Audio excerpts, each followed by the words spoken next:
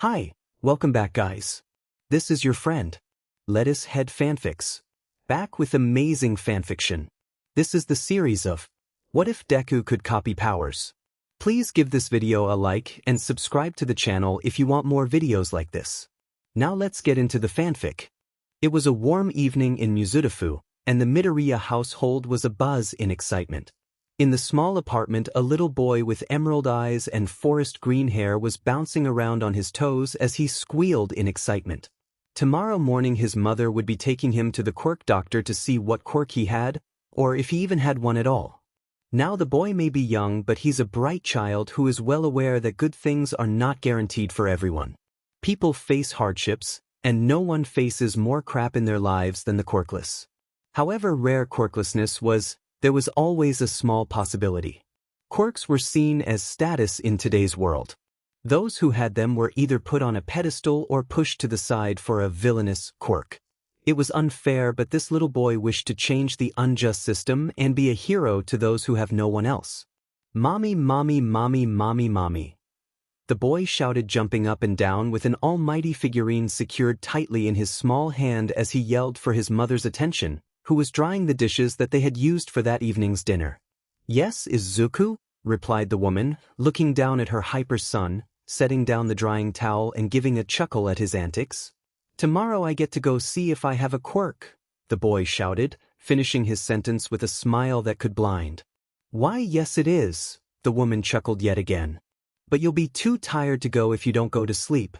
Now, off to bed, Izuku. You'll need your energy for tomorrow. The boy stopped bouncing and widened his eyes at the realization that it was past his bedtime and ran off to brush his teeth and crawl into his bed. Inko smiled as she turned back around and picked up the towel, listening to the pitter-patter of his socked feet running down the hall to the bathroom. The next morning, Izuku and Inko had finished getting dressed and were headed out the door for Izuku's quirk test, and they couldn't be more excited. Inko, being a mature adult, was trying to get the young boy to focus on the task at hand, but the boy was too excited to be able to wrap his head around what needed to be done. After slipping on his small red shoes and grabbing his All Might figurine, he grabbed his mother's hand and pulled her out the now open front door. Let's go, let's go, let's go, mommy. Izuku screamed as he dragged his mother down the hall of the apartment building, down the stairs, and out the lobby door to their waiting car. After Izuku buckled his seatbelt, and his mother did hers, he looked out the window, which he was just able to see out of because of his booster seat, and thought of his possible quirk. Kachan, his friend? Classmate? Bully? Already had his quirk and was showing it off to the other kids. Other kids adored him for his quirk. It was flashy, powerful, and a perfect quirk for heroism. However, people seem to forget that a quirk isn't all you need, and what he's missing is anger management. As Izuku was deep in thought of Kachan quirk, his mother pulled into the small parking lot of their local family doctor for his quirk test. He didn't realize where they were until his mother came around to his door and bent down, tapping the glass lightly to get his attention. Hearing the sudden tapping, Izuku whipped his head around and jumped slightly, not realizing she had even left the car yet. Getting out of the car, he grabbed her hand and allowed her to lead him into the building and to the waiting room while she checked in for their appointment with Dr. Izuku. Sitting in the slightly uncomfortable chairs, he waited for his mother to finish talking with the receptionist. At this point, it looks like they've passed the topic of the appointment and are talking as if they've known each other for ages. Honestly, who knows? Parents seem to have hidden quirks for running into friends out in public and successfully turn a short errand into an hour-long chat between friends while Izuku, and sometimes the other's children, wait patiently.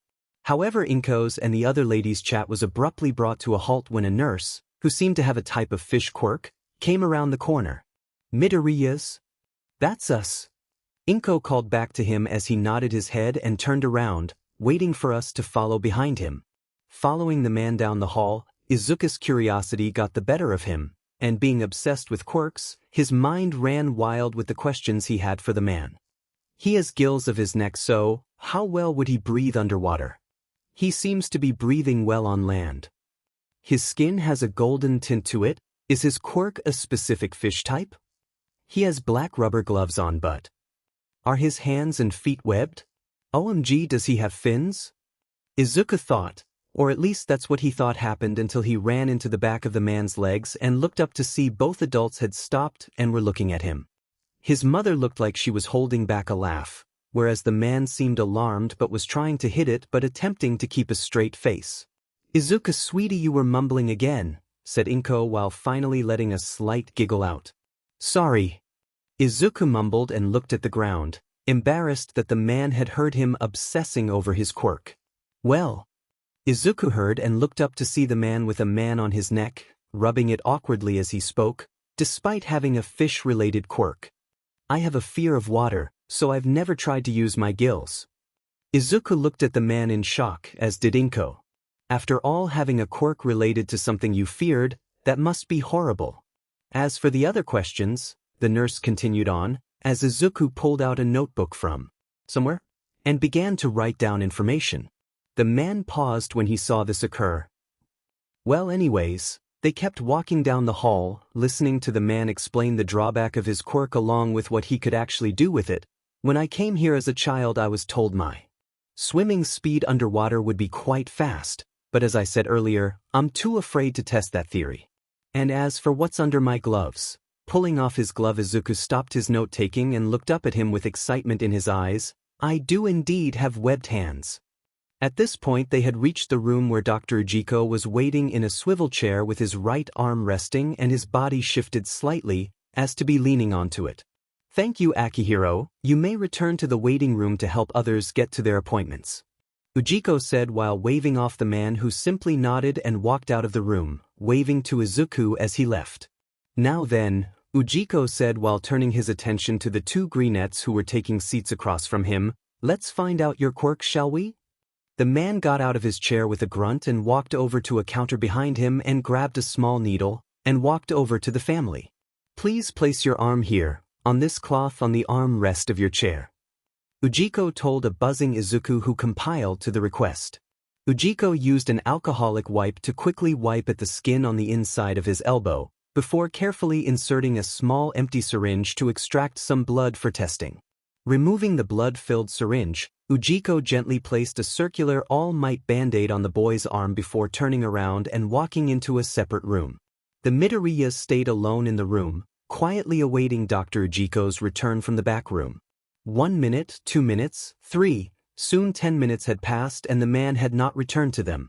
When the man finally returned to them, he held a stack of papers in his hands and his eyebrows were furrowed in confusion, while his lips were parted in what seemed to be shock. However, neither Midoriya could tell the true expression. It was because of his odd goggle-like glasses preventing them from seeing his eyes. "Miss Midoriya, what are yours and the boys' father's quirks?" the doctor questioned, slightly pausing as he mentioned the father who was not present at such an important time in a child's life. "Oh, well, I can pull small objects to my body, nothing too grand, but it helps around the house, so it's useful enough." "I see. As for the father?" "Well, my husband breathes fire." "Why do you ask?" "Your son here has a rather unique quirk, one I have never seen before in all my years here at the clinic. Now, it's rare for a child to not have a quirk that resembles that of their parents, but it has happened before. Here is all the information we have on your son's quirk." The doctor then handed Inko a 2-page packet with the quirk description, drawbacks, side effects, and safety precautions all typed up neatly and stapled together. "Thank you, sir." As for its name, the quirk finder identified it as Stolen Sight. As Inko read over the description of the quirk, she furrowed her brows in confusion. The name poorly states his quirk. Izuku, who had been quiet until this point, began trying to grab the paper to see what his mother meant. "Mommy, stop moving the paper away from me," and eager Izuku yelled out as he desperately reached for the paper being held away from him. "Izuku, honey, calm down. Here, you can read now while I talk to this nice man, okay? I think it's safe to say your son will be quite the powerhouse if he truly desires to be so," the doctor said as he turned to gaze at the small boy, giddy with excitement as he read his powers himself, "and with such a power will come many enemies who wish for it to be their own. Good luck, ma'am, good luck, little Izuku. Now then, Akihiro will walk you to the front door. Good day, Midoriyas." And with that the two green-haired people left the office. Shouts of excitement could be heard from the smaller as they left through the front door. Dr. Ujiko watched as the family of two got into their car and drove off, waving to the small boy who happened to see him from the window of the back seat, who flashed a smile to the man. Ujiko smiled softly at the boy and watched their car disappear out of sight, but not out of mind. Walking to the back room, the doctor picked up his phone and closed the door behind him, locking it quietly as he dialed in the number he wished to reach, and held the phone to his right ear. "Hello? Yes, it's me. I just had an interesting patient. Seemed to be hell-bent on bringing justice in the future. Sounds just like his uncle, does it not?" All for one. Hisashi let a deep sigh escape his lips as he put down his phone after a particularly grueling conversation with the doctor. His son had a quirk. A powerful quirk, which left him in a difficult situation. On one hand, a quirk like that would make plans much easier, eye contact instead of physical touch. It was perfect. On the other hand, if raised correctly alongside Tamura, his son could grow to rule alongside his successor in chaotic harmony. However, the last option would most likely be a harder goal to achieve, considering the doctor's words. Seemed to be hell-bent on bringing justice in the future. Sounds just like his uncle, does it not? Damn it. Even in death, whether it's intentional or not, his brother still meddled in every aspect of his life. First that demon quirk he unknowingly made. Then said quirk providing rival after rival that always got more persistent, to the point where one destroyed his face beyond recognition. And now, just being related to his son, to have blood similar to that wretched man, his son is showing to be the embodiment of those he hates most. His son had the heart of a hero. What luck! Of course, having the heart of a hero isn't the only problem to fix. Oh no. If he's being completely honest, dreaming to save others and be a hero is the easiest thing to fix. Dreams can die over time and under the right circumstances. The real problem was Inko. Shortly before Izuku's first birthday, Inko had discovered who he really was. What he did to others, where their income really came from. Needless to say, she had been furious. They had argued for hours about it, and how she wanted him to either give up villainy or lose her and their son.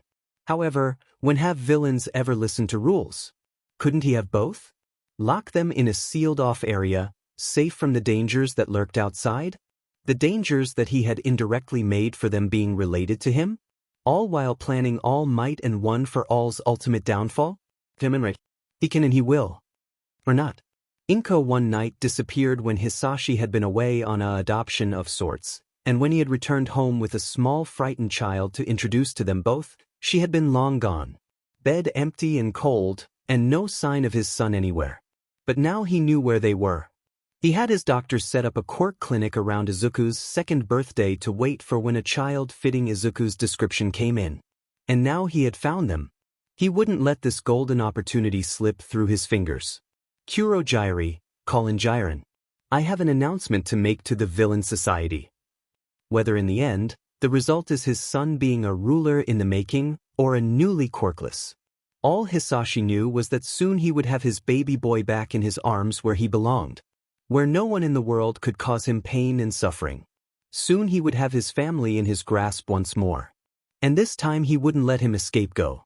The next morning Izuku woke up full of energy. The only thing on his mind was his quirk. His quirk hadn't yet shown itself. After arriving home from the doctor, poor Inko had to sit at their small dining table while looking into Izuku's eyes as he made faces trying to activate his quirk. Nothing happened. Nada. 4 hours had been spent with the two sitting across from each other as Inko watched her son make faces. He used his hands and make motions around his face, hitting his head with both hands, making finger guns and aiming at either side of his head, and the thing that was the most exhausting, the fact he was shouting things such as abracadabra, when widening his eyes to a size that seemed inhuman to stare at his mother. She swears he looked like some kind of bird you'd never want to see outside your home. Izuku jumped out of bed and ran into the kitchen to look for his mother, only she wasn't there. That's weird, Mommy is always here when I wake up to make me breakfast, Izuku pondered aloud as he looked around their apartment for any signs of his mother. When he found her, she was passed out on her bed. No, only her torso was on her bed. She was sprawled out like a starfish with her arms falling off either side and her feet dangling off the edge with one of her slippers still on while the other was on its side on the floor, presumably having fallen off while she slept. "Mommy, wake up!" the boy screamed as he entered the room. Inko shot up from her peaceful slumber and whipped her head around the room looking for any sign of danger until her eyes rested on her son beside her bed. "Oh, morning. Yon Izuku," she responded as she struggled to stay awake. "New mommy, it's morning already." Izuku whined as he watched his mother begin to close her eyes and drift off again. HMPF. He huffed as he climbed onto her bed and began to jump. "Stop being tired and wake up already." "Izuku, you can't say stop being tired and expect it to work, sweetie." Inko opened her eyes once again, this time slightly more awake as Izuku stopped jumping and flopped onto his side to look into his mother's eyes to make sure she was actually awake and not sleeping with her eyes open somehow. And that's when it all happened. Izuku went to grab his mother's phone from beside her bed when it started levitating and coming closer to the two in short, slow movements. Izuku turned around with an unimpressed look at his mother, as he suspected her to be using her quirk to pull her phone over rather than risk him dropping it. But then he saw her face. Her eyes were wide and she looked utterly shocked. This expression was soon replaced with enthusiasm as she realized what was happening. "Izuku!" she squealed as she jumped up and wrapped the small boy in her arms, rapidly showering him with small kisses all over his face as he giggled. "Honey, your quirk kicked in. You used my quirk." Izuku's smile grew larger and larger before he hugged his mother tightly, and both of them were overjoyed at the discovery. Then they heard a thud and Inko let out a sigh as she remembered that she had taken her son's attention away from her phone that was in midair. Izuku also seemed to realize what the thud meant and instantly pulled away and started to tear up and apologize to his mother. "I am so sorry, Mommy, I forgot about the phone," he yelled out as he rolled himself off of the bed and grabbed the phone from the ground and handed it to his mother. No, honey. I got excited and we both forgot about it in the air, huh?" She smiled sweetly at her panicking son before reaching out for the phone, slowly taking it from her son and wiping his tears with her sleeves. Looks like she needed to buy a new phone. The next day, Izuku returned to school with a bounce in his step as he waved goodbye to his mother and walked into the preschool. Many of the children around him have already developed their quirks, or were in the various stages of doing so. Such as the people who were developing mutant quirks and were in the development stage where their physical features changed to adjust to their quirk. Like that one kid over there, Tsubasa, his wings were still small and he still needed to take pain medication every few hours to ease the soreness from between his shoulder blades of the still developing red wings, despite having them for around a month at this point in time. Everyone who has received their quirk so far, no matter how grand and flashy, or subtle and minuscule, all the children were celebrated upon arrival at the school after receiving their new superhuman ability. So to Izuku, he couldn't wait to show off his quirk and what he could do. He waved goodbye to his mom and ran at full speed over to the gathering of boys playing near the play structure, his best friend at the center of it all. "Kachan!" the small green-haired child exclaimed as he continued to run over to the group. "Oh, hey Deku!" the blonde replied, turning his attention to the approaching boy, ruby eyes meeting emerald green. And then the start of a miserable few years began. The small sweat he had broken with his short sprint to the boys started to explode in his palms, shocking everyone around. What the heck, Deku? What? How is this happening? All kinds of shouts of disbelief rang out across the playground. Meanwhile, Bakugo's face was blank. No emotion could be seen, but this soon changed. His face flashed various emotions before finally settling on anger. Pushing past the other boys that surrounded him and separated the two boys, Bakugo marched up to Izuku. Malice was clear as day showed on his face as he fisted his small hands around the collar of Izuku's shirt and pulled him close to his face. "What did you do, you demon nerd?" Izuku lets out a quiet squeak of surprise as he's lifted slightly into the air, eyes wide as he frantically tries to respond to the sudden anger-laced questions being spat out at him. It's my quirk Kachan," he stammered out, bringing his hands up to try and loosen the tight hold on his shirt. Izuku watched as Katsuki scowled at him before giving a sharp tug at the hem of his shirt before promptly pushing the green net to the ground below. Not as amazing as mine, I bet. Yours is just a cheap knockoff of mine. The blonde turned on his heels, beginning to push past the other kids surrounding them as he left. Oh, explosions aren't my quirk. Ha! Katsuki whipped his head around to look at the boy picking himself off the ground, pulling on the end of his shirt out to better inspect the damage to the collar, pouting at its prominent creases. My quirk? It's kinda complicated, and I'm going to need a little more time to fully understand it. But I know I can copy and use people's quirks. And I'll be able to use them forever. I just need to look directly into your eyes and we can both use the same quirk. Isn't that cool, Kachan? We can be heroes together. You can be number one and I'll be your sidekick and... Stop talking, It was only then that Izuku looked up and saw everyone glaring at him, but none making direct eye contact with him, each with a look of disgust or terror rapidly etching across their faces. You're a monster. A villain. You can't be a hero with that quirk. Give up, Deku. You'll never be a hero now. Only a villain could ever do what you can. And only a useless, pathetic, stupid Deku like you would believe otherwise. The last hurtful remark coming from the one person, the one kid, the friend he cared for most.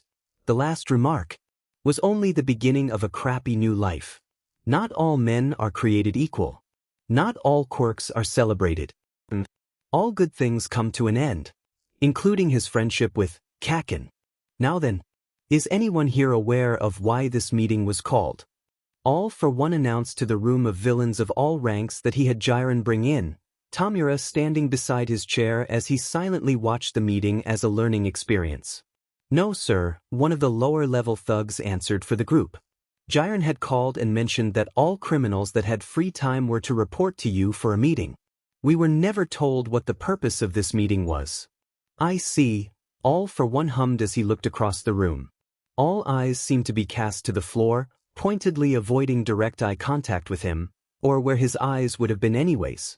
In that case, let me enlighten you, he called out before pulling a picture from his pocket, holding it out for all eyes to see. In the photo was Izuku, eyes slightly dull as he clutched the straps of his too-big-for-his-body backpack in a tight grip, obviously nervous. The burns and bruises clear as day, spreading out across his body. This is a picture of my son that I had Kurogiri secure for me as the boy was let out of school. Some noises of shock were heard from the group as they lifted their heads to view the photo before quickly ducking them back down after they got a good enough look. Whether the shock was from the clear signs of abuse the boy was facing, or the fact that the ruler of the underworld had a son, he couldn't be sure. However, one person's response stood out to him. And? Why should we care about your son? Another low level called out, eyes still glued to the floor, but arms crossed and teeth clenched in a way that shows his irritation. The room gasped at the statement and those close to the man backed away slowly from him. Now, let's not get ahead of ourselves just yet. I haven't finished telling you about my motives with this yet, All for One voiced. Now, this boy's quirk is similar to my own. He can copy a quirk to use indefinitely by looking into the eyes of the recipient. Now I'm not sure if anyone here has caught on to why I'm telling you this, but I find it to be quite an obvious answer if you truly give it thought. Now would anyone like to take a guess? When no one raised their hands, All for One sighed deeply, resting his left elbow on his arm rest and plopping his head into his hand as he surveyed the room. Waiting for someone, anyone, to have a brain and figure out this incredibly simple question.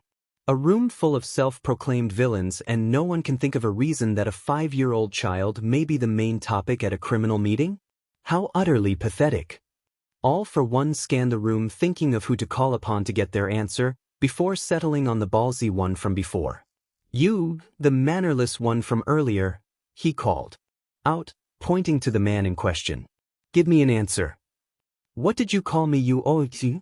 The man roared it out at him, looking up to look at All for One's face. I called you mannerless. You are in my home at this time and you had the gall to be disrespectful after I opened my establishment to you. Kurogiri even served you all some wonderful beverages from our personal bar, might I add. The thug looked back down to the ground. I don't care. It's a 5-year-old kid. Only thing it's probably good for is stress relief. As he finished his statement, a blood-curdling scream ripped through the air, coming from the thug as he clawed at his head. Pulling out locks of hair in his desperation, the man continued to scream bloody murder as blood started to dribble from his mouth, dripping off his chin before the man collapsed, unmoving on the ground before Kurogiri warped the lifeless body away. Would anyone else like to say such things? All for one called out to the terror-struck villains that still occupied the room. No one could respond to his question. Everyone was too busy staring at the spot the man had collapsed, small blood puddles laying in his place. At this, a small smirk etched across his face as he gleefully looked down at Tamura. The boy was giddy at his side, also staring at the space. However, as everyone looked in fear, Tamura stared at the space in admiration. "Did you enjoy the show, Tamura?" he playfully called down to the young boy. "Yes, sensei." Tamura replied giddily, eyes never moving from the unoccupied space in the crowd as a large grin spread across his young face. "Good. This is an important lesson for you to learn. People such as that wretched man are replaceable," he addressed Tamura before turning his attention to the remaining villains. "As for the rest of you," he called out sternly, taking great pride in the way they all jumped slightly, redirecting their eyes from the empty area to their feet. "Let this be a lesson to all of you. The next person to speak out of line will meet a similar fate. Now, since no one has provided me with an answer to my question, I'll take the reins and explain for you all. With a quirk like this, my son could rule alongside Tamura. Such a do would no doubtedly send the heroes for a spin and offset the way society currently is. And on the off chance we can't convince him, his quirk would be perfect to give to Tamura to use as his own. Either way, this boy is priceless and will be obtained at all costs. So now let's talk about the threat we currently face if we wish to bring him here. His mother is a stubborn woman who slipped past even I," he announced, holding up another photo, this one of Inko walking beside Izuku on their way back home from school. "Do not let her looks fool you. She is cunning and will fight to keep her child safe at all costs. Do not take her lightly." He set down the photos he held in his hand as he rested his head in his hands once again. "Now," he called, "out to the room. Let us discuss the plan." Every day upon seeing her son bruised and bloody when she picked him up from school, Inko's heart would break a little. She had tried to ask him what was wrong, but he insisted he was fine and that they just played a little too roughly at recess. So she went to the teachers. They wouldn't even look her in the eyes, but even then she could tell what their true thoughts were on her son.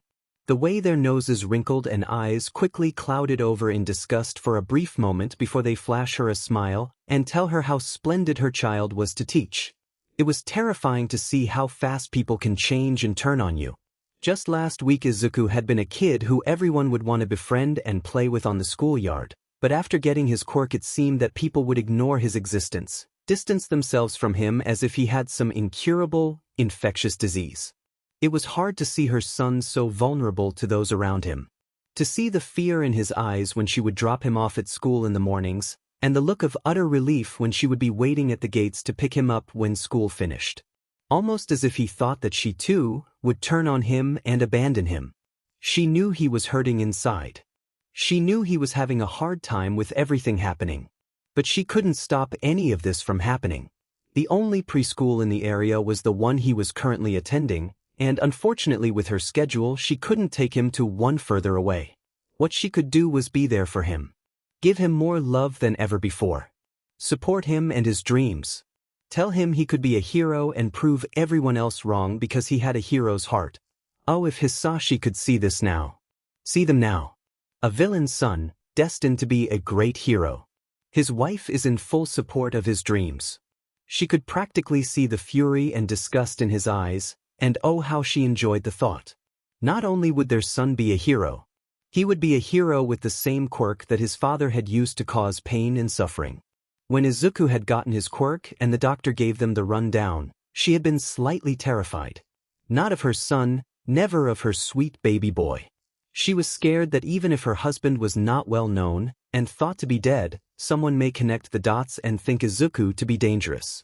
Before the appointment, Inko had spent hours hoping and praying that his quirk would be similar to hers, or possibly that it could have been fire-breathing as Hisashi had told her his quirk was. that horrible liar. Sure, she knew it wasn't actually his quirk, merely a stolen one from some poor soul from years before they had met, but she could still hope. That was until it was all confirmed for her through Izuku. However, father's quirk or not, she would love him all the same and help him achieve his goals in life. Because that's what a loving mother does. So as Inko looked across the living room at her son, holding his All Might figurine close to his heart as he laid fast asleep on their couch, she couldn't help the loving feeling swell in her chest. This was her family, her baby, the love of her life. She would do anything and everything to keep that smile on his face for a lifetime. She crossed the room to where he was sleeping and bent down, lifting him from under his knees and shoulders, holding him protectively against her chest as she made her way to his bedroom to tuck him in. She placed the small boy in his hero-theme bed, tucking the sheets up to his chin to keep him cozy as he slept through the night. Inko turned around after placing a soft kiss on her son's temple before she began to take her leave. That is until a groggy voice called out to her in the dimly lit bedroom.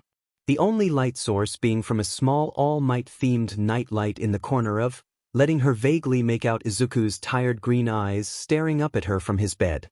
"Mommy?" he called out to her. "Yes, dear. Can you sleep with me tonight? Please." "Of course, Izuku." "Here, move over a little bit." She spoke gently as to not wake up Izuku any more than he already was. She lifted the covers of his comforter and slid in beside him, pulling him to her chest as she began to softly sing out a song for Izuku. "Hands, put your empty hands in mine. And scars, show me all the scars you hide. And hey, if your wings are broken, please take mine, till yours can open too. 'Cause I'm gonna stand by you. Oh, tears make kaleidoscopes in your eyes. And hurt, I know you're hurting, but so am I. And love, if your wings are broken, borrow mine so yours can open too. 'Cause I'm gonna stand by you." She finished off the verses of part of the beginning of the song with another small kiss to his temple as she listened to his soft, steady breaths. "Mommy?" Izuku spoke, looking up at her with half-lidded eyes, clearly on the verge of sleep. "Yes. Why does everyone hate me now? Is it because of my quirk? Are people going to be mean forever?" And oh, did that hurt to hear him ask her. "I'm not sure, Izuku. Some people fear things they can't understand. I'm sure with time everything will be back to normal." Okay, Mommy. Do you think?" Izuku attempted to speak out, fighting off sleep for just a little longer in order to ask his question. "I could be a hero?" Inko looked down at her son, eyes finally shut but not fully asleep yet. Oh, how she loved this boy more than anything. There wasn't a doubt in her mind as she looked over the face of her sleeping child. The finest hero the world will ever see.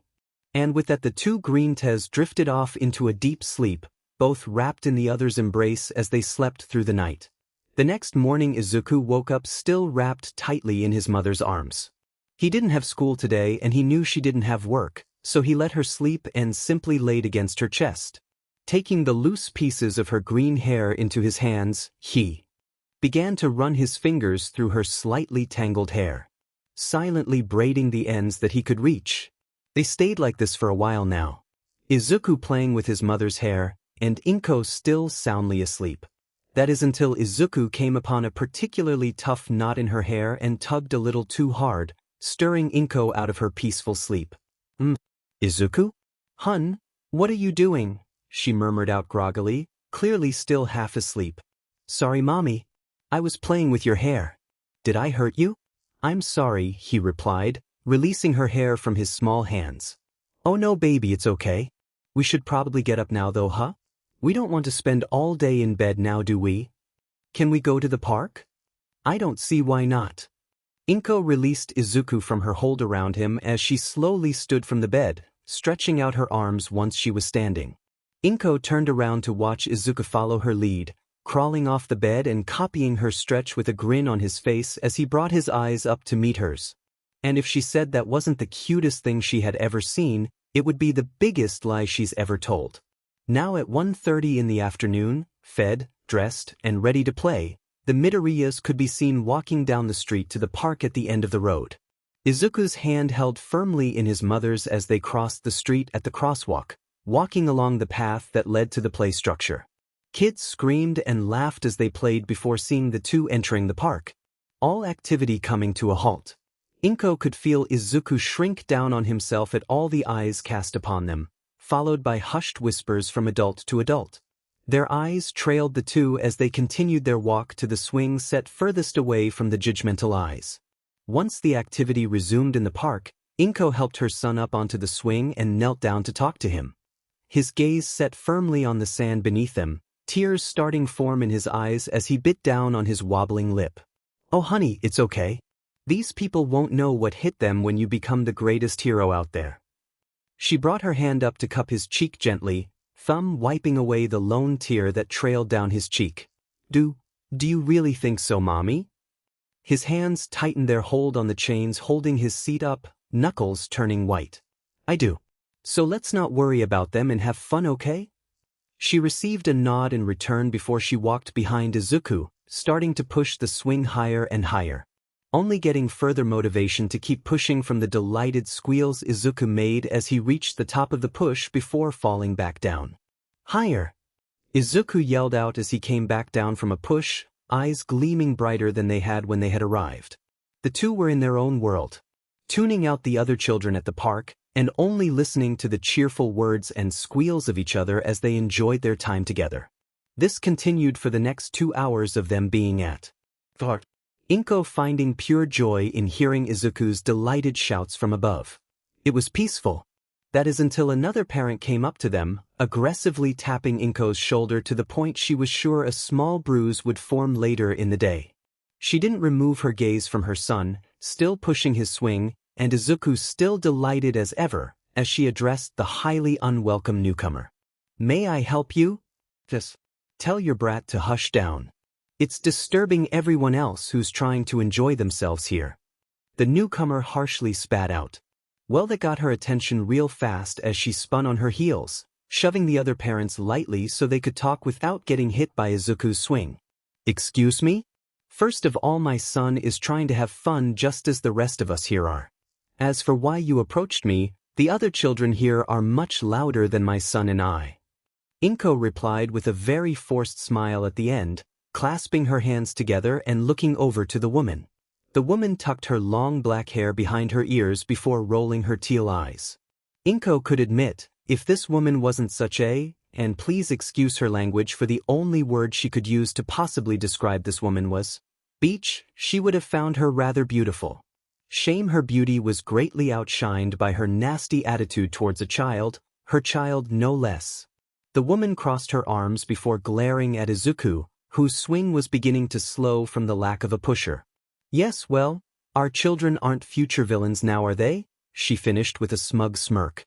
Inko's eyes widened. Has the woman found out about Hisashi? Did she know who Izuku's father really was? Did she dash? Inko thought.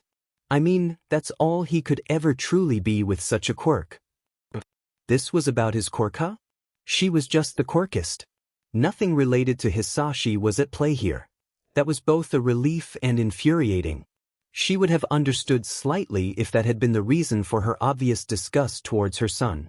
People feared what they did not understand, and most people often forget that a person is not their parents. But no, this was about a part of Izuku that caused her hatred, not his father. Not even something Izuku had done, this was all about a physical trait that he couldn't control and choose. Are you implying that due to a quirk, which are physical traits that are not choosable, my son doesn't deserve happiness nor will his life amount to anything other than working as a villain? I'm glad you understand me, truly you must have thought the same at some point, the woman smiled at her, eyes gleaming in a victorious shine as her assumptions were made. Hell, we all take pity on you, dear. No mother as kind as yourself should have to deal with such a wretched disappointment dash. I think that's enough from you. You have labeled my child as a villain. A child who's been nothing but kind to those around him, so when he becomes a great hero I hope you look back on this and feel nothing but shameful regret. Izuku dear, I think we should leave. The nuisances at this park are too much of a bother to deal with today. Inko looked over her shoulder to Izuku, watching him hop off his seat that had reached a full stop. He walked over to her, slipping his hand into hers, looking up to reveal the tears that had formed in his eyes. A grateful smile was apparent on his face. Well then, I think we better leave. I'm sorry I never caught your name? Inko looked over to the woman.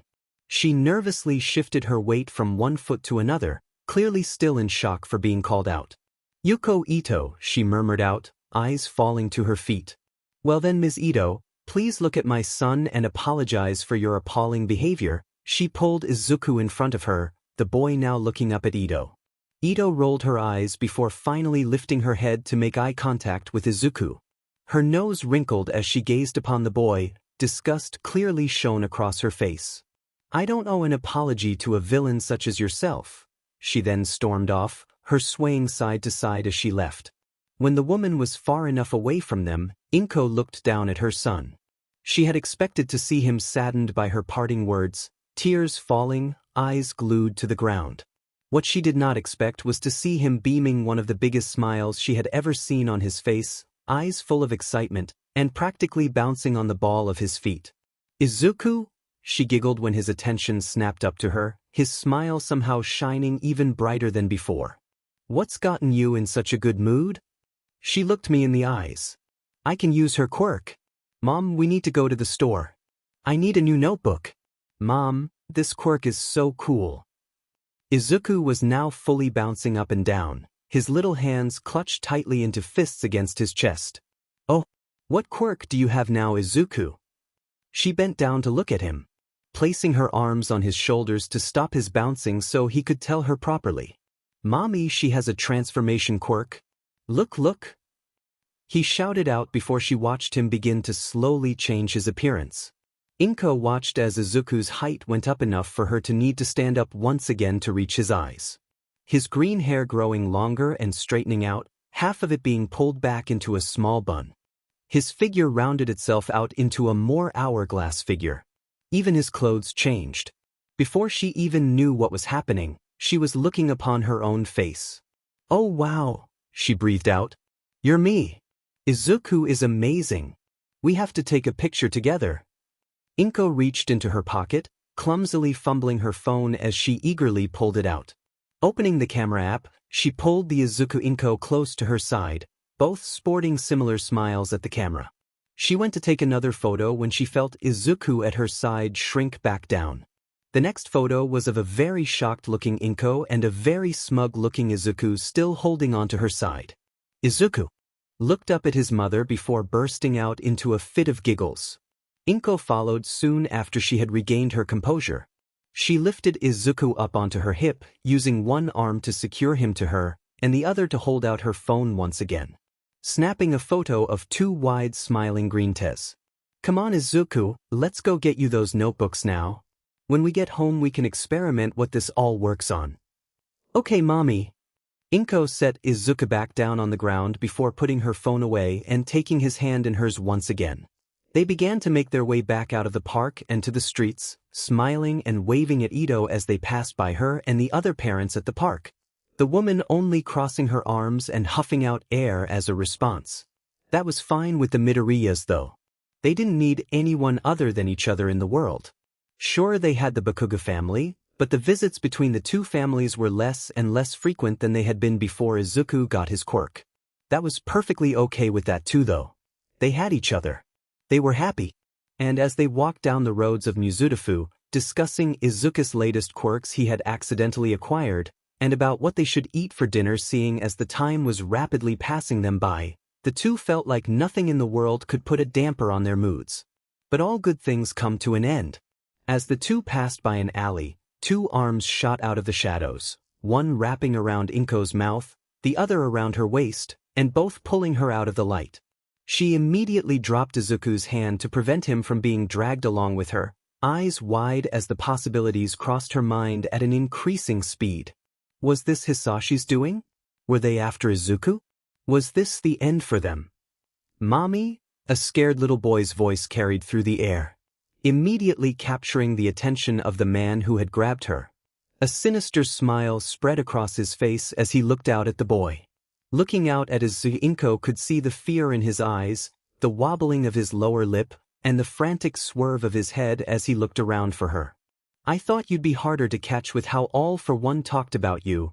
the man holding her back whispered into her ear, his warm breath making her shiver. At the mention of her husband, Inko began thrashing in the man's hold. They needed to get out of there. They couldn't go back to him. Whoa. Now we're talking. Wonder if the brat's gonna put up as much fight as you are now. The brat better make this interesting if the boss made us come all the way out here just for him, huh? Inko began screaming, the sound muffled by the hands still clasped over her mouth. They wanted her son? Inko wouldn't allow that. She wouldn't let Izuku, her sweet, sweet boy, fall into the hands of such a heartless monster. Footsteps could be heard from behind her as she watched another man come up from behind. Hands stuffed into his pockets and eyes fixed on her son at the entrance to the alley. As the man got closer, Inko's struggle became more panicked, trying to get free from the man holding her down as the other got too close to her child. As the other man began to pass her, Inko did the only other thing she could think of at that moment. She used her quirk to tug as hard as she could on the passing man's scuffed combat boots before biting down as hard as she could on the man holding his hand over her mouth. The man holding her shrieked out in pain as he completely let go of her, clutching his bitten hand with the other as he wiped the gushing blood onto his sleeveless shirt. Blood smears now covering the front of the worn-down gray shirt. As she scrambled to her feet, she pulled on last time on the second man's boots, watching him fall to the ground with a thud as she sprinted past him. She continued to run, almost knocking Izuku over had she not scooped him up in her arms as she continued to run by. Izuku letting out an oof as she grabbed him in her passing. The shouts of the men could be heard behind them as Inko ran faster than she ever had before. Izuku now sobbing into her shoulder as he clutched her shirt tightly in his fists, the wind blowing through his fluffy hair and sticking to his cheeks where the tears had fallen. The streets were practically empty at this point. The area they lived in was typically pretty cleared out at this time of day. That meant that Inko's only option was to outrun them. Inko turned the corner just as a large sharp claw stretched out, almost skewering her had she not just turned the corner. It must be one of the men's quirks. This just made Inko increase her speed. With a quirk like that they could easily be caught while running away. She picked up her speed, held Izuku even tighter, and began turning random corners in an attempt to lose the pursuers.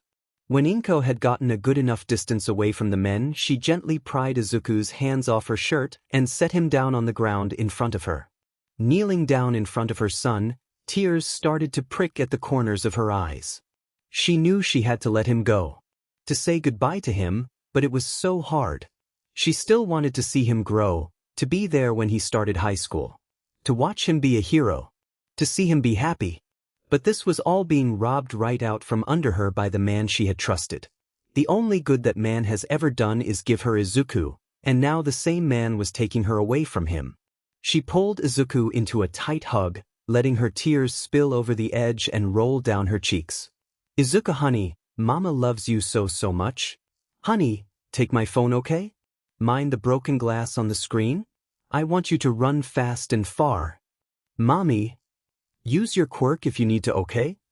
Mommy, why are you saying this? Please don't leave me. Izuku cried out, tears falling faster than before down his face, pooling on the sidewalk below them as they dropped off his chin. It hurt Inko to do this, to cause her son pain like this, but hopefully in the future he will understand why this needed to be done. That this was the only way she could keep him safe. But don't ever come back for me. No matter what. Find help and be safe. She gave her phone to Izuku before pulling him in for one last hug and kissing his temple for the last time. Be safe, Izuku, and don't ever go home again, okay? I need you to stay away from there. Go to the police. Find a hero. Just get away from these people chasing us and don't ever let them find you.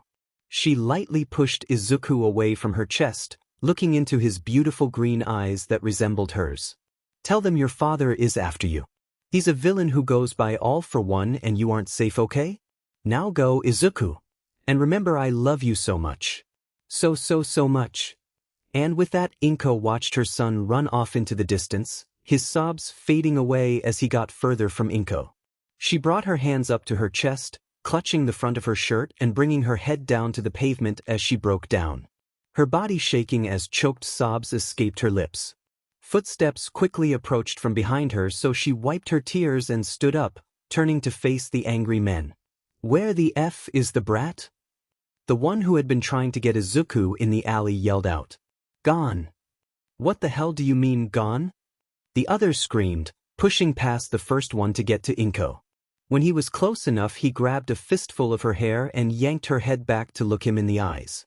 Tell me where you sent him.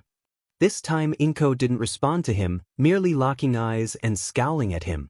These were the men who would carry out the order to take her baby from her, or vice versa and take her from him. Both made these men horrible people who didn't deserve her answers. So they won't receive any more than they had. Boss said that only the brat and your body were to come back to him. And since he said body, I take it that means either dead or alive. The man dropped her to the ground before motioning to the other to hand him whatever was in the other's pocket. When the item placed in the former's hand was a gun, well, Inko couldn't stop the gasp that came from her. Her eyes widened to the size of saucers before she squeezed her eyes shut, waiting for the shot. We'll find that brat once we finish with you. All of this, the running, the biting, and your death, will all be in vain. All for one always gets what he wants. Inko's thoughts were filled with a smiling Izuku and all the time they had spent together. She thought of Mitsuki, Masaru, and Katsuki, who would come over every week for Sunday dinners with her and Izuku before the kids' quirks came in. She thought of Izuku's first time walking, first words, first time she gazed upon his beautiful face. Inko smiled, a real smile. How had she gotten so lucky to be blessed with them all in her life? Even if it wasn't for all that long, she was grateful. A shot rang out, and with that Inko's world went silent. All good things come to an end. A single sentence that throughout the past week had Izuku realized they formed the truest saying he had ever heard. However, he had never expected it to go as far as to make him leave his mother behind. The one person who loved him in this world. The person who cared for him when he was hurt. The one person who thought he would be a great hero, and not some low-life villain. But now he had to leave her. Izuku kept running. He wasn't sure where he was even going at this point. His eyes were too filled with tears. He tripped on loose cement blocks in the sidewalk every now and then, stumbling forward before he regained composure and kept running away. That is until he heard a gunshot from behind him. There wasn't a doubt in his mind. That was his mother. His mother was hurt, or worse, killed. Tears streamed down his face even faster, and he wanted nothing more than to turn around and go back to his mom, to make sure she was still alive and the shot missed her. But he couldn't. She told him to run and never look back, so that's what he did. He tripped on a hole in the sidewalk, scraping his knee and hissing at the sting he felt follow it. He wiped his tears against his shirt before standing up again and continuing to run. This time he could see where he was going. Fast approaching footsteps came from behind him, growing closer and closer as he continued to run through the streets and into a big parking lot. A tall building loomed over him as he ran for it. Kiyoshi Ward Shopping Mall, hanging on the wall over the entrance. Running through the crowd, Izuku shoved people out of the way as he ran inside to the entrance, deliberately ignoring the shouts of the men behind him. Hey! Kid, get back here! Stop running, brat! But he didn't stop. Those men hurt his mommy, and he refused to slow down for them to hurt him too. He promised her he would stay safe and find a hero. Izuku turned his head while he ran to look back at his pursuers. They were quickly catching up to him in the crowd. He let out a squeak and pushed even harder on the people around him until he finally broke out of the crowd. He ran further into the mall, swerving around people and turning corners to try and throw them off his trail. Izuku turned a corner to see that he hit a dead end. The only thing around this corner was a camping goods store. Nowhere to run now, runt. Ha! Are you gonna stop yet? Izuku whipped his body around to face the two men. The shorter one, who had pulled his mom into the alley, angrily stomped towards him while the other casually strolled up behind him. Never! You hurt mommy, didn't you? Izuku screamed before turning and running into the store's entrance beside him. Kid, running is pointless at this point. The taller sighed, stuffing his hands in his pockets as he followed into the store behind Izuku. But Izuku didn't care. He would never stop running away if it meant he could escape from these people. He would find a hero and he would go back to his mommy and everything would be normal again. He was sure of it. Izuku ran past the tent's display and into an aisle that had sleeping bags hanging off the shelves like cocoons. He unzipped a big yellow one and climbed into it, ducking down to keep out of view from the opening at the head. Izuku felt his tears return to his eyes as he clamped his hand over his mouth to try and conceal his heavy breathing and choked sobs from people around him. If anyone found him, that means the men would find him too. Izuku started to shake in the sleeping bag. He was terrified. He wanted to go home to his mommy. This isn't normal. This isn't fair. Izuku was so lost in thought he didn't even hear two men's voices walking up near him, stopping right outside of his sleeping bag. He did, however, notice the zipper of his sleeping bag begin to unzip as light flooded the previously dark space. Izuku covered his face with his arms and sobbed harder. This was it. This was where it all ended for him. Wait, why is nothing happening? Shoyuta Aizawa did not want to be at the mall. He hated all of them with a passion. They were loud, crowded, and worst of all, a breeding ground for teenager activity. He was a teacher. He didn't need to be dealing with teens in both his work life and personal life. Being at a mall was a surefire way to have to deal with them whether he liked it or not. Shoyuta couldn't keep track of all the times he's had to stop a group of teens from harassing someone, from shoplifting, or that time he had to get a group of teens out of the photo booth. How a group of 13 teens managed to fit into a two-person photo booth. He wasn't sure. Was he impressed? Only at the fact someone could do something so stupid. Was this the only time it happened? Absolutely not. But that was part of a hero's job. Saving people when they needed it. Even if it was saving them from a stupid non-life-threatening situation they brought upon themselves.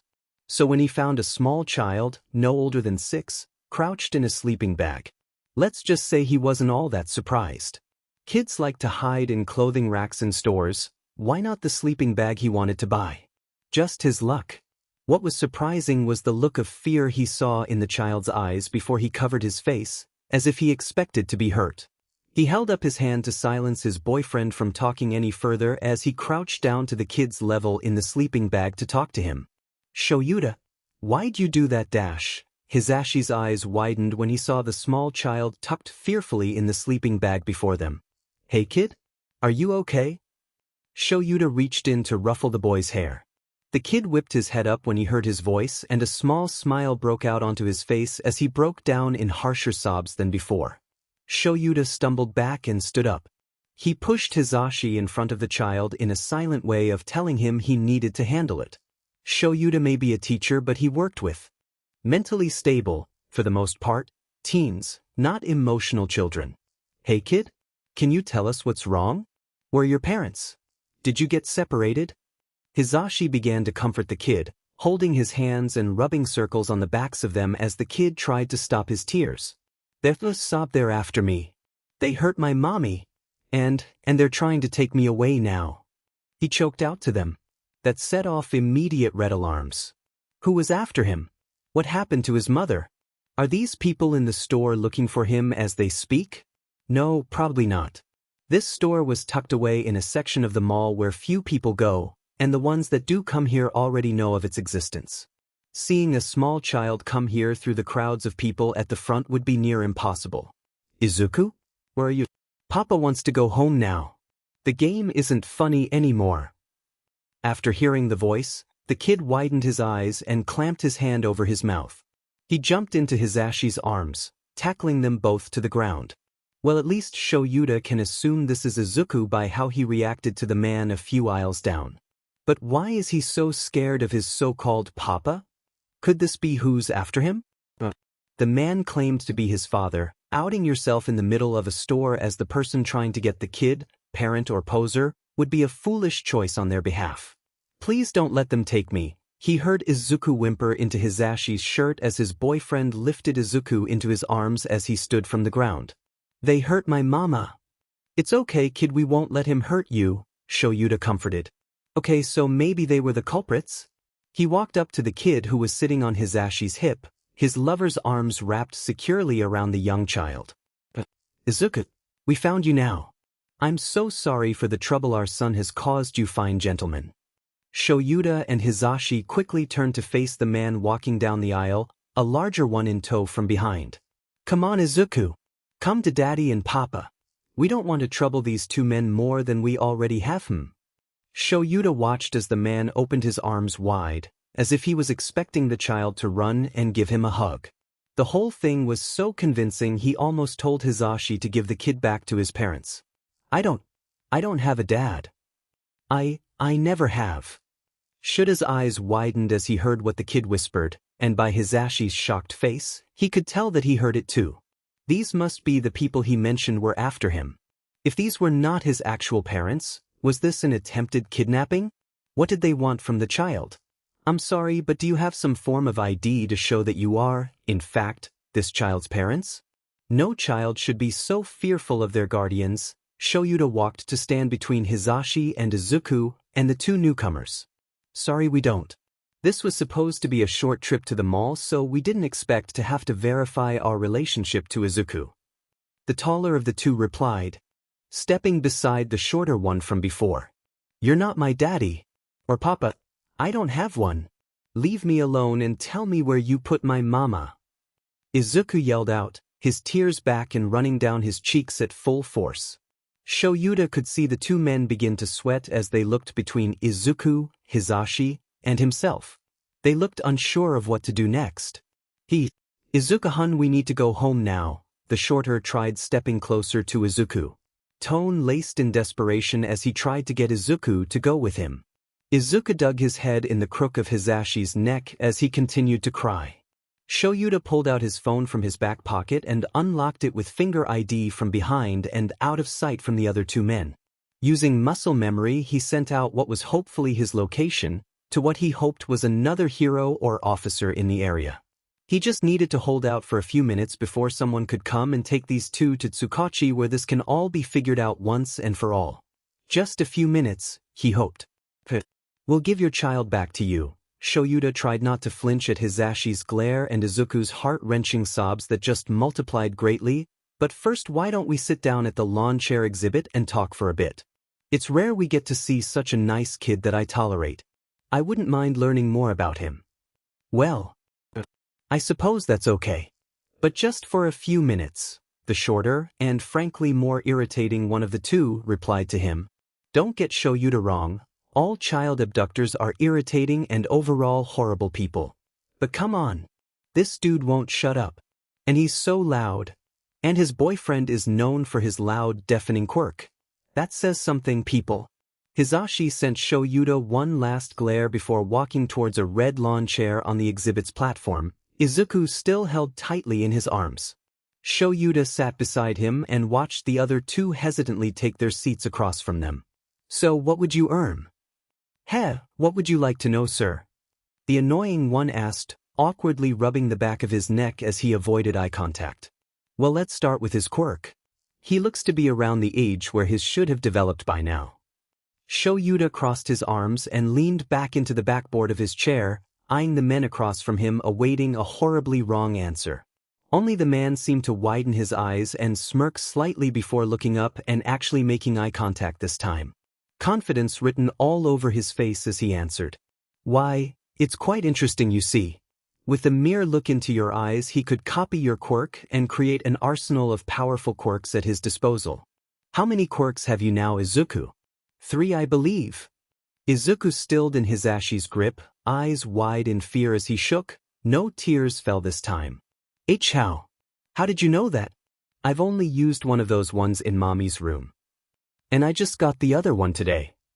Shoyuta and Hisashi tensed in their seats. Why would they know this if they weren't his parents? How long had they been watching Izuku? And to what extent did this all go to? I see. That sounds like a quirk that would be perfect for a hero, Izuku. Is that what you want to be when you get older?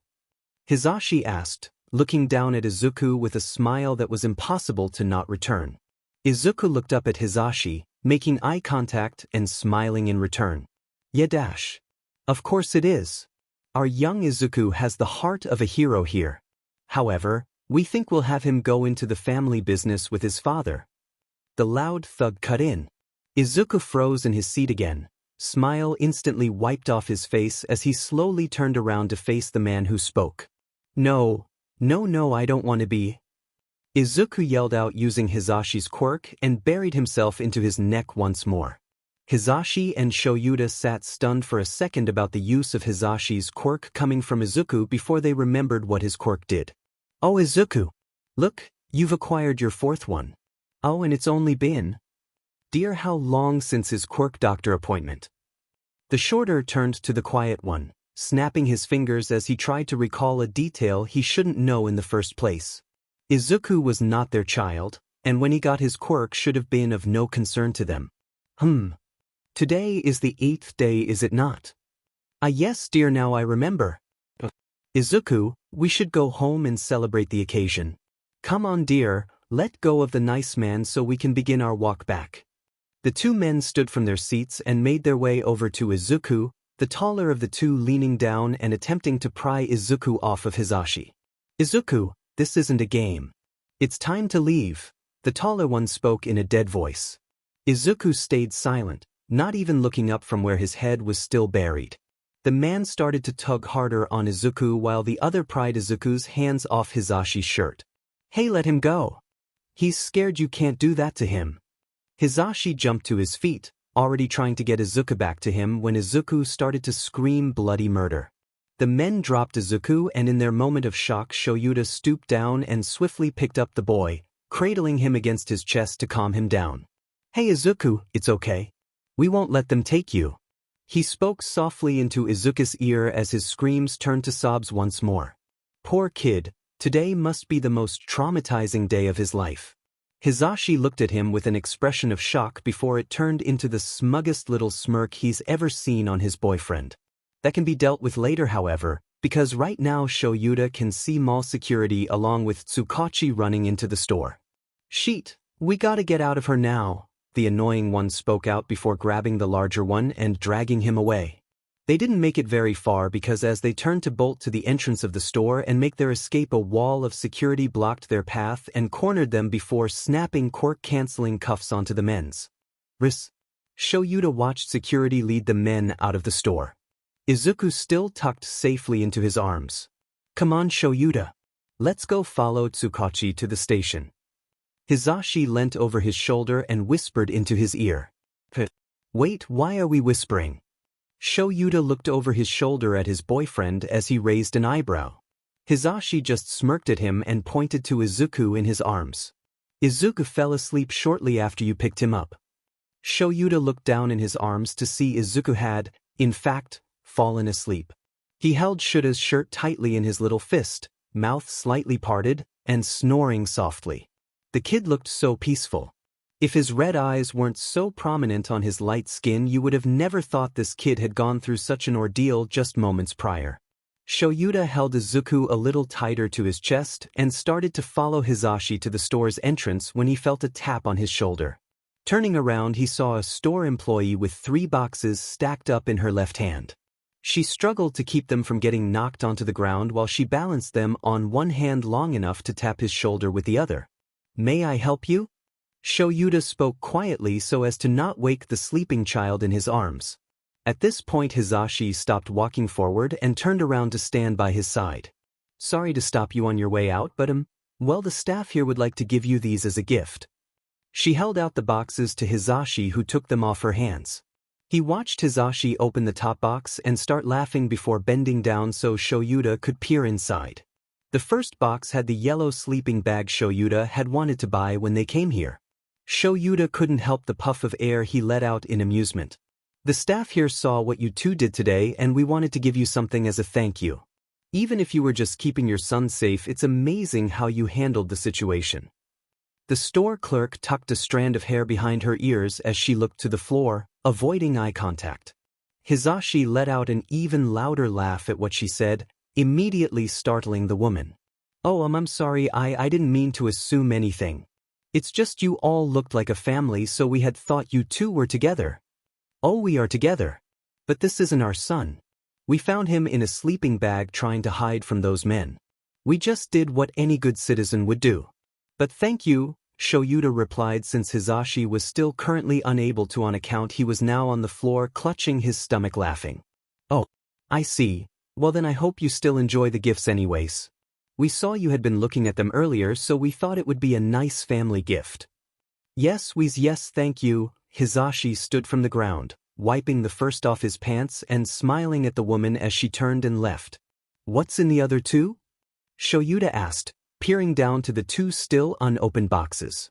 Well, let's have a look. Hizashi bent down to the floor and opened the next box, pulling out a big green sleeping bag, the color matching Izuku's hair. The size was much larger than Izuku, and since the clerk had seen Shoyuta taking an interest in the yellow one, the two could only assume it was for Hizashi.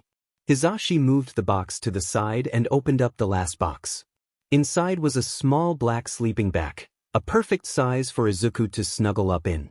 Seems like they gave each of us a sleeping bag the color of another's hair, Hizashi grumbled under his breath. Oh well. These are so cute. Hizashi. Izuku is still sleeping. Oh Sho, can we put him in his sleeping bag? Please see? Shoyuta looked into his boyfriend's eyes, already knowing he was going to cave. He's never been able to deny him anything when he uses that face. Sighing, Shoyuta holds Izuku out in his arms just enough for Hizashi to start working the boy into the small black sleeping bag. They tucked his feet in before Shoyuta adjusted his grip to allow Hizashi to pull it up and over the boy's arms. Hizashi zipped up the long zipper at the front before pulling the black hood over Izuku's head. Strands of bushy green hair stubbornly showing from the hood no matter how many times they tucked them back inside. It was oddly adorable. When Hizashi finished putting Izuku into the sleeping bag, Shoyuta pulled the boy bag into his chest protectively, watching with an unamused expression as Hizashi whipped out his phone to take endless pictures of the cocooned boy and Shoyuta. Hizashi, we still have to go see Tsukachi about all of this, Shoyuta sighed as he began to walk away once more. Hopefully we don't miss him and can talk a little before Izuku wakes up again. Also please grab the other sleeping bags. You betcha Sho. Hizashi called out to him before bending down to pick up the 3 boxes from the ground. Wait Sho, wait up. Shuta. Hizashi chased after his boyfriend and the child, catching up with them in the hallway and pouting up at his boyfriend when he smirked his way. Together they made their way to the entrance of the mall. 3 sleeping bags and a child in hand. This was not at all how they had expected their impromptu shopping trip to go, but if they were being honest, neither of them could find it in their hearts to be disappointed with the outcome. For if they had not come to the mall that day, at that time, if Shoyuta had wanted a different colored sleeping bag, they would have never met Izuku. And the 2 men didn't dare think of the alternate outcome had they not been there to save the boy when he needed it. Aizawa walked through the mall with Hizashi at his side and Izuku clutched tightly to his chest, still sleeping soundly in his new sleeping bag. The shoppers had been cleared out for the most part, minus the ones who were kept back at the camping store until they took away the men. They kept walking down the hall until they reached the exit and walked up to the man in the beige trench coat and matching. Said man turned to greet them as he heard their footsteps approaching him. Aizawa, Yamada, you've made it back, I see. Although I did assume you two would make it back much earlier than you have, and oh, the man cut off his rant when he saw the boxes being held in Yamada's arms. Oh Aizawa, Tsukachi sighed, pinching the bridge of his nose between his thumb and index finger. Please tell me you didn't go shopping after a near-child abduction with the child still in your care. You two should know better than to dash. I can assure you we did not. As we were about to leave, a store clerk came up to us and gave us these as gifts of gratitude for helping Izuku back there. Aizawa replied in his monotone voice, rolling his eyes at the absurd accusation the detective made. That's true. Hizashi cut in from Shuta's side. What kind of heroes would we be if we went to finish our shopping before we went through standard procedure?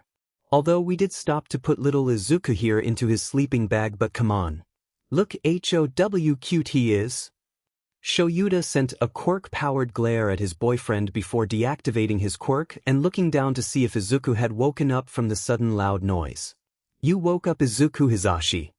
The 3 men turned their attention to the small child in Shuta's arms as he opened his mouth and let out a small yawn before slowly opening his eyes, gazing up at the 3 faces peering down at him. They watched as Izuku blinked a few times before snuggling back into the sleeping bag against Shuta's chest. Izuku?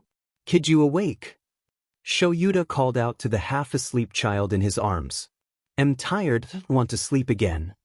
Sorry kid, but unfortunately we have to take you to the police station for some questions about the men who tried to take you.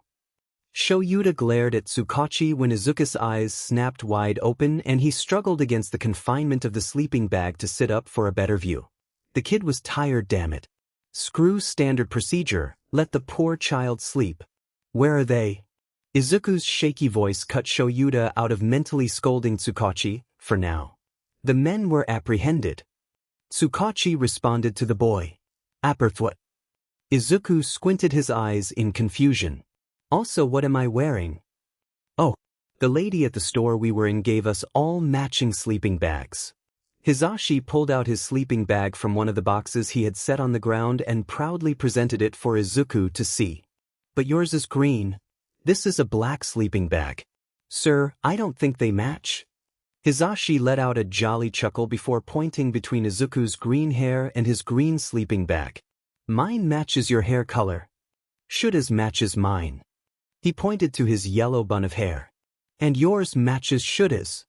Izuku looked up to look at the black hair falling around Shuta's shoulders before he looked up and the two made eye contact.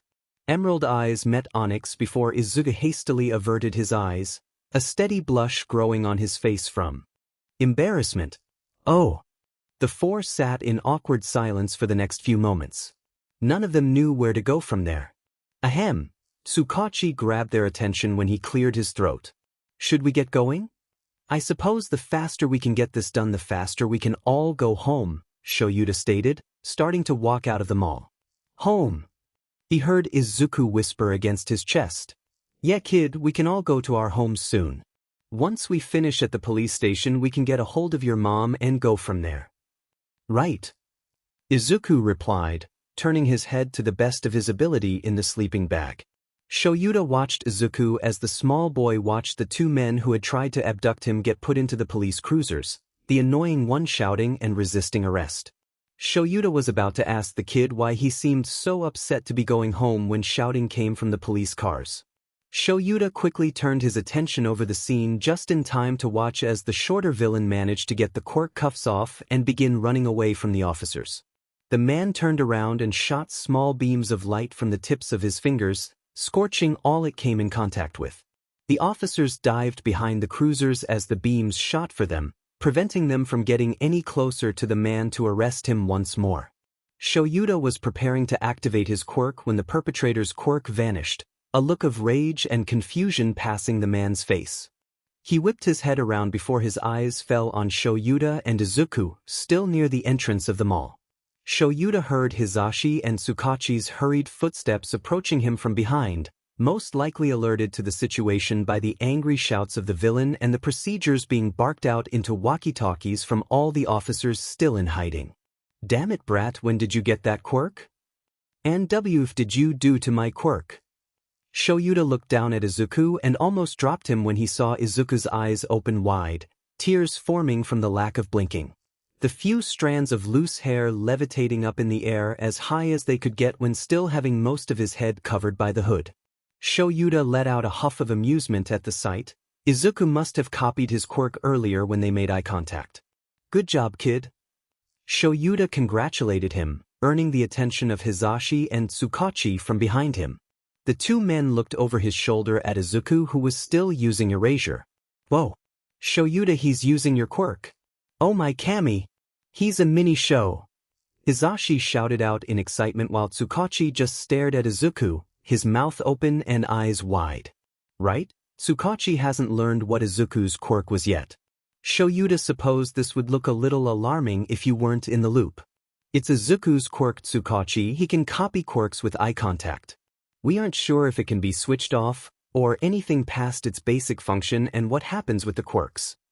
Shoyuta explained to the confused man, looking up from Izuku to the scene of officers pining the villain to the ground and putting cuffs back on before successfully shutting him into the cruiser and driving off. I see.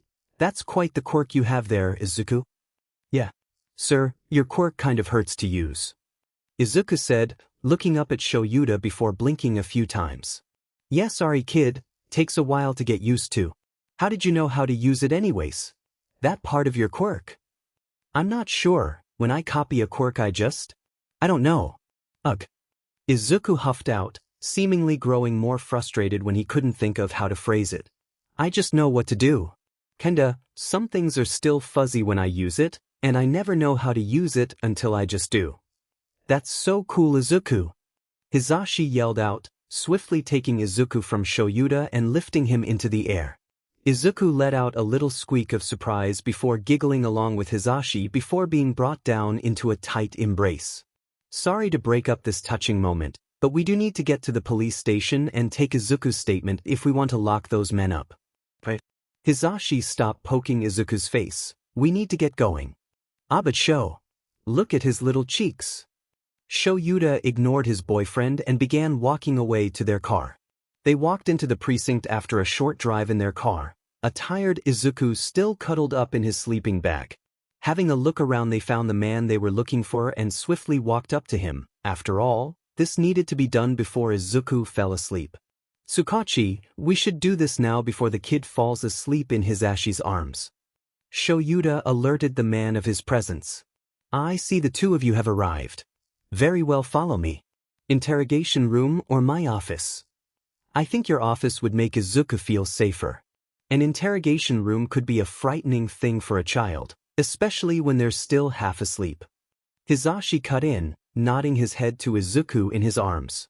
Tsukachi nodded his head and turned to leave, silently leading them down the hall to a large door. He turned the door knob and held it open, allowing Shoyuta and Hisashi to enter first with Izuku before he followed behind. Shoyuta sat down on one of the two chairs set directly across from the office desk. Hisashi followed behind him, sitting on the one to his right with Izuku. Izuku, it's time to come out of the sleeping bag, okay?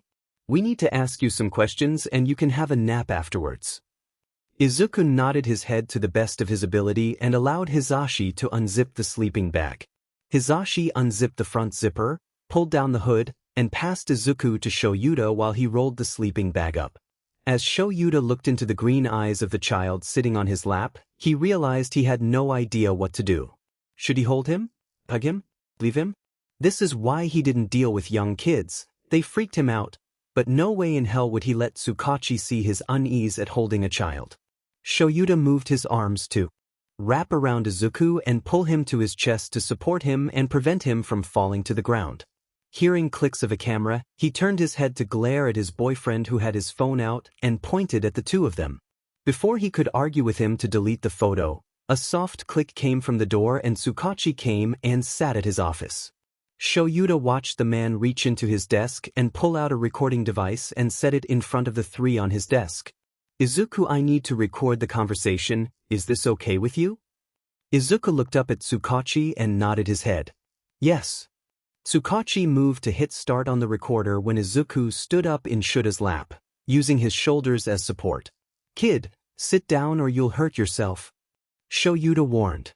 He moved to bring the kid back down into a sitting position, but before he could touch him the kid jumped onto Hisashi beside them. Said man grunted from the impact of the sudden small weight before smiling down at Izuku and wrapping his arms around the now seated child.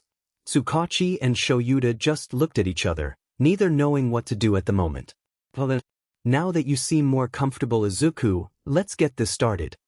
Tsukachi pressed down on the record button before starting the introduction. Saturday, June 9, 20XX, 4:45 p.m. Conducting interrogation is Detective Tsukachi Naomasa interrogating Izuku, family name currently unknown. Present during recording are Aizawa Shoyuta and Yamada Hisashi. Izuku, please state your full name and age. Izuku looked up from the recorder to meet Tsukachi's eyes. Midoriya Izuku, I'm 5 years old. Izuku, can you tell us how this all started? Tsukachi asked him. Izuku thought back to earlier in the day. It was such a fun time he had spent with his mother. Was that really how all this had begun? Because he wanted to go to the park? Was it because of his selfishness that he may never see her again? Izuku didn't realize he was crying until his head was tilted to the side and Yamada wiped away his tears with a tissue. I wanted to go play at the park, so mommy took me there. We played for a long time until a lady came up and said mean things about me before mommy stopped her and got mad. Izuku tightly balled his hands into fists in his lap. He looked down at them and then back up, this time looking out the window. He watched a bird fly by and listened to the muffled sounds of traffic through the closed window, allowing himself a moment to think about everything that happened before them all. He was grateful no one rushed him to finish and all sat patiently. He was even more grateful they looked elsewhere when he stopped talking to give him some space. We left the park after Mommy and I took some photos on her phone when I copied Mean Lady's quirk. Oh, that reminds him, he reached into the pocket on his shorts and pulled out his mother's cracked cell phone from within. As we were walking, she disappeared. We were in front of a dark outdoor hallway kind of thing. So I looked in but couldn't see anything. Izuku, do you mean an alleyway? Yamada asked from behind him. I don't know what it's called. It was between two buildings, is that an alleyway? Yes. Thank you, please continue when you're ready. Yamada ruffled his hair. Izuku leaned into the touch and Yamada took that as a sign to continue as Izuku spoke again. I looked around me and then she came rushing out of the place and grabbed me and ran. We ran for a while with the people chasing before they were gone. But then Mommy set me down and told me to run away and not go back home. Izuku's eyes started to tear up at the memory. It was a lot scarier to be there at the time, but now it just made him sad to think of. You're doing so well, Izuku. Tsukachi spoke, effectively pulling Izuku out of his thoughts. Is this when your mom gave you her phone? Izuku nodded his head slowly. She kept saying she loved me a lot, and I didn't want to make her sadder than she was, so I ran like he said. I kept running until I heard a big bang from behind me. Izuku inhaled a shaky breath before continuing. I think they hurt Mommy. Yamada's hand stopped playing with Izuku's hair after he spoke. Izuku looked up to see Tsukachi stopped writing in his notebook, and Aizawa was looking away from them. Izuku, did your mom say anything else? Tsukachi asked, eyes lifting from the paper in front of him. Izuku thought about their encounter. It was a lot of, I love you, and, please stay safe. What was he forgetting? Mommy.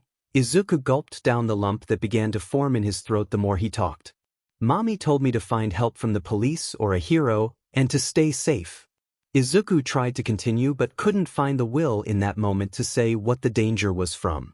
Tsukachi finished writing down some more notes before turning back to Izuku. Izuku, did your mother say what the danger was? Or possibly why you two were targeted? Izuku shook his head. No, Mommy didn't say anything about target. Izuku sounded out the words as he spoke. Targeting means why they were after you. Yamada chuckled a little at the way Izuku spun around to look at him like he read his mind. You seemed a little confused about the word kid. Izuku turned back around to answer, seeing as he now knew what the question had meant. Then yes, Mommy said my dad was after me. Tsukachi quickly wrote down the information Izuku just gave him. Thank you, Izuku. Do you know your dad's name? Izuku tightened his grip, hands now stinging from the crescent-shaped cuts from his nails on his palms. My mommy told me my dad's a villain. A bad guy. But I don't know his real name. Do you have a name he goes by? My mommy told me to tell you all for one is after me. Tsukachi's face drained of all its color before he switched off the recorder and ran out of the room. Naomasa ran out of his office after he stopped the recording. His mind was racing. For years they were searching for him and waiting for him to resurface again. He needed to tell Toshinori about this right now. He turns the corner into the precinct break room. After doing a quick scan to ensure no one else is in the room, he pulls out his phone and scrolls through his contacts. Finding the one he needed, he hits the call button. Re-thying. Re-thying. Re-thying. Pick up, pick up, pick up, pick up. Re-thying. Hello? Naomasa? Toshinori. Naomasa sighs into the receiver of his phone. He brings his unoccupied hand up to his face to pinch the bridge of his nose between his thumb and middle finger. I need you to come to the precinct. It's urgent. And with that, he pulls his phone away from his ear, hitting end call, before he ever hears a response. Kami, he should have made more coffee this morning. Shoyuta continues to stare at the door Tsukachi ran out of. What the hell was that? The man rushed us here so he could take care of the situation properly and then rushed out of the room the moment Izuku mentions the person who's tracking him down? Does Tsukachi know who is behind all of this? Shoyuta had never seen the man so pale. Just what exactly should he be expecting? Shoyuta turns his attention to Hizashi and Izuku, the former comforting the latter. When Tsukachi rushed out of the room, Izuku had thought he did something wrong and promptly burst into tears. Hizashi was now standing in the middle of the room with Izuku held tightly against his chest, being rocked back and forth. It was a little odd to see a 5-year-old being treated like a mother would treat their newborn, but as long as he wasn't wailing those heart-wrenching sobs, Shoyuta wouldn't judge. The door to the room opened once more and Shoyuta glared at who he hoped was Tsukachi. Sorry for that. I just needed to make a call. We will be joined by another shortly. The man walked across the room, taking his seat once again and ignoring Shuta's glare. Mind explaining the reaction you had to that, Tsukachi? The kid's freaking out because he thought he did something wrong. The least you could do now is an apology and explanation. Shoyuta leant back in his chair, crossing his arms. Shoyuta turned his head to Hizashi, still rocking Izuku in his arms, and nodded to the chair beside him. Hizashi settled back down in his chair with a now sleeping Izuku still against his chest. Shoyuta sighed at the two before returning all his attention to Tsukachi. I deeply apologize for my behavior. When Izuku wakes up, I shall give him a proper apology. Shoyuta softened his glare and turned to look at the door to the room once more. Why did you suddenly run out? Does the name Izuku mentioned mean something we aren't aware of? I think we should wait to talk about that part. I have someone on their way to the station to join the conversation. Shoyuta looked back at Tsukachi with an irritated expression. Yes, because I'm sure Izuku would just love more people. Hearing his trauma. He rolled his eyes. Tsukachi looked at him briefly before blowing over his statement and moving on. I did, however, talk to officers while I was out there and have a search party out in the streets looking for Midoriya Inko or any traces where she could be. Hizashi hummed in acknowledgement from beside him. The next few minutes were filled with awkward silence between the three men, the only noises being Izuku's soft snores. Shoyuta pulled out his phone and began to scroll through his news feed. The mall incident was already being covered and reported on as they speak. Several articles were also published mere moments after they had left the parking lot. Shoyuta clicked on one article that was covering the incident when he sees a photo of him holding Izuku against his chest, the boy using erasure on the escaped villain. Shuta's blood boiled. Not only did the media jump at the chance for a story, they also published a photo of a victim and an underground hero without anyone's knowledge. Kami, this is why he can't stand media personnel. He shows his screen to Hizashi, who furrows his brows as he reads the headlines. Once he gets to the photo under the article title, his look of disapproval quickly turns to anger. He turns away from Hizashi and sets the phone face up on Tsukachi's desk before sliding it across to the man. This needs to be fixed soon. Tsukachi peers down at the phone, frowning at what he sees before sliding it back over to Shoyuta. I'll have an officer talk with the publishers to have it taken down immediately. Shoyuta opens his mouth to thank Tsukachi when frantic knocking interrupts him. Shuta's eyes widen when he sees All Might in civilian clothes enter the room, his electric blue eyes immediately finding Tsukachi and rushing to his side. Naomasa, what's so urgent that I need to come here immediately? All Might yelled out once he got to Tsukachi's side. Tsukachi stands from his chair and lays a hand on All Might's shoulder. Tashinori, we have a problem. Tsukachi moved his gaze to land on the three seated before him. This is Midoriya Izuku, Yamada Hizashi, and Aizawa Shoyuta. You need to explain your quirk and its history to them. Shoyuta rolls his eyes at what Tsukachi said. What does All Might's quirk have to do with Izuku? All Might, or Tashinori, as Tsukachi called him, looked hesitantly over at them before his gaze fell on Izuku. Naomasa, I won't tell a child. It's too dangerous. Right, yes, and that is why. A knock came from the door once again. Tsukachi crossed the room and opened it to let Sansa into the room. Sansa will be watching over Izuku while we talk. Sansa crossed the room and took the sleeping Izuku from Hizashi before the latter had the chance to protest. Sansa left the room immediately after, leaving the four men alone to talk. Right, well, I would like to know why I should tell them before I spill a top government secret? Toshinori hesitantly spoke as he dragged a chair from the corner of the room up beside Tsukachi's behind the desk. Yes, I suppose an exclamation is in order. Tsukachi sat down in his chair beside Toshinori. Aizawa and Yamada here found Izuku hiding from two men trying to abduct him at the mall. A small gasp escaped Toshinori's lips, and the man sat just the slightest bit straighter than he had been before. The men were apprehended and no casualties came from the incident, Tsukachi continued. He moved his arms into a position atop his desk to support his head in them as he continued on. A fire was alight in his eyes, one hard to miss no matter who you may be. Izuku told us his father was after him and his mother sent him off to find help while she held them back. We have a team out searching for her, but seeing as both men had been at the mall, it's unlikely that we will find her.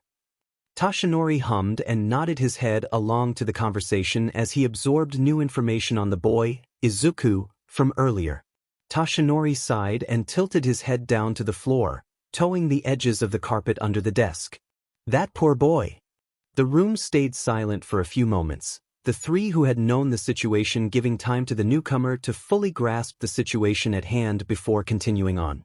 However, before Tsukachi could open his mouth to continue on with his explanation, Toshinori raised his head to look at the detective and spoke first. Forgive me if this sounds even the slightest bit disrespectful, but this case seems to be a simple attempted family abduction. A government secret seems highly unneeded for a father going to extreme lengths to see his son.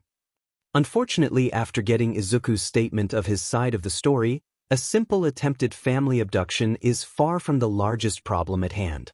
For the issue at large, and the reason why you have a role in this meeting, is not simply Izuku's father, but who he is.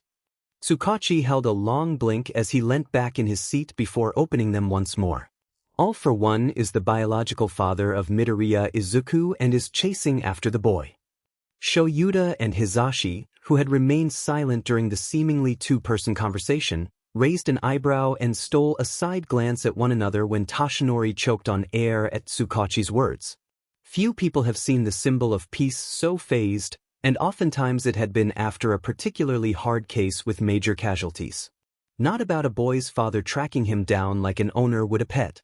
The hero before them continued to hack on nothingness for a few moments more while Tsukachi stood from his chair and walked out of the room. The man returned soon after with a bottle of water in hand, which he then passed down to Toshinori, who gulped down the beverage in mere seconds. Are you good there? Hizashi awkwardly cut in. His head tilted in concern as he carefully watched the hero regain his composure. Said hero's face then turned all shades of red when he realized his reaction and gave a brief apology to no one in particular as he screwed the lid back on the empty water bottle in his hands. Tsukachi sat back down in his seat behind his desk and nodded his head in the direction of Shoyuta before tuning and mirroring the action at Hizashi, all while side-glancing at Toshinori while he spoke. This brings us to the reason your story is needed, Toshinori. The man swallowed before looking between Hizashi and Shoyuta and beginning his story. The beginning of the quirks brought chaos to the world. Human rights became a subject of debate rather than law. Being normal was no longer here nor there, and the world couldn't make sense of what this would mean for the future. Amongst the chaos rose a man who gathered together the quirkless and quirked alike to form the first real taste of villainy the world would see. His name was All for One. Shoyuta stiffened in his seat. All for One is the name Izuku had given for his father, and unless the man's quirk was an age-related one, there would be no way for him to stay alive to this day. A copycat, perhaps? Toshinori sighed as he slumped further down in his chair before continuing on. His quirk allowed him to steal others' powers from them at will. Use them for himself, pass them on, return them, or simply keep them but have them inactive. He could do it all with little consequence. The man quickly overtook Japan and ruled from the shadows. Working in the underground as a hero, we hear some shady stories from criminals hopped up on drags or from whispered conversations in alleys, Shoyuta said. The biggest and most confusing one is of a man who is seen as both a miracle and a living nightmare. A man who takes blessings or curses and passes them on or bears the burden as said by criminals.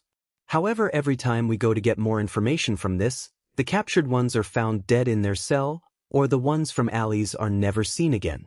Are you telling us this isn't just a myth from the underground? Tashinori adjusted himself to be sitting upright in his chair once more. I see you've heard of him. Shoyuta gave a curt nod in the man's direction. He was irritated that this had never been brought up to underground heroes. Knowing this information would have been a great help and less confusing when pursuing information from men and women who just babble on about how they must know. Hell, he had spent nights awake with other heroes attempting to piece together what that meant before all trails were cut and all mentions of the man ended abruptly. You see, All for One had a brother, Tashinori carried on, glancing up at Hizashi and Shoyuta every so often. The man was sickly and quirkless, but he was mentally strong and refused to give in to his brother's villainous actions. All for One gave him a stockpiling quirk, for goodwill or with the intention to break him into agreement. We will never know unless we hear it from himself. Whether he gave him a blessing or curse, Shuta's mind supplied him, storing the information away for if villains on the street bring it up once more. However, Tashinori started to fidget with his hands, eyes darting around the room looking anywhere but the other three occupants. The brother had his own quirk, a quirk that was useless on its own, but when it merged with the one given by his brother, a new quirk was made. One for all. A quirk unable to be stolen. Tashinori threw both his arms outwards on either side of his body with force, creating a shape similar to that of a T. His eyes burned with passion. All for one and one for all, opposites carved from the same stone with very different intentions behind them. He pulled his arms across his chest and clasped his hands together before he dropped them limply to his side, and any passion behind those electric blue eyes was replaced with a sad fondness. The first user wasn't strong enough to defeat his brother, so he passed it down to another user to continue the fight. User to user, fight after fight, the power continued to rival that of its origin. However, it still wasn't strong enough and every user came up short. Hizashi gasped from beside Shoyuta. When he turned his head, he saw his boyfriend wide-eyed with his hands covering his mouth in shock. Shoyuta wasn't that much better off. The only difference in their reactions being Hizashi was more physical when displaying his emotions, where Shoyuta hid his well enough to be difficult to decipher. You don't mean, Hizashi gulped, slowly removing his hands from his face and placing them in his lap. That all these people died? Do you? Tashinori turned his head to look out the window nearby. He gave a solemn nod, tears beginning to form in his eyes before he quickly wiped them away. He turned his head to Tsukachi beside him, who gave an encouraging nod and placed his hand on his friend's shoulder to help him through the rest of the story. 8 users, me being the most recent, have all had this quirk. 7 have perished along the way, and now it is my duty to be the next to fight. His head hung low, staring down into his lap while he fiddled with his hands. The room was silent while the detective and number 1 hero allowed the 2 others to process the information they had just received. A villain hundreds of years old, a quirk that could be passed on, and now a child being tracked down by the biggest villain to ever poison the earth with his presence. It was a lot to digest in such a short PRD of time. Shoyuta leaned forward in his seat. He dragged a hand down his face as he gave an exasperated sigh into it as it passed over his mouth. To think they had been dragged into something as complex as this by doing something as simple as shopping at the mall. Seconds turned into minutes, and with it the tension in the room grew with the silence.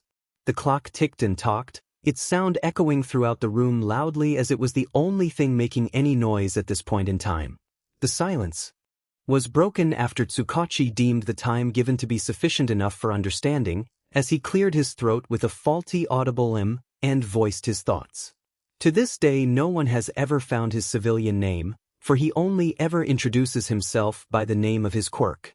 Maybe now that we know his son, a blood test can be made and we can finally put an end to his hold on the underground and lock him away for good.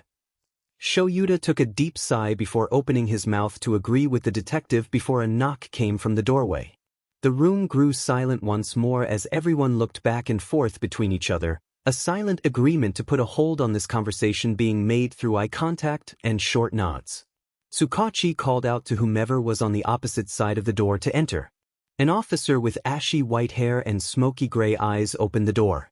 His uniform had "Watanabe" written on a small silver name tag located over his heart, and white cloves covered his hands, presumably related to his quirk, as few officers around the precinct wore gloves with their uniform.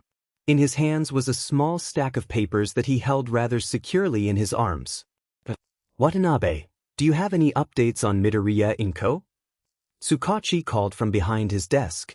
Watanabe fully entered the room and closed the door with a soft click behind him. He turned back to face the four men before him. His eyes were filled with dread and a frown tugged at the corner of his lips, threatening his otherwise neutral expression. The man crossed the room to stand in between Tsukasi and Shoyuta at the end of the desk and placed the papers he carried down in front of the detective, who picked them up and began to riffle through them, his face becoming grimmer with each page he flipped. "Watanabe, please give us a run-through of the investigation," Tsukachi said. The officer answered him with a short, "Yes, sir," before he began. "We brought a team over to Kiyoshi Mall to begin the search. Seeing as it's where the boy was found, we deemed it to be the best starting point. We split up into smaller groups for hopefully faster results. My group of 6 went south of the mall before splitting at a cross-section. Myself and another officer went down a connecting street." Watanabe took a moment to collect his thoughts and swallow down any hesitation he may have been feeling. "My partner and I were unfortunately the successful party and called all units down to our location." Shoyuta, who had been keeping his eyes mainly looking at the floor, snapped his head up to look at the officer. The choice of words used were not ones that sat particularly well with him, and judging from how Hizashi's head also whipped up from the ground, he felt the same. "What we found on the sidewalk was a bullet casing and gunpowder." Watanabe reached down to the paper the detective still held in his hand and pointed to something Hizashi and Shoyuta unfortunately were unable to see. But if Tashinori's reaction was anything to go by, he was slightly relieved they couldn't see it from where they Saturday, and next to that was a concerningly large puddle of blood. Watanabe pointed at a different part of the paper. Tashinori and Tsukachi's eyes followed Watanabe's hand along the paper. No body was found at the scene. However, the amount of blood that we found would be too much blood lost for a human to survive. Watanabe hesitantly and quietly spoke. Tsukachi placed the paper down on the desk, giving Hizashi and Ishouta the opportunity to lean forward and see for themselves. The gunpowder was difficult to spot along the pavement, but the blood and shell of a bullet were clear as day in the photos. Shuta's stomach sank slightly. Watanabe had been correct when he said the amount of blood lost would be fatal. Shoyuta continued to stare down the page. A woman was now dead as far as they knew, and a villain as old as quirks roamed the streets. However, all Shoyuta could currently think about was fluffy green hair and big green eyes that had just had the worst day of his life and would now have to be 100 times worse after they inevitably shared the news. With everyone's attention solely on the paper, no one noticed or heard the door slowly creak open and soft footsteps entering the room before it was too late and Watanabe was speaking once more. The atmosphere was thick with his next words. "Midoriya Inko has been pronounced dead." And only now did the adults in the room finally notice the arrival of the newcomers, when sniffles and broken sobs filled the moment of silence. Heads whipped towards the door to see Izuku stumble back into Sansa behind him. Sansa's paws covering Izuku's ears but ultimately failing to block out the words that just crushed the poor boy's world. Shoyuta stood from his seat, as did every other man in the room upon seeing the boy standing there with a panicking Sansa. Hizashi rushed forward and swiftly scooped Izuku into his arms and cradled him on the floor against his chest. Muffled screams were soon heard as the boy mourned the loss of his mother. Watanabe and Sansa left the room quietly as Izuku continued to scream and cry and curse the world with all his might.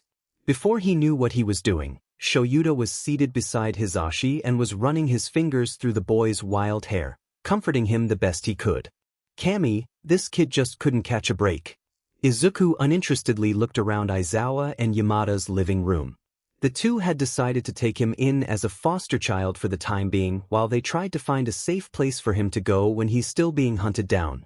The walls were a dreary beige and few picture frames garnished the walls, the opposite of his apartment with his mother.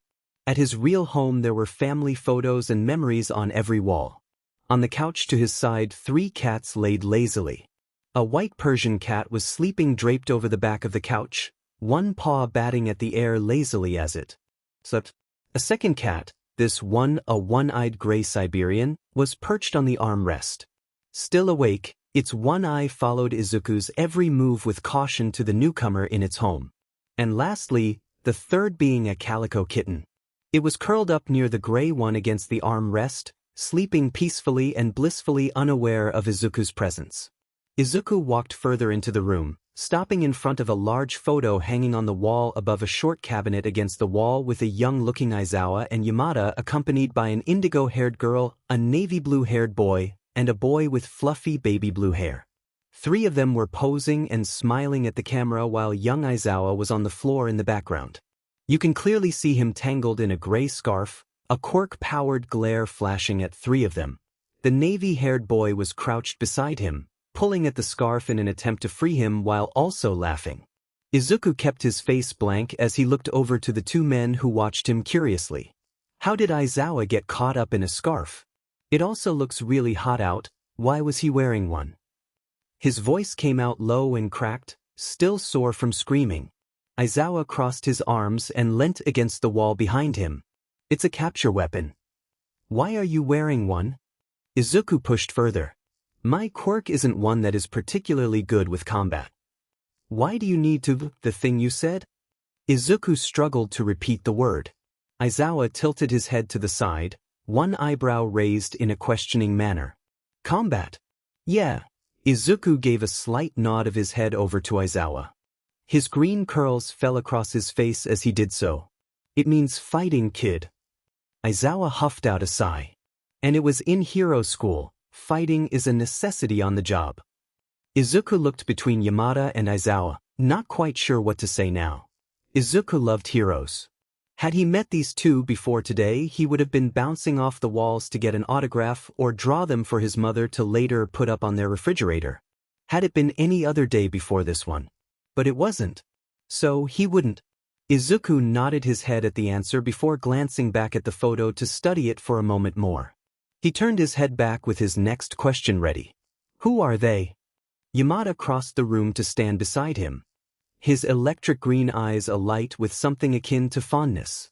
A small smile present on his face as he stared longingly at the photo Izuku had pointed out. Aizawa, however, averted his gaze and pushed himself off of the wall, walking away from the two of them and into the next room over. Those are our friends Namuri, he pointed to the girl with wild indigo hair. And Tensei. He pointed to the dark-haired boy beside Aizawa in the background. We all went to UA together in our second year. Yamada spoke slowly, the fondness from his earlier expression now seeping into his tone as he spoke of his friends. Izuku stayed quiet for a few more moments as he studied the photo. In more depth than he had before when his eyes met the remaining person that hadn't been mentioned before. His curiosity only grew when it became clear Yamada wouldn't give any information on the boy if Izuku didn't directly ask for it.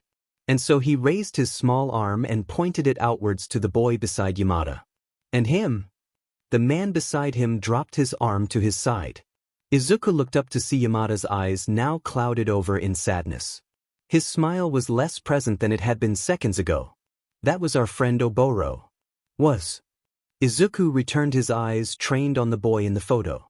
Blue hair that looked soft to the touch and the most joy-filled smile Izuku had ever seen present on anyone's face looked back at him. Blue eyes filled him with comfort and a sense of belonging when he looked into them. Izuku reached his hand out to the frame, fingertips lightly brushing over the glass where Oboro was located.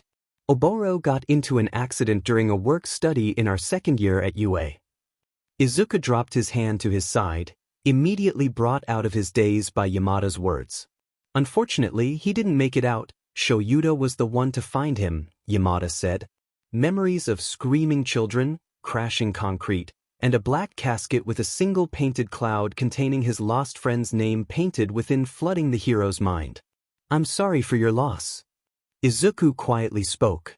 The eyes in the frame now seemed less lively to him than they had before. Thanks, kiddo, but it's in the past now. All we can do is move forward with him in our hearts. Izuku raised his hand to his chest, feeling the steady beat of his heart beneath it. Yamada was right about that. No matter how much you want to change the past, All anyone can do now is move forward with the people they love in their heart. So Izuku will do the same. Whether it be Yamada and Aizawa wanting their friend back, or him longing for his mother's warm embrace, none of them could bring back the ones they truly wish to be with. Come on kiddo, let's go check out the rest of the apartment. Yamada called out softly to the somewhat dazed boy beside him. Izuku nodded his head and followed the older man around the apartment. He followed him through the living room to the kitchen and the dining room. He followed him down the hallway leading to their bedroom with the bathroom across the hall, and finally they arrived at what was to be Izuku's room. Each room they had visited seemed, for the most part, to be the same. Beige walls, few decorations and photos atop them.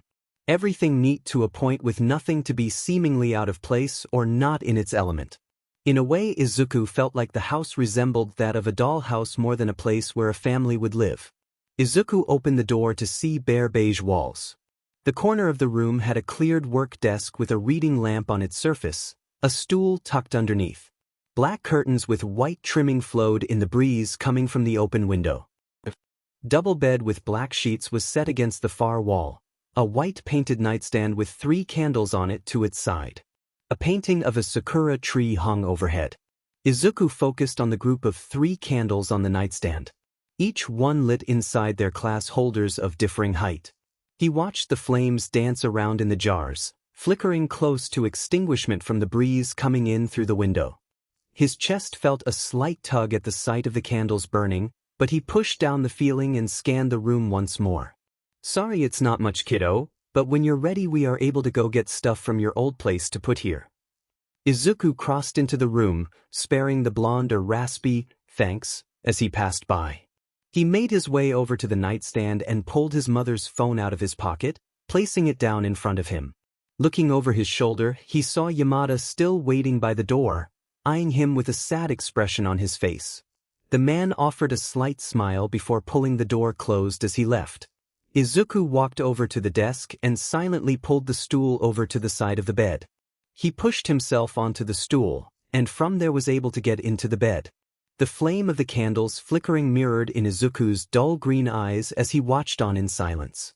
The earlier tug returned to his chest. Small puffs of smoke emitted from the tips of the flames, only adding to the tugging in his chest. So finally, he gave in to what his quirk instincts were telling him, and he allowed the tugging sensation to release from his chest and spread throughout his body. Activating a new quirk would forever remain strange to him. The feeling itself could be uncomfortable depending on how long he refused to activate the quirk. Izuku didn't flinch when the smoke from the flames began to flow over to him in majestic wakes and twirls, his quirk already giving him a sense of familiarity with the quirk. Said familiarity allowed him to understand the basics. Smoke manipulation quirk allows users to manipulate smoke from flames. Well, he supposed that was basic enough. Izuku rolled onto his back, allowing the smoke to wind around his lifted arms. Izuku laid motionless and thoughtless for several minutes in silence before a rumbling sound broke the peace. It was then that Izuku remembered he hadn't eaten since lunch earlier, and after running for so long he was even hungrier than he normally would have been. Izuku closed his eyes and thought of the last meal he had had with his mother. Her bento boxes made with extra love, her smiling face when he had somehow gotten rice in his hair, and the sound of running water from the kitchen when they had finished eating. Opening his eyes again, he saw the smoke no longer trailed up and down his arms in a lace-like fashion. Now he saw the smiling face of his mother, the exact bento box from lunch that day, and water running from a tap resembling the one in their apartment's kitchen. Began to form in the corners of his eyes, and sniffles were soon to follow. He brought his arms down to cover his face with his hands as he curled up into a ball on the bed, losing control of his quirk in the process. Smoke started to be SEKD from the candles on his nightstand until the candles blew out from the intensity of the pull, creating even more smoke to be pulled over. Smoke began to cover him like a warm blanket, wrapping comfortingly around him. Fire alarms began to go wild as the smoke accumulated over Izuku as he sobbed into his hands to muddle the noise. Shouting came from the kitchen of the apartment from both of the men who had brought him here. What the? Show. What if it's a ghost? Zashi, it's not a ghost, damn it. Did you leave your hair straightener on again? Nope. Not this time. Okay, what about candles? Any of those lit? Just in Izuku's A shriek was heard from outside his room, and before he knew it, the door was slammed open and both men came rushing in. Izuku felt the absence of his quirk, causing him to look up from his hands to see Aizawa's eyes glowing past the now clearing smoke. He blinked once at the man before lowering his head once more to stare at the now put-out candles. Hot wax cooling in puddles at the bottom and smoke still trailing from the unlit wick. Footsteps approached his bedside. His eyes stayed focused and unblinking at the candle as he was lifted into the air and into Yamada's hold. He merely adjusted his head to keep his view of the candle. It was the officer's quirk, the one who said that. He cut himself off and shoved his face into Yamada's shoulder, hiding the sniffles and muffling his sobs. Yamada's hold on Izuku tightened protectively. He sat down on Izuku's bed and rubbed small circles on Izuku's back as he hugged him. Aizawa followed behind him, sitting a little further away from the two of them. He was visibly uncomfortable with being in the room at the moment and opted to keep quiet, offering an awkward shoulder pat to Izuku, which Yamada promptly pushed his hand off and shook his head. Aizawa merely shrugged at him. Aizawa stood from the bed after a few minutes of sitting there motionless. Without saying a word, he left the room and returned to the kitchen. "Hey, Izuku?" Yamada whispered down to the boy in his arms, sniffles and sobs finally coming to an end. Izuku hummed in acknowledgement, not removing his face from Yamada's shoulder. "Are you okay?" Izuku shook his head. "Do you want to talk about it?" Yamada frowned slightly when he received another denying shake of the head from Izuku. "How about we go to the kitchen and get some food?" Izuku nodded his head against Yamada's shoulder. They stood from the bed and the man carried Izuku out of the room and down the hall. He watched rooms and the occasional picture pass him by as they walked further from his new room. Entering the kitchen, they were greeted with the sight of Aizawa cussing about as he ran across the room attempting to save the boiling over rice, the burning chicken, and the already burnt broccoli. He slipped on a fallen rag on the floor as he turned to run back over to the rice, falling to the floor and knocking over a pitcher of water. Water poured out over Aizawa, who didn't bother to get up, opting to stay laying on the floor as water poured on him, and all hell broke loose on the counter. Izuku and Yamada stood in the doorway with a shocked expression on their faces as they stared at the man lying on the floor. Aizawa sighed and turned his head over to them, his eyes widening when he noticed the newcomers by the door. He scrambled to stand up from the puddle but once again slipped and fell to the floor, groaning as he made contact. Yamada snickered at the sight before them and put Izuku down in favor of crossing the room, avoiding Aizawa's glare and the mess all over the floor, and proceeded to pull a slip out of an envelope magnet to the side of the fridge. Yamada pulled out his phone and dialed in a number before setting the paper back and talking on the phone. Izuku looked away from Yamada and walked over to Aizawa to help him off the floor. The man took his hand gratefully and pulled himself up. As he was about to thank the boy for helping him, clattering metal could be heard and everyone's attention snapped to the rice. Its lid was clambering up and down on the rim of the pot, the sound of metal on metal filling the air as hot water flew in every direction. The sound of sizzling water of the burner filled the air, accompanied by a thick scent of burning. A hand flew over to the stove and turned it off before any further damage could occur, and both the black-haired man and green-haired boy whipped around to see Yamaha with his arm outstretched over the pot and turning off the burner before casually resuming his call as if the kitchen hadn't been close to setting ablaze mere seconds ago. Yamada turned to face them, smirking as he made eye contact with the black-haired man beside him as the two stared at him with open mouths and wide eyes. Apparently Yamaha had decided to order takeout instead of cooking up an entire new meal. Once he had hung up the phone, the man walked across the room and hit Aizawa over the head with a wooden spatula he had picked up off the counter as he passed. Forbidding Aizawa from any future cooking attempts in his rocking kitchen, he spun on his heels and left the two other occupants, and the huge mess yet to be cleaned, behind him. Dinner was quiet as the three of them sat around the table in the dining room, yet no one bothered to make conversation as they ate. Izuku was immensely grateful for this fact as he was in no mood to talk about earlier events or anything in general. Chopsticks softly clacking together accompanied by quiet slurps filled the room before Izuku finished his food and thanked the other two men before excusing himself to return to his room for the night. Izuku opened the door to his bedroom and walked in, shutting the door behind him. The scent of smoke still stubbornly hung in the air. Izuku lifted his hand to his face and vigorously fanned the air around his face to no avail, as doing so only brought more to him. He pulled the hem of his shirt up to his nose as he crossed the room to the bed and picked up the stool he had used earlier to climb onto his bed. Izuku struggled to carry the stool to its destination, but with a plentiful amount of effort and alternating between carrying the stool and covering his face to breath, he arrived under the windowsill. Izuku tilted his head backwards to fully look at the window before taking another deep breath into his shirt and hoisting himself up onto the stool. He reached for the window in front of him and unlocked it at the side before pushing upwards on the glass with all his might as it opened slowly with his efforts.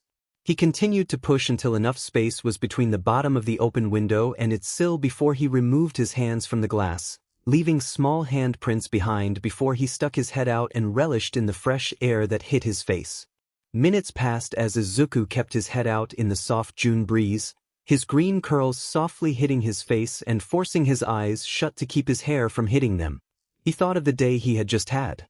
What was supposed to be a fun day away from the mean kids at school turned out to be so much worse than a few simple bullies. Izuku squeezed his eyes tighter when he felt the familiar prick of tears behind his eyelids. He hopped down from the stool, leaving the window open behind him as he returned the stool to beside the bed where it had previously been and climbed it yet again. As Izuku laid in bed, he stared out the window at the darkening sky, watching as dusk passed and the sky became black with twinkling stars painting across it. His mind ran wild with memories of bedtimes with his mother he will never have the pleasure of reliving, of the stories he would never hear again, and the soothingness of her voice as she sang him to sleep on particularly hard nights. He bunched the covers surrounding him in his fist as he curled his body into as small a ball as he could manage before opening his mouth and reciting the words of a song he longed to hear come from someone else to calm him. Someone who he knew would never sing for him again. "Hands, put your empty hand in mine," Izuku sang out softly. "And scars, show me all the dash." He was cut off by a sob that got caught in his throat as tears began to fall in steady streams down his face before pooling on the sheets below his chin. He stuffed his face into the pillow as he continued to cry, attempting to stifle sobs in the pillow but not being fully successful as he broke down. He cried over the loss of his mother, the loss of his friends, the loss of his life as he knew it. Now he had to live with two men he didn't know, the fact they were heroes Bidmed. The fact they saved him. Bidmed. They weren't his mother and he was alone no matter what people told him. His tears slowed the longer he cried until he sniffled once more and unfolded his body slightly to look out the window once more. As he stared at the moon, Izuku called on something within him and not long after felt the still furried feeling of bone structures rearranging in his body and new sensations on his body as it grew and morphed into one that was not his own. He felt the end of the bed with his toes as his legs stretched to a new length and pulled them up to his chest. He lifted his hand to his hair and parted it to let a small section fall over his shoulders so he could see the added length and straightness of the hair. He felt the clothes he had been wearing shift into new ones that he vividly remembered enough that he could see them when he closed his eyes, removing the need to look down to confirm his transformation into his mother. He closed his eyes and wrapped his arms around himself before he started once more, in a voice not his own but more comforting than anything he has ever known. He sang with the voice of Inko Midoriya, and for a moment he let himself forget that it was him singing and not truly was it his caring mother. He opened his mouth and started from the beginning once more. "Hands, put your empty hands in mine." Her voice sang smoothly through him.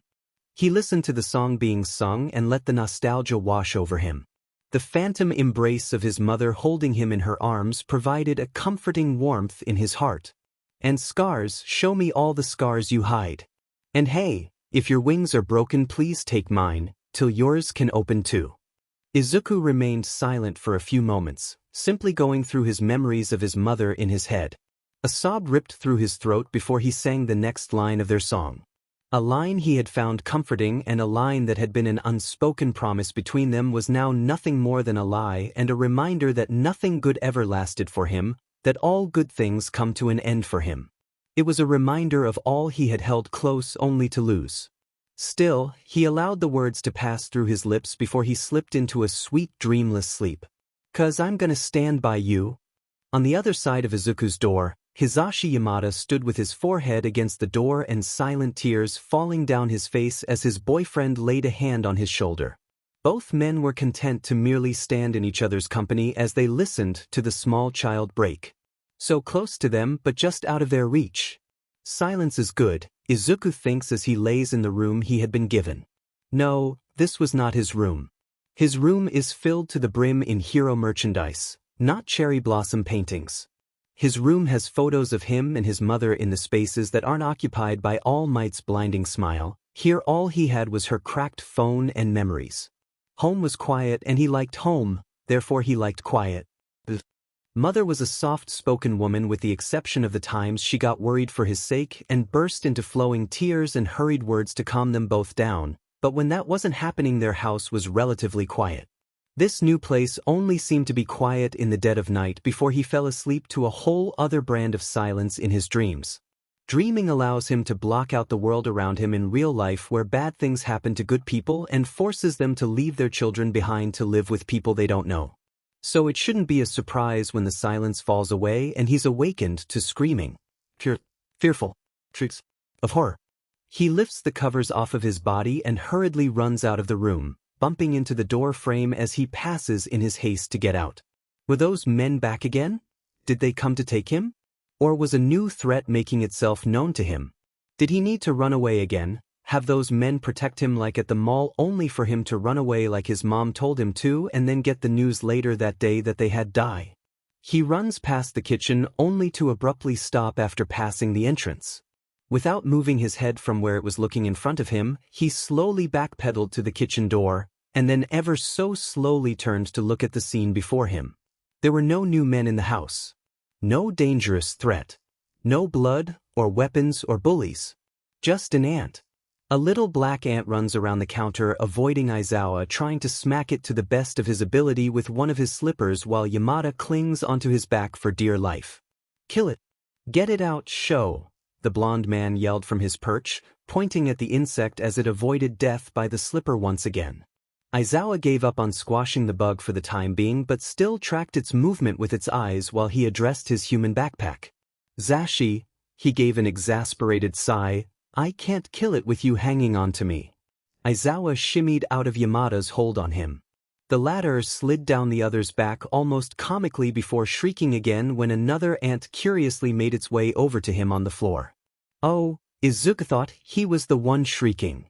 Yamada jumped to his feet and ran past Izuku, not even noticing the boy standing by the doorway before running to his room and slamming the door behind him. With free range of his movement, Aizawa continued to kill off any ants he saw around him before putting his slipper back on and turning to face Izuku. "Oh," the man said, "good morning." Izuku simply nodded in response to his greeting before entering the room and standing awkwardly by Aizawa. The man only looked down at him and blinked before going to pour himself a cup of coffee. Izuku saw another ant crawl up the side of the counter and curiously watched it move around. It crawled up over the edge of the counter and dashed past the coffee pot where it made its fatal mistake. Aizawa saw the small insect and promptly squashed it under the bottom of his coffee mug before he sluggishly moved to wipe it off with a paper towel. Izuku continued to watch Aizawa putter around the kitchen drinking his coffee while squashing the occasional ant that dared cross his path as he made his way to a cupboard across the room and pulled out 2 jelly pouches, offering one to Izuku. He took it, muttering out a soft, "thanks," and began to slurp the contents of the pouch. "You don't talk a whole lot, do you?" Izuku startled at the sudden question but shook his head as a response anyways. There wasn't anything he felt that he needed to say or that he wanted to talk about. His tongue felt heavy and opening his mouth seemed like too much work to speak. He was more than content to let other people talk for the time being. Aizawa hummed and took a big sip of his coffee before making his way over to the dining area and sitting down, gesturing to the seat across from him for Izuku to sit down as well. He obliged and hurriedly walked over to join him. The two allowed the silence to carry on for a little longer before Aizawa began to speak again. "I know you probably don't want to be here, but we'll go at your own pace and make this as easy for you as we can." "Okay, kid." Izuku nodded. That ended the conversation and the silence quickly overtook the room again. Izuku finished his jelly pouch and fiddled with the trim of his shirt to entertain himself while Aizawa finished his own breakfast. Izuku began to notice that Aizawa would glance at him when he thought Izuku wasn't looking his way. He shifted uncomfortably in his seat as the minutes passed and the glances became more frequent. Aizawa took a final sip from his coffee before setting the now empty mug on the table and turning to actually look at Izuku, not just glancing at him from over his mug in short intervals. He opened his mouth to speak and Izuku straightened ever so slightly to listen to him. But Aizawa never got a chance to say whatever he was going to because right when the man began to speak, a loud scream ripped through the apartment, effectively startling both of them. Yamada came running out of the room and leapt across the dining table, knocking Aizawa over with him as he babbled nonsense while letting out the occasional shriek. Izuku stared wide-eyed at the two on the floor, slowly blinking as he tried to comprehend what exactly was happening. Now Izuku has seen a lot of things in his short life. Kachan once blasting himself into a wall when he aimed his explosions too low, learning his mother's name isn't Mom, and boy had that been a crazy surprise, and even watching a man repeatedly try to enter his home before simply crawling through his window. Actually, now that he thought about that one, it was probably a robbery and he just watched. Izuku mentally shrugged. Oops. Anyways, seeing two grown men, pro-heroes no less, sprawled out on the floor after one all but shrieking like a madman and pouncing on the other, is a whole new brand of crazy and definitely not something he expected to see. Ever. Not once did he ever expect this, especially over what he could only assume was another ant. Izuku looked away from the men for a second and directed his eyes to the empty juice pouch he had set on the table and narrowed his eyes in irritation. Damn it, he couldn't even have a normal breakfast at this new place. Shuda Aya. Yamada screamed loudly without the use of his quirk, ignoring Aizawa trying to gently push his face away from his ear. Izuku winced in sympathy. How had Aizawa not gone deaf living with this man? There's ants everywhere. Ants, Shuda. Yamada's face was contorted in a mix of disgust and terror as he continued to panic on top of his boyfriend, either still not aware of Izuku's presence, or simply choosing to focus on the bigger problem, which were apparently, to him, ants. Of all things for a pro-hero to be scared of.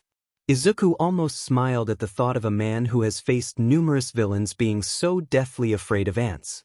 Izuku tuned back into the other's conversation when Aizawa finally managed to get Yamada's death grip off of him and sat the two of them up, rubbing comforting circles on the other's back as he sighed and pulled out his phone from his pocket.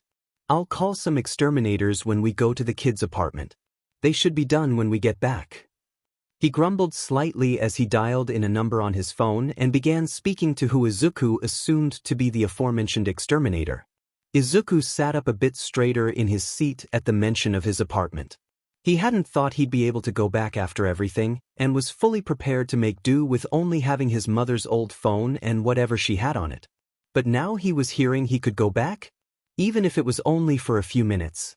Even if he could only grab a few things before being ushered back out the door to face things he had never had to before, with people he had never known before yesterday, he was grateful and beyond ecstatic. Tears began to build up in his eyes and he quickly wiped them away, but more and more came too fast and with too many and he couldn't stop them all. Soon the two other men noticed and their attention was now solely on him as his tears turned to sniffles and harsher sobs. Yamada stood from where he was on the floor and quickly walked over to Izuku and sat down with him, rubbing his back in a similar way that Aizawa had done for him. When he began to calm down, the man scooped him up and sat him in his lap before rocking them side to side while holding him close to his chest. A small part of Izuku was ashamed to admit it, but it was comforting and he made no attempt to push Yamada away from him. Aizawa and Yamada stayed quiet, letting Izuku cry out his emotions and giving him a tissue to blow his nose when he had finished crying and was calm again. He looked up across the table to Aizawa, who was now done on the phone and watching him. Patiently. Izuku sniffled again and began to speak. Are we dash? He swallowed and cleared his throat when it came out scratchy and quiet before trying again. Are we really going to my house? He asked hopefully. Aizawa's face softened slightly and nodded at Izuku. After Hisashi has eaten his breakfast and we've all gotten dressed and ready, Tsukachi, The officer from yesterday will meet us there and we can get anything you'd like. He paused and gave Izuku time to speak if he'd like, but when he didn't get a response, he continued. Does that sound like something you'd like to do, Izuku? Izuku nodded his head rapidly. Izuku heard Yamada chuckle and felt the vibrations from the man's chest on his back, a reminder he was still sitting in his lap.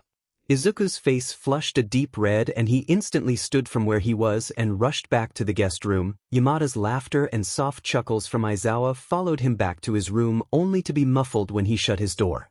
He let his back fall against the door and slid down it until he was seated on the floor. He was going to get to see his home again. The beginning of a smile began to tug on the edges of his mouth, but he immediately slapped his cheeks lightly to prevent it and stood to get ready for the day. Izuku opened the door to the room and walked out into the hallway, tripping every few steps on the pant legs that were far too long for him. The decision for Aizawa and Yamada to bring him to their home was spontaneous, meaning Izuku had no real clothes his size. He found a pair of pants and a t-shirt in the smallest size he could in the dresser drawers in the room he was using, but even though they were the smallest ones available, they were for an adult and much too big for him. The pant legs he had to kick in front of him with each step he took, and the shirt he wore was down to his knees and hanging loosely off his shoulders. He had to pull on the neckline every so often to keep the shirt on and not sliding down his body to the floor like the pants wanted to do. He waddled down the hall with his hands bunched around the waist of the pants to keep them from falling down until he reached the living room.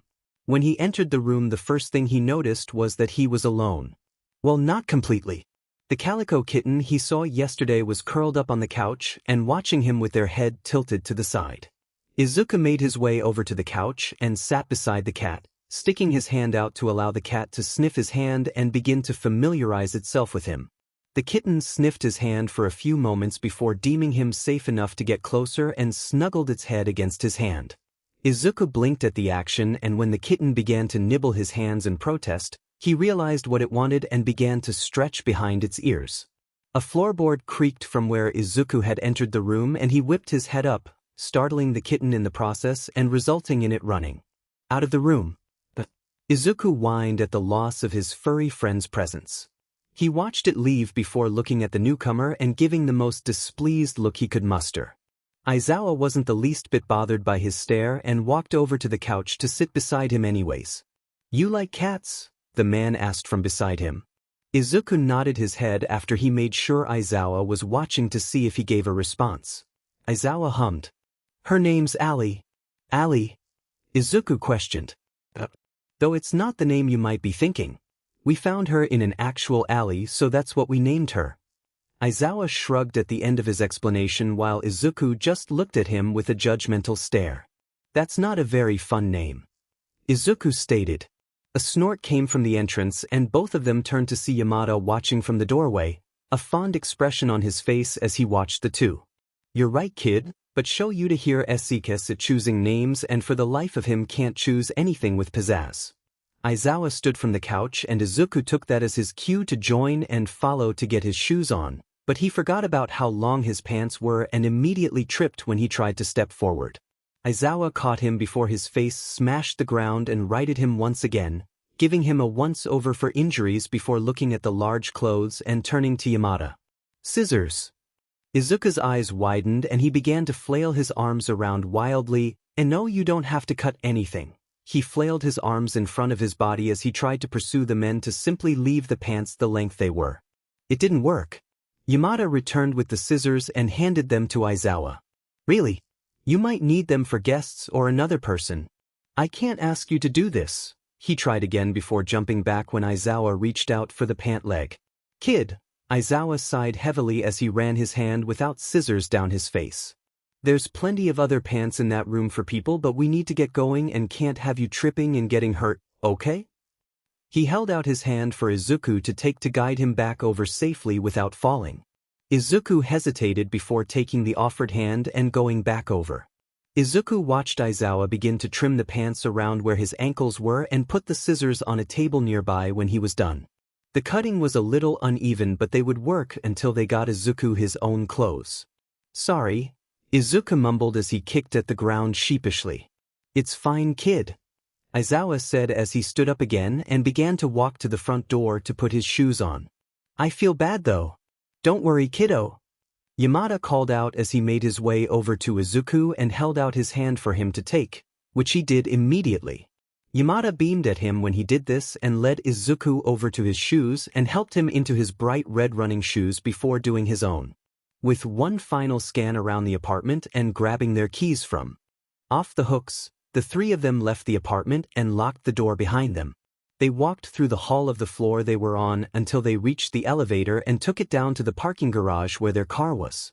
Aizawa helped Izuku buckle up in the back, grumbling to Yamada about how they needed to get a car seat soon, before going to the driver's door and getting in. The car's engine roared to life when Aizawa turned the keys and Izuku watched as the dim orange lights of the underground parking gave way to bright sunlight as they left the parking lot and drove down long roads filled with bustling traffic. People walked along the sidewalks either by themselves, with pets, friends or partners, or children. Families who walked by left a sour taste in his mouth and left a horrible envious feeling in his gut before they drove past them. 1 family. 2 families. 3 families. 4 families. After the 5th family, Izuku had to turn his head and watch the clouds go by instead of the people. Big fluffy white clouds filled the sky with all sorts of shapes and sizes, not passing the sun enough to cover it and darken the area. These types of days were always his mother's favorites. One rule they had in the house was that unless one of them was sick or at school or working, days like this were outside days and were to be spent together doing activities. It was one of his favorite things his mom did with him, so he was glad he could be outside today and be able to keep this rule going, even if she wasn't here and even if Izuku was only going from one apartment to another before going back inside. The last thought made him frown deeply and he looked down at the car floor instead of out the window. Too many reminders filled the streets. Too many things he could never do with his mother again. After driving for some time and Yamada singing along to the radio, they arrived in a familiar neighborhood and soon saw a familiar building looming over their car as they parked in a visitor's parking space and made their way to the doors. The detective from yesterday was there and waiting for them. He gave Izuku a smile when they approached. "Hello Izuku, how was your first night with the Ayamas?" he asked with a small smile on his face. Izuku looked at him confused before looking at the 2 men beside him. "Ayamas?" Yamada looked down at him with a big smile and pointed between him and Aizawa hastily. "That's us. Tsukachi gave us that name a few months after we met him." "Which is ridiculous if you ask me." Aizawa grumped from beside him, giving Tsukachi the stink eye. Tsukachi smirked at him before he replied, "What is it you always say?" He tapped his chin with his finger in a mock pondering pose before looking back at Aizawa with a mischievous gleam in his eyes. "It's only logical?" Yamada yelled aloud, "Etch!" at Aizawa who just muttered quietly under his breath. Izuku brushed past the men and entered his building, walking through to the stairwell and beginning to hike up the stairs to his floor and turning down the hall to his door. He heard the other 3 scramble behind him quietly.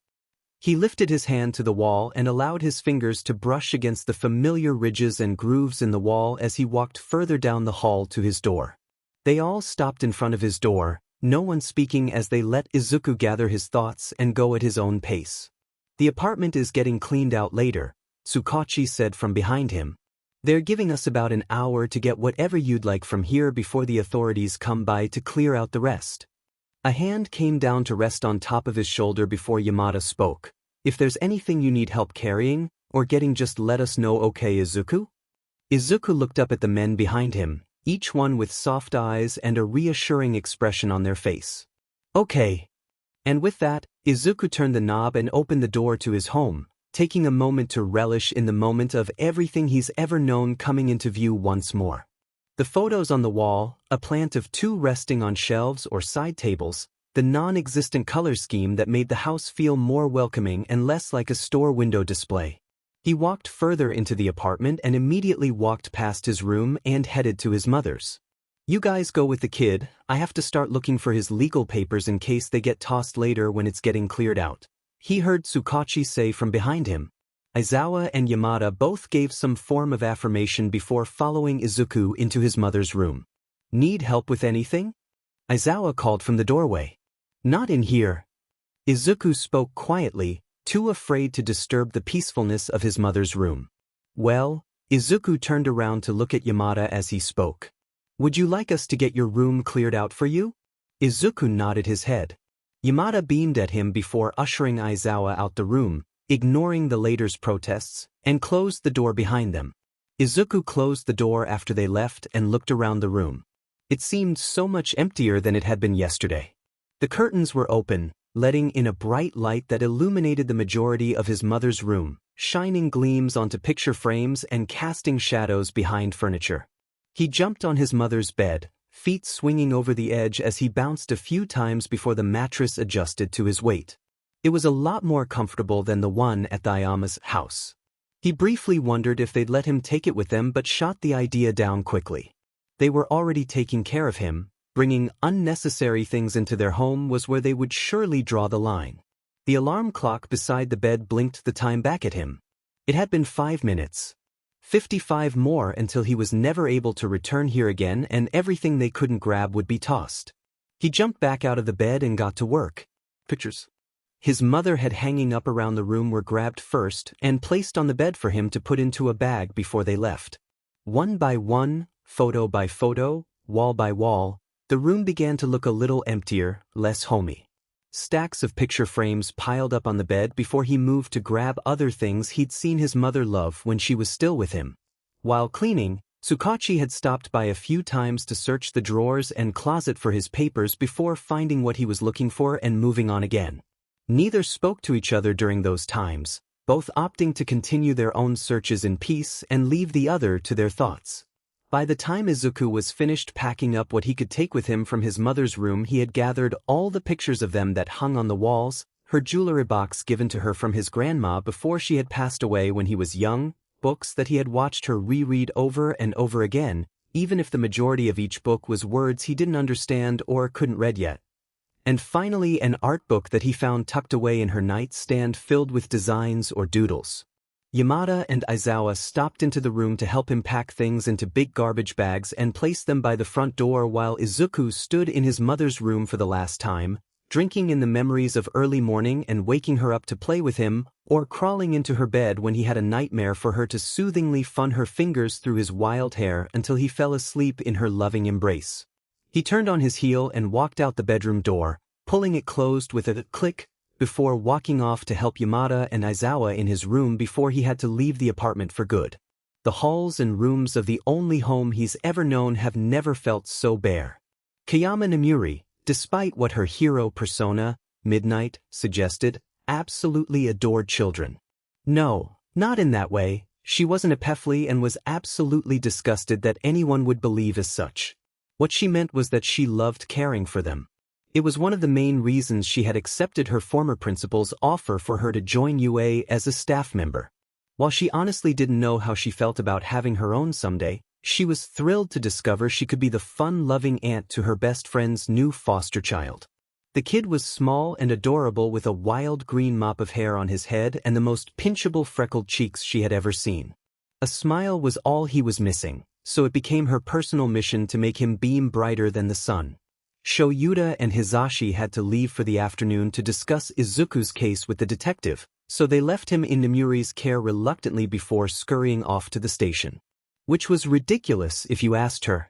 They've known her since they were second years and they dare be unsure of her? How rude of them. The kid had looked at her skeptically before she suggested taking him to a nearby ice cream shop a few blocks away. Watching as the unsure look in his eyes washed away and was replaced with eagerness before practically dragged her out the front door. Needless to say, Namuri knew this kid was adorable. Her point was only further proven as she looked to her side to see the kid frantically trying to kitten lick the sides of his cone as more chocolate ice cream dripped down its sides and coated his hands. The warm sun beaming down on their bench outside the ice cream shop made this task difficult for Izuku, as no matter how much he turned the cone over in his hands, more dripped down on the opposite side for him to try to quickly spin it around and lick it up again. He was eating so fast that his face was now covered in the sticky dessert, and she had to hold in her giggles at the scene as he pouted at the cone before going back to stop the dripping. He finished his ice cream, long after she had finished hers, and was a sticky mess. She gave in and laughed, causing the boy's face to scrunch up in confusion. "Why are you laughing?" he asked her timidly, eyes narrow in suspicion. She pulled out her phone, opening the camera app and snapping a photo before flipping the camera for him to use it as a mirror. "Kiddo, you even got some in your eyebrows? How on earth did that happen?" Izuku blinked in surprise before wiping at his face, forgetting his hands were also a mess, making the whole thing worse. Nemuri dropped her phone in her lap and took the boy's hands gently in her own to stop him from further smudging his face with drying ice cream. "Hold up, buddy. You're making it worse." She dropped one of his hands and brought her own up to her mouth, liking her thumb before wiping away the smaller parts that were too close to his eyes. "Ew." Izuku batted away her hand from his face and stuck his tongue out in disgust at her action. She laughed again. "Well, had you not made it worse, I wouldn't have needed to do that, now would I?" She raised an eyebrow at him before shaking her head fondly and standing from her spot. "I'll be back, okay, kid?" She waited for his nod of acceptance before ruffling his hair and walking into the store to get a pack of wet wipes from the counter before returning to him outside. She opened a package and handed it to him, helping him when he missed a few spots before standing to throw them away in the trash can, just inside the shop entrance. "Ready to head back to the apartment, kiddo?" Izuku tilted his head down, seeming to shrink slightly into himself. She waited for him to give her a response at his own pace. After all, she just met the kid and rushing him was a surefire way for him to clam up around her. She wanted to be the fun aunt, not the scary one. A bird chirping close to them drew Izuku out of whatever he had been thinking, and he looked up to watch the bird as it flew by them and into its nest on a corner beam, under the cover of the shop. He turned his attention back to her, more sure of himself this time, and asked her a question. "My mommy and I had a rule for days like this." Nemuri blinked and sat down on the bench beside him again. "Oh, and can I ask what the rule was?" she prodded further. Izuku bit slightly at his bottom lip as he fiddled with his hands in his lap. "Nice days were supposed to be outside days. Can we not go back yet?" Nemuri softened her gaze at him and took one of his hands in hers, slowly standing from the bench, causing Izuku to rise with her. "Of course we can, hon." She looked out across the road in front of her. There wasn't a whole lot to do around this area, only one or two small parks that were often crowded and a walking trail circling the park. She told him as such, but he was perfectly content with merely circling the park a few times along the trail. That's where they set off to. They crossed at the intersection and onto the pathway at the park, Izuku's little hand gripped firmly on her own as she led him around. All was silent between the two as they walked. Trees rustling and far-off children playing, filling the wordless silence they have created for themselves. Nemuri didn't like silence. "How do you like living with Aizawa and Yamada?" She kept her gaze forward, side-eyeing him a little while waiting for a response. Izuku hummed at her side. "You mean the Ayamas?" If that wasn't a teasing undertone in his voice, then Nemuri would finally admit to being old and hard of hearing. She scoffed a little at that, not unkindly of course, rolling her eyes a little when she remembered the only other person who ever calls the two men as such. "Ah, you've been hanging out around Tsukachi too much, haven't you?" Izuku blushed beet red from beside her and sheepishly rubbed at the back of his neck. "Only a little," he whispered softly. "Well then, how's living with the Ayamas?" His grip on her hand tightened slightly as he tensed beside her, lowering his gaze to the path and kicking at some pebbles in their way. "They're okay, I guess." She was proud to say she could revoke her earlier statement of possibly getting too old now, because she was sure if any other person was the one talking to the kid, they wouldn't have heard what he said with how softly he spoke. She hummed, "Not great then." She jumped back a little when he ripped his hand from hers and shook both of them in front of his body while wide-eyed. No, they've been great, it's just." He dropped his hands to his side, clenched in fists and shoulders hiked up to his ears as he tensed up again. "Well, sheet." Nemuri mentally cursed herself for making the kid shrink back on himself again, the opposite of what she had been trying to do. Regardless, she allowed him time to think it through and give her a response if he'd like to.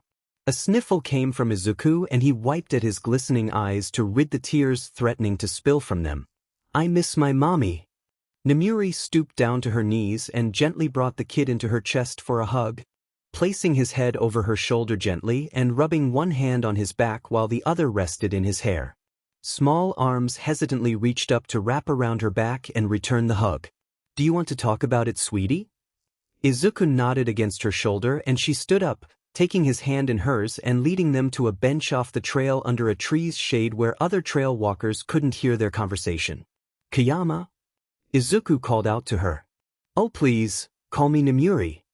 Oh, Namuri, do you still talk to your mommy and daddy? Namuri took a moment to think back a bit. Her father had passed away when she was young, leaving her and her mother alone early on in Namuri's life. She didn't remember much of him, only really knowing him from old videos and photos or old memories missing chunks from having slowly been forgotten over the years. Her mother had been the one to watch her grow. She helped her in school, supported her dream of heroics, and had been the only one at the time to believe her when some boys at school had gotten too handsy with her. All in all, who she was today was really because of her mother and her support throughout her life. Even now she still likes to video call with her once a week for updates on each other's lives and text her when she needs advice. My mother, yes. She replied to the boy waiting patiently beside her. What about your daddy? My dad died when I was young, around your age I believe. Silence engulfed the two for a few moments. Izuku kicked his feet in the air, swinging them up and then under the bench again in thought. Was it hard? He asked after a few moments. Namuri pressed her lips together, thinking of what to say to the boy. Saying she didn't really remember him could cause the boy to panic about forgetting his own mother in the future, and that wasn't something that needed to be weighing on his shoulders. It was at the time, especially for my mother, but I grieved and eventually it became easier to deal with. Izuku tilted his head to the side in confusion. What do you mean? Doesn't it hurt? It did, yes, she replied softly. But it eventually becomes less and less over time. I learned how to accept what happened but still carry with me the memory of him. So the pain will go away? The desperation in that one little question broke Namuri's heart a bit and she swiftly pulled the boy into another hug, holding him tighter than she had before and speaking softly into his ear. Yes, the one word had Izuku crying again in relief, shoulders shaking as sobs racked his body and he clung onto her like a lifeline. And we'll all be here to help you through it, okay? Izuku stumbled over his next words a few times before he could get them out between his sobs. Okay, thank you. Namuri lets Izuku cry on her shoulder for as long as he needs, both of them merely enjoying the comfort the other brought, before walking back to the apartment to play with the cats until Hisashi and Shoyuta returned home from their meeting. Briefing rooms always sent mixed signals to Shuta's brain. They had a quiet atmosphere most of the time and smelled like coffee. That was the enjoyable part. But the darker side of the room was the information disclosed in its walls. Murders, kidnappings, and other crimes that took years to grow accustomed to seeing up close to be able to stomach. Shoyuta had been in these rooms for all sorts of reasons. Working the crimes that he did, and at the time of night that he did, often meant he dealt with the grit and grime of crime that people often overlooked because it wasn't a flashy villain fight that a hero like All Might could punch his fists at to make it go away. But never had Shoyuta had to be in the room as the guardian of a victim. Never had Shoyuta had to work alongside the #1 hero as they hunted down the location of a centuries-old villain that was after his child. Never before had Shoyuta had to deal with knowing a national secret over a quirk that was passed on like some sick version of hot potato. Never, never, never. God, what he would give for some normalcy right about now. Wait. Pump the brakes there. Hisashi shouted a non-quirk amplified shout from beside him up to Tsukachi at the front, currently paused mid-pose, pointing to evidence on a board as he caught everyone up to speed on Izuku's case. A gray-haired man with a cape adorning his yellow and white hero costume, Sansa, All Might, Shoyuta, Hisashi, Tsukachi, and a green and yellow-haired man who All Might had introduced as his sidekick. You're telling me that the body not only disappeared, Hisashi continued on, leaning forward to press himself against the table the more worked up he got, but that there's nothing to suggest the body was moved at all? Tsukachi gave a short and serious nod at the front of the room. Precisely. Midoriya Inko has been pronounced dead. Based on the blood splatters, DNA collected, and nearby security footage, she was shot in the head. Tsukachi pointed to a few photos pinned on the board, one of a bullet casing laying on the sidewalk, one of blood splatter lining a building off of the sidewalk, and one of a gruesomely large puddle dripping from the sidewalk into the roads and running into a nearby sewage drain. Based on all the quirks the old fucker stole, I wouldn't be surprised if he had a few teleportation ones here or there. The silver-haired man, Gran Torino as he had introduced himself, spoke up. All Might's sidekick, Sir Night-Eye, hummed and nodded his head in agreement. He pushed his glasses further up the bridge of his nose with one hand and looked at the evidence board. This is a man who killed 7 previous users of a quirk just to get his hands on it and, at one point, ruled over the entirety of Japan. We should have expected something like this. We should also be more focused right now on questions that don't have such a simple answer. Shoyuta glared at him from his seat. This would be a long meeting and an even longer case. He prayed for his sanity that once it was over he would never have to associate with the man again. Gran Torino snarled at Night-Eye and kicked his leg under the table, eliciting a shocked yelp from said man. Watch it, boy. All Might and Night-Eye simultaneously shuddered. Shoyuta liked this man, right? Tsukachi said unsurely from his spot before pulling out a remote and pointing it at a small TV in the corner and pressing play. This is security camera footage from an apartment building across the road from where it happened. It captured the entire event for us to see. Everyone in the room held their breath as they watched Izuku and his mother run frantically from the men chasing them before Inko stopped and handed Izuku her phone, speaking to him and giving a tearful goodbye. Then Izuku hesitantly ran off on his own, leaving Inko behind and running in the direction of the mall. Shoyuta felt something tighten in his chest as he watched the mother and son pair part from each other for the last time, dragged apart too soon from one another by a man's cruel greed. It was sickening and Shoyuta hoped Yagi would let him have a chance at kicking the man's, but when it came time, Shoyuta turned to Hizashi to see him scowling at the screen when the 2 men caught up to Inko, questioning her before pulling out a gun and ending her life. 1 bullet and 1 pull of some criminal's finger was all it took for a boy to be left alone and confused as his whole world collapsed around him. His heart went out to the boy. Izuku had truly seen things no 5-year-old child should have to. Tsukachi fast-forwarded the video and paused before hitting play just in time to watch Inko Midoriya's body seem to lower into the sidewalk, leaving every man in the room slightly confused. Is there a different view of the situation? All Might called, brows furrowed in frustration at the whole ordeal. Sansa and Tsukachi both shook their heads together, Sansa speaking up. No, we've checked every footage on the street but none were high enough up for us to see what was going on. Shoyuta squinted his eyes at the screen. There was a small thing that was inconsistent with the rest of the sidewalk that hadn't been there before the body began its descent. Wait, Shoyuta spoke, cutting off whoever had been speaking. Look there. He stood from his seat and walked to the screen, pointing at a slim dark purple spot near Inko Midoriya's half-disappeared body. Tsukachi rewound the video and played it again. The purple moved, and grew slightly the more Inko sank before dissipating when she was no longer visible. A quirk, Gran Torino breathed out. We have our transportation method now. Yes, but now we need to figure out more about said quirk. Night-Eye was cut off by a knock at the door. It opened and another officer came in, whispered in Tsukachi's ear and left afterwards. Tsukachi frowned at the news he was given and turned off the TV while gesturing for Sansa to cover the evidence board. I'm sorry to end this here, but there's another case that I'm needed for in an interrogation. I'll email you all at the next meeting time. Good day, gentlemen. And with that, he and Sansa left the room, leaving the remaining men to gather their things and make their way out to the parking lot. Hizashi and Shoyuta said their respective goodbyes with each individual before getting in their own car and driving home for the night. So, Hizashi started after a moment of uncomfortable silence. What do you think of the new developments? Shoyuta scoffed from the passenger seat, never looking away from where he was glaring out the window. If I ever get the chance to, I'm beating the BSD to a pulp. Hizashi chuckled beside him. Agreed. And with that they drove the rest of the way home in silence. Upon entering their apartment they were greeted with the sight of Nemuri and Izuku cuddled up on the couch watching a movie, all 3 cats laying with them.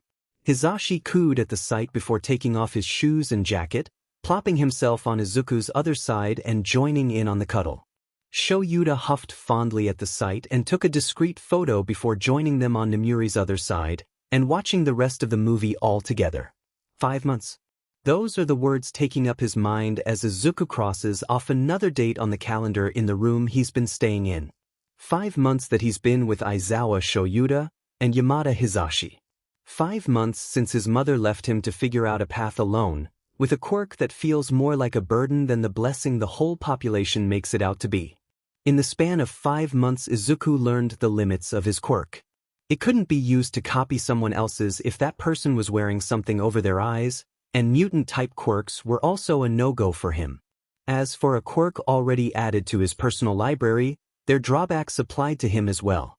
He found this out when using Aizawa's quirk on Yamada when the man saw a moth outside and he got dry eyes after a few minutes of on and off quirk use.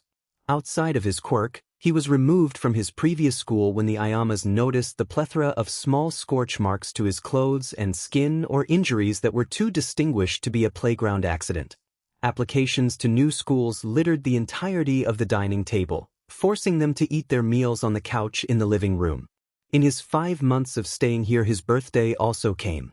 While his past birthdays were spent with his mother and the Bakugus as they opened presents and cut into an all-might-shaped cake, this one was obviously different in a multitude of ways.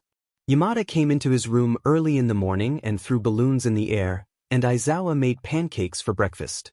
It was a normal morning so far. That is, until Namuri came flying through the apartment door with gifts piled high in her arms. She had dropped them on the couch and ran to Izuku, lifting him high in the air and spinning him until the world spun along with him. Loud and energetic people were no new territory for Izuku. He grew up with the Bakugus, where 2 out of the 3 were hot-headed and never liked to be quiet for long, so the sudden outburst from Namuri coming through the door wasn't as surprising as he expected it should have been. What was surprising, however, were the 2 new people who quietly followed her into the apartment. The dark blue-haired man from the photo in the living room that Izuku saw on his first day entered the living room holding a gift himself. Following him was a boy whom Izuku could only describe as a miniature version of the first man but with glasses and a more serious expression. Yamada had introduced the 2 newcomers as Ida Tensei and Tenya and promptly shooed the 2 kids over to the couch to talk. Tenya, from what Izuku could see, was not as sociable as his brother. While Tensei enthusiastically spoke with his friends in the kitchen, Tenya and Izuku sat in awkward silence for what had felt like an eternity before Izuku suggested they play heroes in his room. That was when Tenya seemed to open up a little more, being more fun as they flew their action figures around the room. Safely, might he add. Tenya showed his appreciation for rules, safety, and realism when he set boundaries for their figures in terms of ability to keep the figures from harm. The birthday song was sung, the cake was eaten, the presents were opened, and the guests left.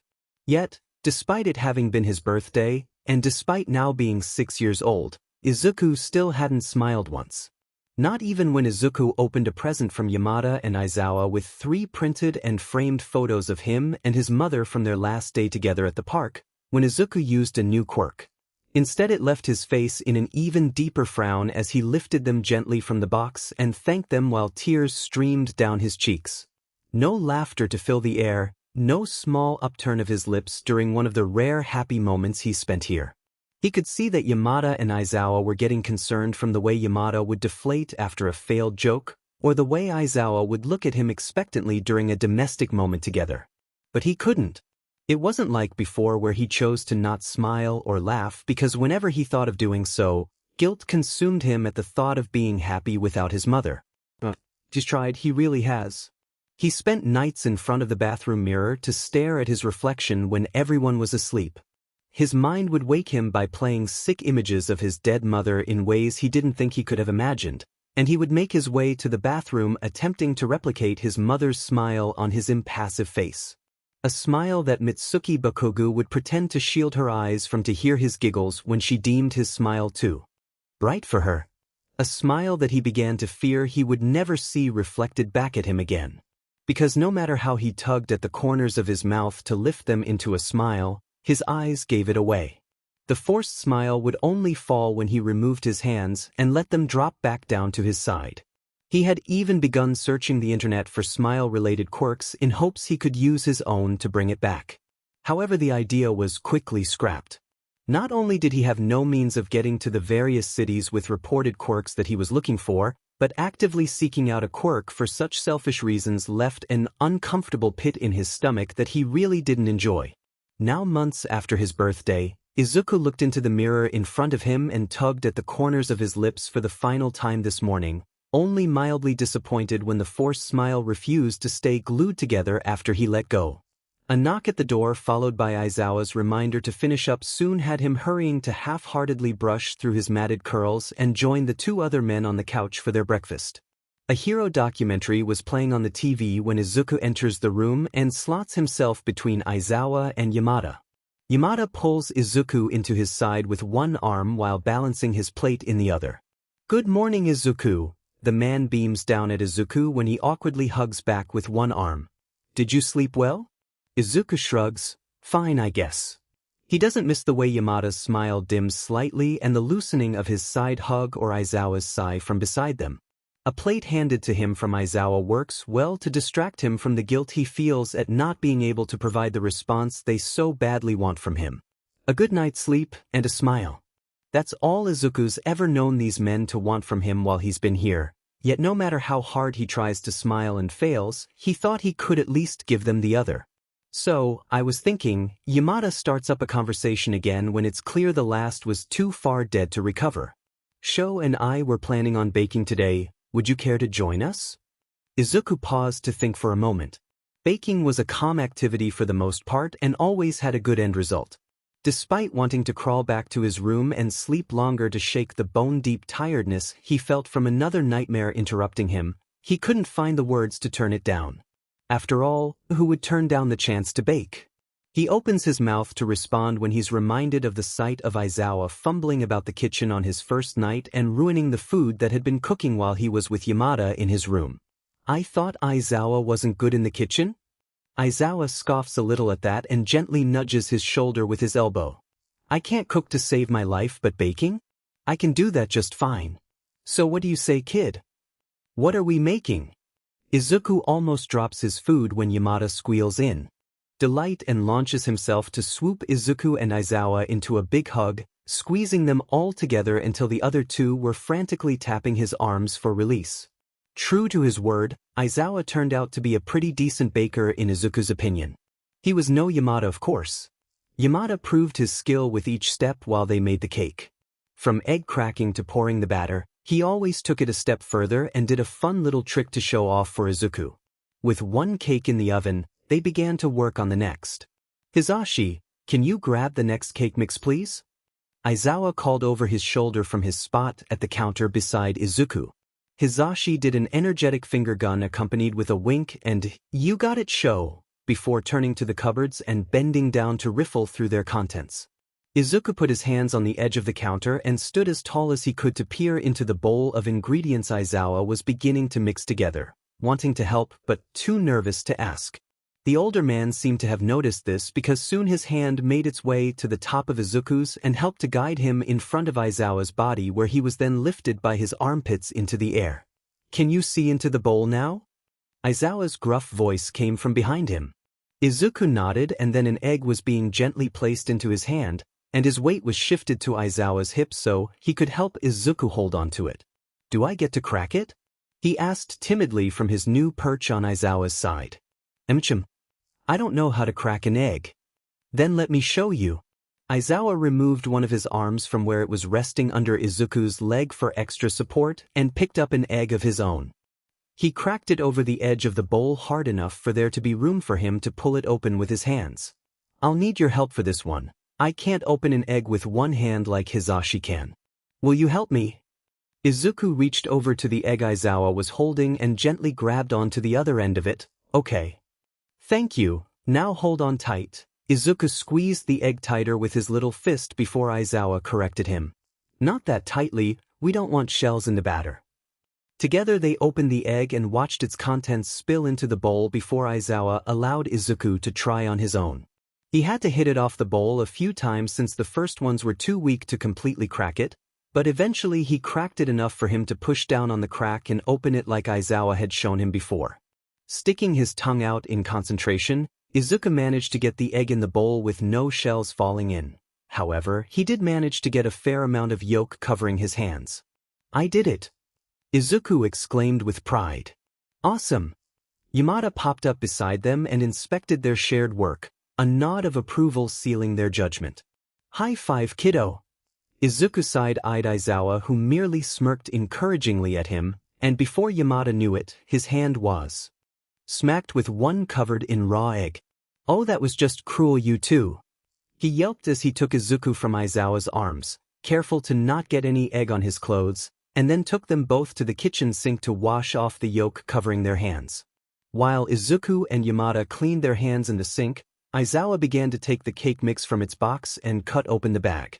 When Izuku was set down after his hands were washed, he peered into the oven to check the progress of their first cake. The batter was still fairly uncooked, having not been in for long, and Izuku frowned at the lack of change from when it first went in. "Why is it still small?" he asked with a pout, eyes never leaving the baking cake. Yamada chuckles behind him, and he's once again scooped up in the man's arms and then placed on his hip. One of Yamada's arms holds him securely in place while the other lovingly pokes his stomach in an attempt to tickle him and make him laugh. "It'll rise, Izuku. You just need to have patience." Aizawa turns to them and rolls his eyes fondly at the sight before giving a deadpanned hypocrite to Yamada and turning around once more, ignoring his boyfriend's undignified squawk of protest. Yamada turns his attention back to Izuku and smiles down at the boy in his arms. "Don't worry, kiddo. When we take it out, the cake will have gone boom." He threw his free arm out in an exaggerated gesture of an explosion, whacking Aizawa in the face when the man had turned around, bowl in hand, to hand off the mix for Yamada to begin working on with Izuku. In a state of shock and at the suddenness of the hit, Aizawa throws the bowl in the air and sends the flour-like mixture everywhere. He scrambles to catch the bowl again quickly and sets it on the counter before turning to stare at their new disaster of a kitchen. Frozen, with his mouth hanging open and arms still spread out in its previous gesture, Yamada stares at the kitchen floor covered in cake mix. The mix covers the cupboards, floors, counters, and the clothes of those in the room.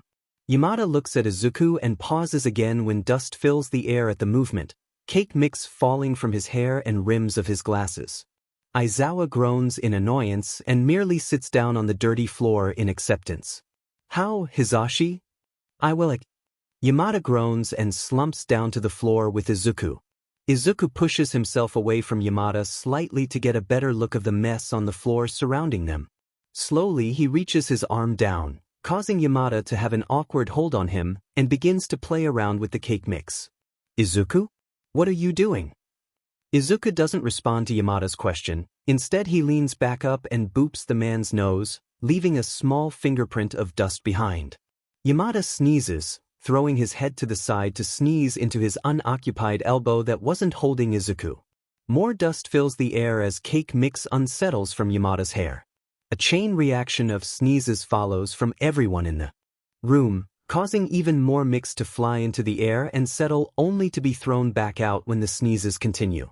"Oh, this is dash." Aizawa is cut off by himself sneezing once more. "Ridiculous." He fans at the air with his hand and quickly stands from the floor to get away from the thick cloud of powder slowly filling their kitchen. Yamada quickly follows suit and lifts himself and Izuku up to get away from their sneezing fits. Izuku hides a fist full of cake mix he had grabbed before being lifted up behind his back, waiting for the next perfect time to strike. "Oh, you're a little devil now, aren't you?" Yamada playfully chides him with a boop to the nose.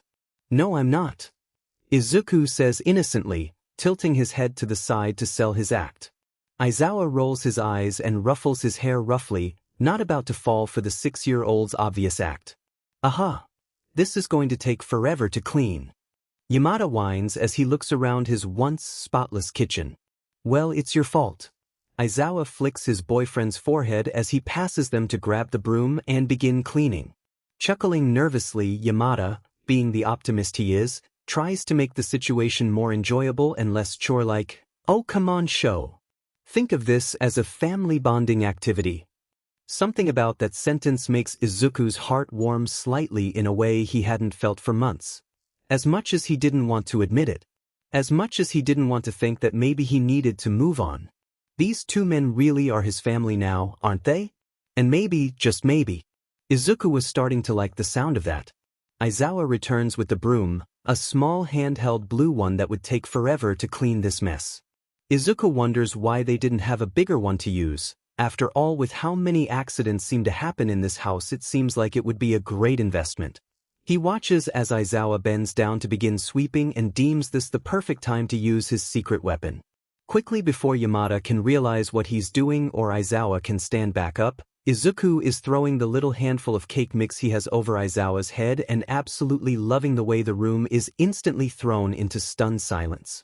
Aizawa slowly stands up and turns to glare at Izuku. There's no real malice behind the glare, but Izuku pulls himself closer to Yamada slightly, playfully sticking his tongue out at Aizawa. When the man turns his attention to his boyfriend, the man is only greeted with loud belly laughs as Yamada bends at the waist laughing. Izuku clutches onto him harder to keep from falling to the floor as Yamada's shoulders shake and he struggles to keep a handle on his volume. "Oh, you think that's funny, do you?" Aizawa squints and scoops down, picking up 2 large handfuls of cake mix and waiting for Yamada to right himself upwards again before showering the 2 in powder. Izuku shrieks in surprise at the sudden ambush now clouding the air, and it's Aizawa's turn to chuckle at the sight of 2 pairs of green eyes blown wide. It doesn't take long for a 3-front war to break out in their kitchen. After Izuku wiggled out of Yamada's hold and onto the ground, he began repeatedly throwing handfuls of cake mix at the adults and using his small size to his advantage to dodge and hide from their counterattacks. Pans were taken from their hanging points on the wall to be used as shields, and spoons were used as precision catapults to launch at each other from across the room. Aizawa threw cake mix at Yamada, only for the man to swing the fridge door open and hide behind it until the assault halted. The handful that was intended to hit Yamada splattered across the inside contents of the fridge, and Izuku could only watch as Aizawa's attacks became more frequent when he noticed his jelly pouches had been caught in the crossfire. A sense of belonging filled Izuku as he watched his new, what could he even call them now? His fathers? Parents? He didn't know, but he liked the sound of both of them. The feeling he hadn't felt in months, one he had been trying to force for so long and that he never thought he could have again, began to bubble up inside him. The corners of his lips twitched in an attempt to raise a smile, and Izuku stood still, encouraging the action to fully continue and allow him to smile again. The door to their apartment slammed open as Yamada had thrown another handful at Aizawa. The latter man ducked and the cake mix went soaring through the air and exploded across their guest's face as she opened her mouth wide to give an exaggerated greeting to the family. No one moved, no one spoke, no one breathed. Everyone in the room knew they had just sealed their doom when they completely coated the R-rated hero, Kayama Nemuri, in cake mix. The woman raised one hand to her face and slid it down to get as much powder off her face as she could, face scrunched up and eyes wound tight to stop it from compromising her vision. When she had cleared enough to be able to open her eyes again, she looked back and forth to each person in the room before halting on Yamada's still raised hand and guilt-stricken face. Yamada, the aforementioned man, squeaked in distress and ran to hide behind his boyfriend as the woman stalked dangerously across the house, closing the apartment door behind her with a threatening click. "Hisashi, what did you just do?" "It was an accident, Nemuri, I swear," he said, peeking meekly over Aizawa's shoulders. Nemuri looked around the kitchen at the disaster of a mess and at their dirty powder-coated clothes. "And look at Izuku. He's covered." She rushed over to him and roughly scrubbed at the powder on his face like his mother used to do. Izuku squirmed to get away from her hold as he continued to try and clean his face. When she deemed it clean enough for now, she turned her attention back to the other men and ran over to them. She took the wooden spoon Aizawa had been using as a catapult and began whacking them each on the head with. Watching Aizawa and Yamada be berated by Nemuri was the final push Izuku needed, and he burst into laughter, a smile so wide it hurt his face as it practically split in two. God, Izuku had forgotten how good it felt to laugh. Nemuri stopped beating on her friends and said friends stopped shielding themselves as they stared at the boy in disbelief before each smiled with him. Yamada shed happy tears as he ran forward to scoop the boy into his arms and laugh with him. Soon after the other two followed along and they were all smiling and hugging together. In a kitchen filled with cake mix-covered floors and furniture, a family bond was sealed between the four. After their moment together, Nemuri had gone back to scolding her friends about the mess they had all made and forced them to clean it all together while she used their shower to rid herself of the cake mix. She then stole Aizawa's clothes as hers went in the pile to be washed. She returned to supervise their cleaning and sent Izuku off to clean himself up as well, only allowing Aizawa and Yamada to do the same when they had finished cleaning up the rest of the kitchen. The cake in the oven had been long forgotten in their chaos and only remembered when Izuku mentioned the burning smell steadily filling the air. Nemuri rushed to get it out of the oven. It was burnt to a crisp, and not a single part of it was able to be salvaged. While Yamada mourned the lost cake as he threw it out, Izuku gathered all the blankets he could find in the house and threw them on the living room floor before belly flopping onto the pile. One by one, the adults joined him by his side and they spent the rest of their day watching various movies together until late into the night when they each gave in to sleep at their own time. It wasn't until the sixth movie, a pre-Quirk-era Disney movie entitled Hercules, Izuku finally fell asleep, cuddled up to his new family. Izuku and Yagi sat in an awkward silence in the living room of Aizawa and Yamada's apartment. Aizawa had been called in for his patrol earlier than normal, and Yamada's radio show was starting again tonight after having taken a break to allow Izuku time to settle. This meant Izuku needed a babysitter. Izuku had prayed Nemuri would be the one to come watch him. She was his favorite to hang out with when he needed someone to watch him, and she always knew what to do to make him smile. However, Nemuri was on a date tonight, and while he knew that she would drop it in an instant to come watch him, he couldn't do that to her. Enter Yagi Tashinori, the last resort that Aizawa and Yamada had taken, and the only one who had picked up his phone and was also available. He was also the only person that had been in the room when he learned his mom was dead that he hadn't seen since hearing the news. Izuku would be lying if he said that it had nothing to do with the thick tenseness of the air, and his mama didn't raise a liar. So, have you ever heard of football? Izuku shuffles further away from the man on the couch and judges him silently. Yagi sees this and quickly corrects his mistake with a muttered, "Never mind," and the room is thrown into tense silence again. Yagi bounces his leg nervously and shakes the floor with his strength. The two cats that had been laying on the carpet in the room go scrambling out, and Ali, who had been sitting in Izuku's lap, practically flies to get away from the sudden shaking of their home. Izuku glares hard at Yagi until the man halts his fidgeting and coughs into his fist. What about heroes? Now they're talking. I love heroes. Izuku bounces back to his previous spot on the couch at Yagi's side, stars shining in his eyes. Thankful for the conversation topic, Yagi turns to face Izuku. He pulls his long legs up onto the couch and crosses them, turning his full attention to Izuku. Oh yeah? Who's your favorite hero? All Might. Izuku yells out, pumping his fist in the air to mimic the hero's victory stance as emphasis. Yagi puffs his chest out with pride and copies Izuku's pose with his hand raised high in a fist. But lately present Mike and Eraserhead have started to bump you out of that spot. And just like that, Yagi and his pride deflate all at once. Do you want to be a hero when you're older too? Of course I do. Because what child did not want to be a hero? Certainly not one Izuku has met. That's great.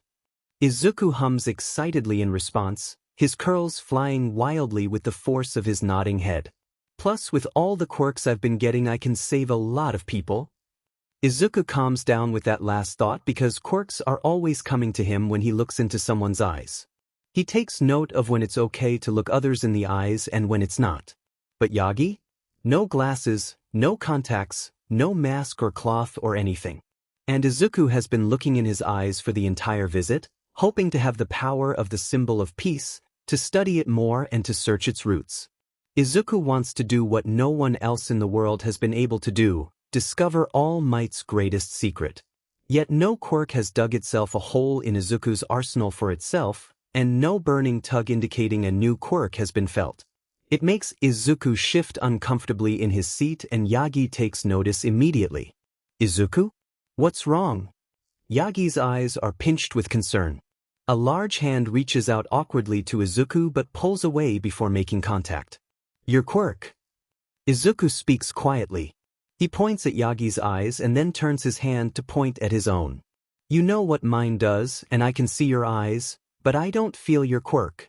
Izuku has no idea why Yagi's face suddenly loses its color and his face falls more than it already had been. Izuku does, however, see the panic in his eyes. Panic is an emotion Izuku has become quite familiar with since his mother's death, her own panicked eyes having been the last thing he saw of her before sprinting off into the distance until she was no more than a speck on the sidewalk, and then eventually nothing at all. The man in front of him takes his time coming up with an answer, and Izuku begins to grow impatient, tapping his foot on the ground in a similar motion to what Yagi had done earlier, only without the intense force. Yagi's mouth opens and closes a multitude of times as he reaches desperately for an excuse. When his answer is finally given, Izuku misses it because of how softly it's spoken, but before he can ask Yagi to repeat what he said it again with more confidence. I wear contacts. A simple answer, but one Izuku knows is false. With a quirk like his, Izuku has grown used to identifying when a person wears contacts or not. From the glassy look in their eyes with them on, or how their eyes look a little too perfect, Izuku can tell the difference. Yagi's eyes, while Izuku must admit the electric blue is very nice, are not contact-level beautiful. Nor do his eyes hold a lifeless sheen to them that contacts often give their user. Yagi's excitement with everything he says is shown through his eyes in a way contacts could never display. Plus, that truth quirk he got from the detective rings a rather large false through his mind, but Izuku would rather deduct a reason and determine true from false on his own than be given the answer. But Izuku isn't one to pry, and he isn't about to bother the symbol of peace, for now anyways. Izuku will be the first to discover what the man is hiding. The subject is dropped there and Yagi makes quick work of putting in a hero movie to distract Izuku from the topic change. It works, for the most part, and Izuku is content watching a hero cartoon until Yagi jumps out of his seat after seeing the clock. It's past Izuku's bedtime, and picking Izuku up in his arms before racing to the boys' room to tuck him in. With Yamada's radio station playing in the background and Yagi giving him a tight hug goodnight, Izuku falls asleep in just a few short minutes. Something that Izuku hasn't told anyone about his quirk is its most recent development. It's an odd development that came from dreamless nights where his mind supplied something other than dreams to fuel him till daybreak. Quirks and his subconscious mushed together to create whatever this was. But Izuku was too curious for his own good. Which is why after falling asleep in his bed he wasn't surprised, nor was he afraid, when he opened his eyes and was somewhere that wasn't home. His bed remains the same, as does the basic layout of his room all around him. But the walls are nowhere to be seen. The spaces where his room had been blocked off by painted walls and hanging pictures now had winding paths that faded into the floorboards of his room and led into a never-ending maze of tall bookshelves. A form of organization of sorts for his quirk he had assumed upon his first arrival. He rubbed the remaining sleep from his eyes and gave himself a moment to prepare for tonight's adventure before jumping out of bed and running to the map located at the entrance to the main pathway. Looking over the map, no new sections seem to have been added, which makes sense to Izuku seeing as he didn't gain any new quirks today. Running his pointer finger along the map as he traced the paths shown, he landed on a section he had yet to look at and turned around to run down the path near the headboard of his bed behind him. Running through the fire-based quirk section, Izuku took a moment to look at the fairly bare shelves surrounding him with the odd book on its shelf. Izuku couldn't wait until he was older and the shelves began to fill more with new quirks as he collected them. Izuku's running came to a halt when he spotted a book laying in the path having been knocked off its shelf at some point.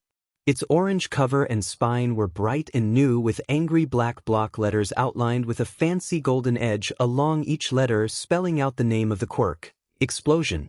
Kachan. Izuku muttered under his breath and opened the cover to see a table of contents with the quirk summary, usage, and guide to its function on the page. Reading over the first few pages, Izuku had a hard time making out what it meant. Most words were big and confusing for him, and he would need to ask Aizawa and Yamada what they meant next time he saw them. He decided to bring the book with him so he could keep it by his bed when he went back to sleep to wake up in the real world again.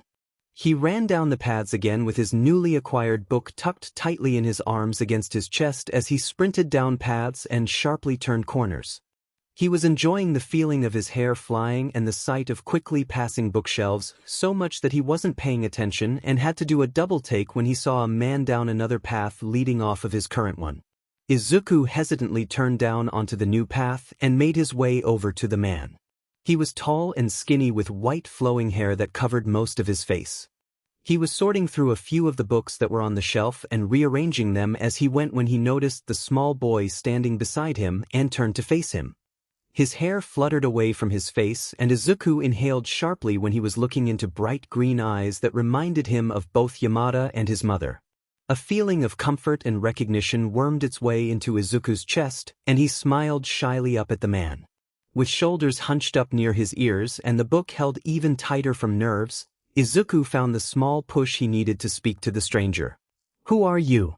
Izuku asked him. For the nights that Izuku had been in this weird mental library of his, never before had he run into another person. He didn't even know anyone else was able to be in here except him. And even he wasn't sure how he himself was here at all. The mystery of the quirk library was something he would have to look into more. The man put the book he was holding back on the shelf and crouched down to Izuku's level and gently took one of Izuku's hands in his own and shook it. "I am Shigaraki Yoichi. It is nice to finally meet you, Izuku." "Why are you here?" Izuku asked him hesitantly. He didn't even want to know how this man knew his name if he was being honest. It was one thing for a strange man to appear in his dreamland, but for him to know his name and speak so familiarly with Izuku was a whole conversation that he wasn't sure he was well rested enough to deal with. Shigaraki placed his hand on Izuku's head and softly ruffled his hair. "Well, I suppose I wanted to finally meet you." He stood back up and took Izuku's hand in his. He lifted his pointer finger from where it was clasped around Izuku's hand and gestured further down the path with it. "Walk with me." Izuku nodded mutely. He adjusted his hold on the book still in his arms and allowed Shigaraki to guide their way as they continued down the path Izuku had originally been on. Path after path and turn after turn, they ventured deeper into the library until they came upon an area similar to Izuku's own wall-less bedroom space. Shigaraki's section was similar to Izuku's in terms of branching out and fading from wooden flooring to the paths off in various directions surrounded by towering bookcases, but that seemed to be the only similarity. A large bed was at the center of the room, with his own personal bookcases on either side instead of a bedside table. Old-looking books with titles Izuku had never heard before and comic books of heroes that Izuku had never seen filled the shelves and left no space for further additions. "You have a room here too?" Izuku asked him. Shigaraki hummed in confirmation and led Izuku over to a map of the library, not unlike the one in Izuku's own area. "And to be able to find me, you just need to follow the maps. I'll always be here waiting for you." "But why?" Izuku pulled his hand away from the other man and backed away. He hunched in on himself and lowered his gaze to the floor, refusing to meet Shigaraki's gaze. "I don't know you and you don't know me." "Well," Shigaraki began softly, "I wouldn't say that's entirely true." Izuku scrunched up his face in confusion at his words. He was positive he had never seen this man before. No matter what he said, he must have mistaken Izuku for someone else. "You see, your father is my older brother." Izuku's eyes widened in fear and he whipped his head up. Shigaraki was looking down at him from where he stood, and while Izuku didn't feel any bad intentions coming from him, he couldn't help the instinctual urge to run from him. But Izuku was frozen in place, and as tears flowed freely from his eyes, he could only will his legs to move, to carry him away from this man who may very well have been in on his mother's killing. Shigaraki, having seen the distress he unintentionally caused, quickly corrected himself and crouched down to Izuku's level and pulled him into a quick hug. While one of his hands rubbed up and down Izuku's back, the other kept the boy's head held firmly against his chest while he calmed himself. "Do not worry, Izuku. Your father is an evil man and I disagree with all his actions that have hurt you and others." He didn't miss the way Izuku melted into his embrace out of sheer relief. "I'm sorry for all you had to go through because of him." And despite the odd situation, and the fact that this man, apparently being his uncle, was a stranger, Izuku allowed himself to feel safe and loved. The two stayed locked in each other's embrace until Shigaraki noticed Izuku's eyes sag with exhaustion. Pulling away from the hug, Shigaraki lifted Izuku and placed him on his hips as he walked him back to his bed. He carried the book Izuku had kept with him in his hand that supported the boy's weight while the other carded through the green mop of curls resting on his shoulder.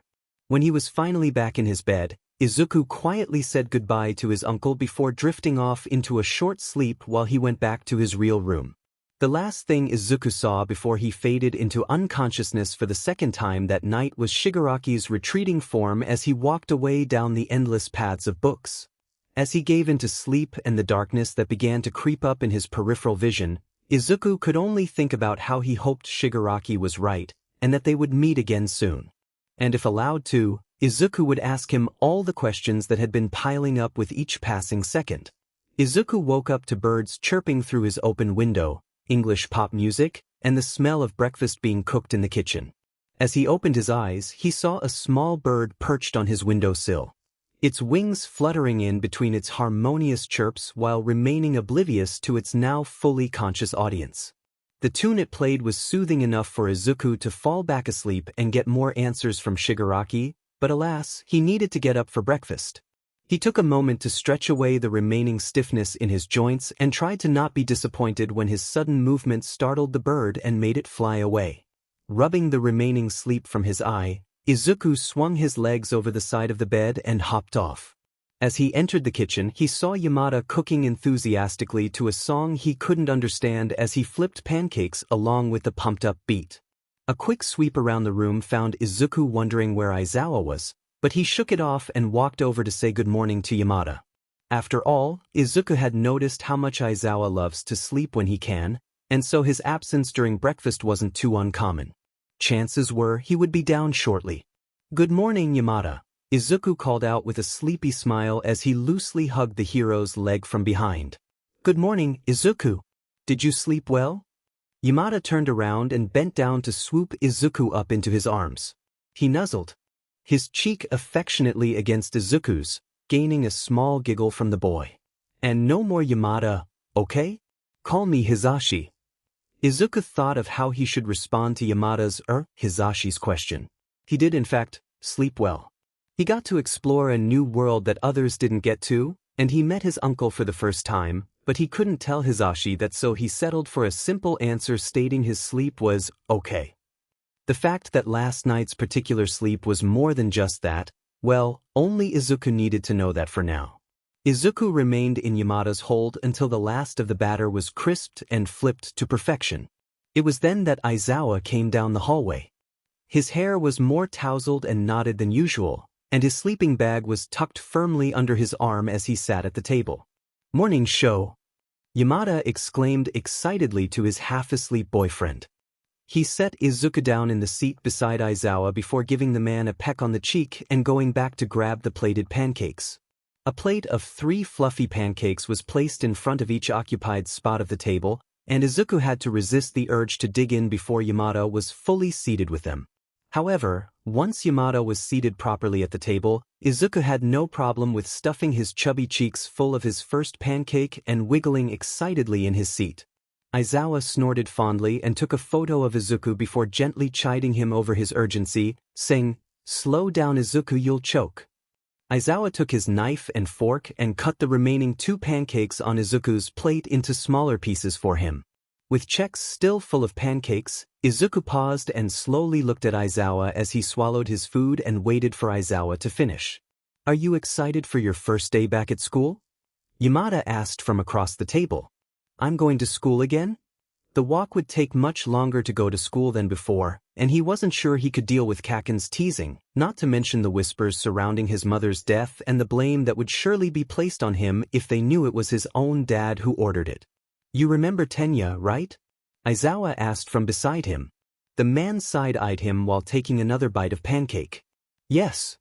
How could he forget the boy who had nearly chopped Izuku on the head when he didn't realize he was beside him? "You'll be going to a private daycare with him. It's close to here and you'll already have a friend," Aizawa said. "Well, That solves his walking distance, he supposes. His neighborhood and Kachan will all be left behind, but maybe it's better that way. His old friend had made it very clear what he thought about Izuku the last few times they were together. Yes, it was much better this way. All good things come to an end. His friendship with Kachan now officially being one of them. Okay, Izuku says, and that's the end of the conversation. They continue to eat with Izuku and Hisashi making small talk while Aizawa listens. Quietly. It's not a bad start to his day, but now Izuku has places to be, so he grabs his new uniform that Hisashi gave to him and runs upstairs to put it on. Izuku looks up at the building in front of him. It's a huge 2-floor white building with large windows for every floor it has. Stairs lead up to its overly large wooden doors, with white pillars frame the entrance that help to hold up the roof that juts out further than the walls.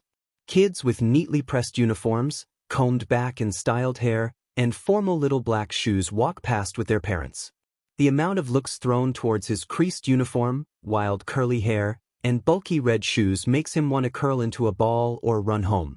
Aizawa places a hand on his shoulder, having seen his nervousness, and gently guides him forwards and towards the entrance of the school. The Ida brothers stood beside the doors waiting for them. Aizawa crouched down to be at eye level with Izuku. He fixed the collar of Izuku's uniform and attempted to flatten his hair slightly with no success on that end. "You'll be okay today?" Aizawa asked him, an eyebrow raised in question. Izuku replied nervously. He looked away from Aizawa and began to fiddle with his hands. Truth be told, he didn't know if he would be okay. Everyone here has had time to make friends and get used to the fancy over-the-top school. Izuku has not. But it was too late to turn back now, so he would bite his tongue and try his best. He had Tenya with him, how hard could it be? And you have your sleeping bag for nap time? How could he forget it when Aizawa reminded him every 5 minutes this morning? Yes. Okay, good. Stick with Tenya, he'll help you get used to the school, okay? Okay, Aizawa. The man pulled Izuku into a quick hug before standing and taking his hand. Together they walked over to where Hisashi was with the other two. As they walked, Aizawa spoke down to him, "And call me Shoyuda. 'Kay, kid?" Before Izuku could respond, the bell rang, and Tenya was grabbing his arm and racing the two in the school, muttering about punctuality all the while.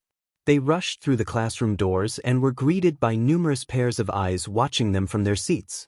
Izuku shrunk into himself under their questioning gazes.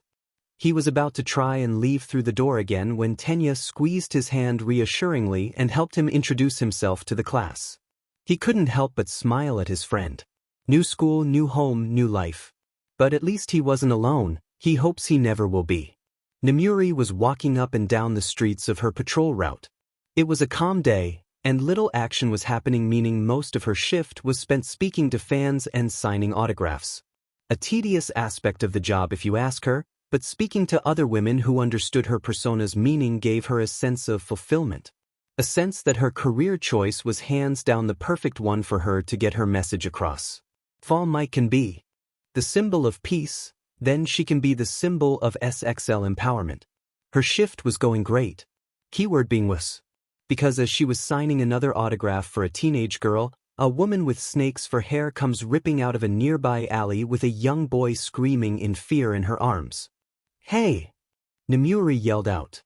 Citizens screamed and ran out of the way as the villain sprinted as fast as she could, her black flowing robe whipping behind her as she ran. Namuri dropped the pen and paper in her hands and immediately gave chase.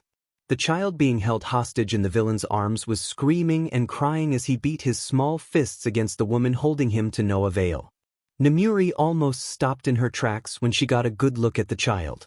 For a moment, a split second of unadulterated fear, she had seen Izuku being taken away.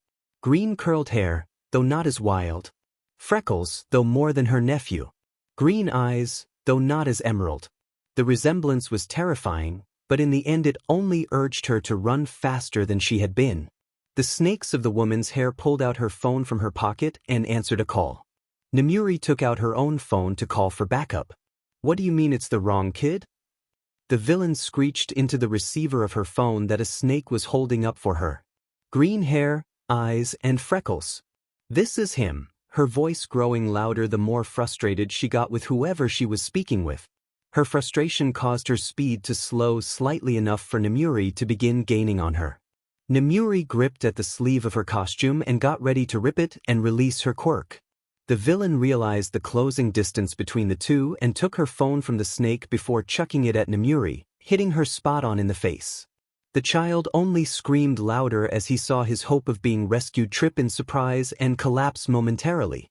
His screams were cut short as the snakes started nipping at him to scare him into silence. Nemuri has dealt with a lot of shit in her time as a hero. Sexism on the job, RPSS, murderers, and everything else anyone could think of. She prevailed time and time again.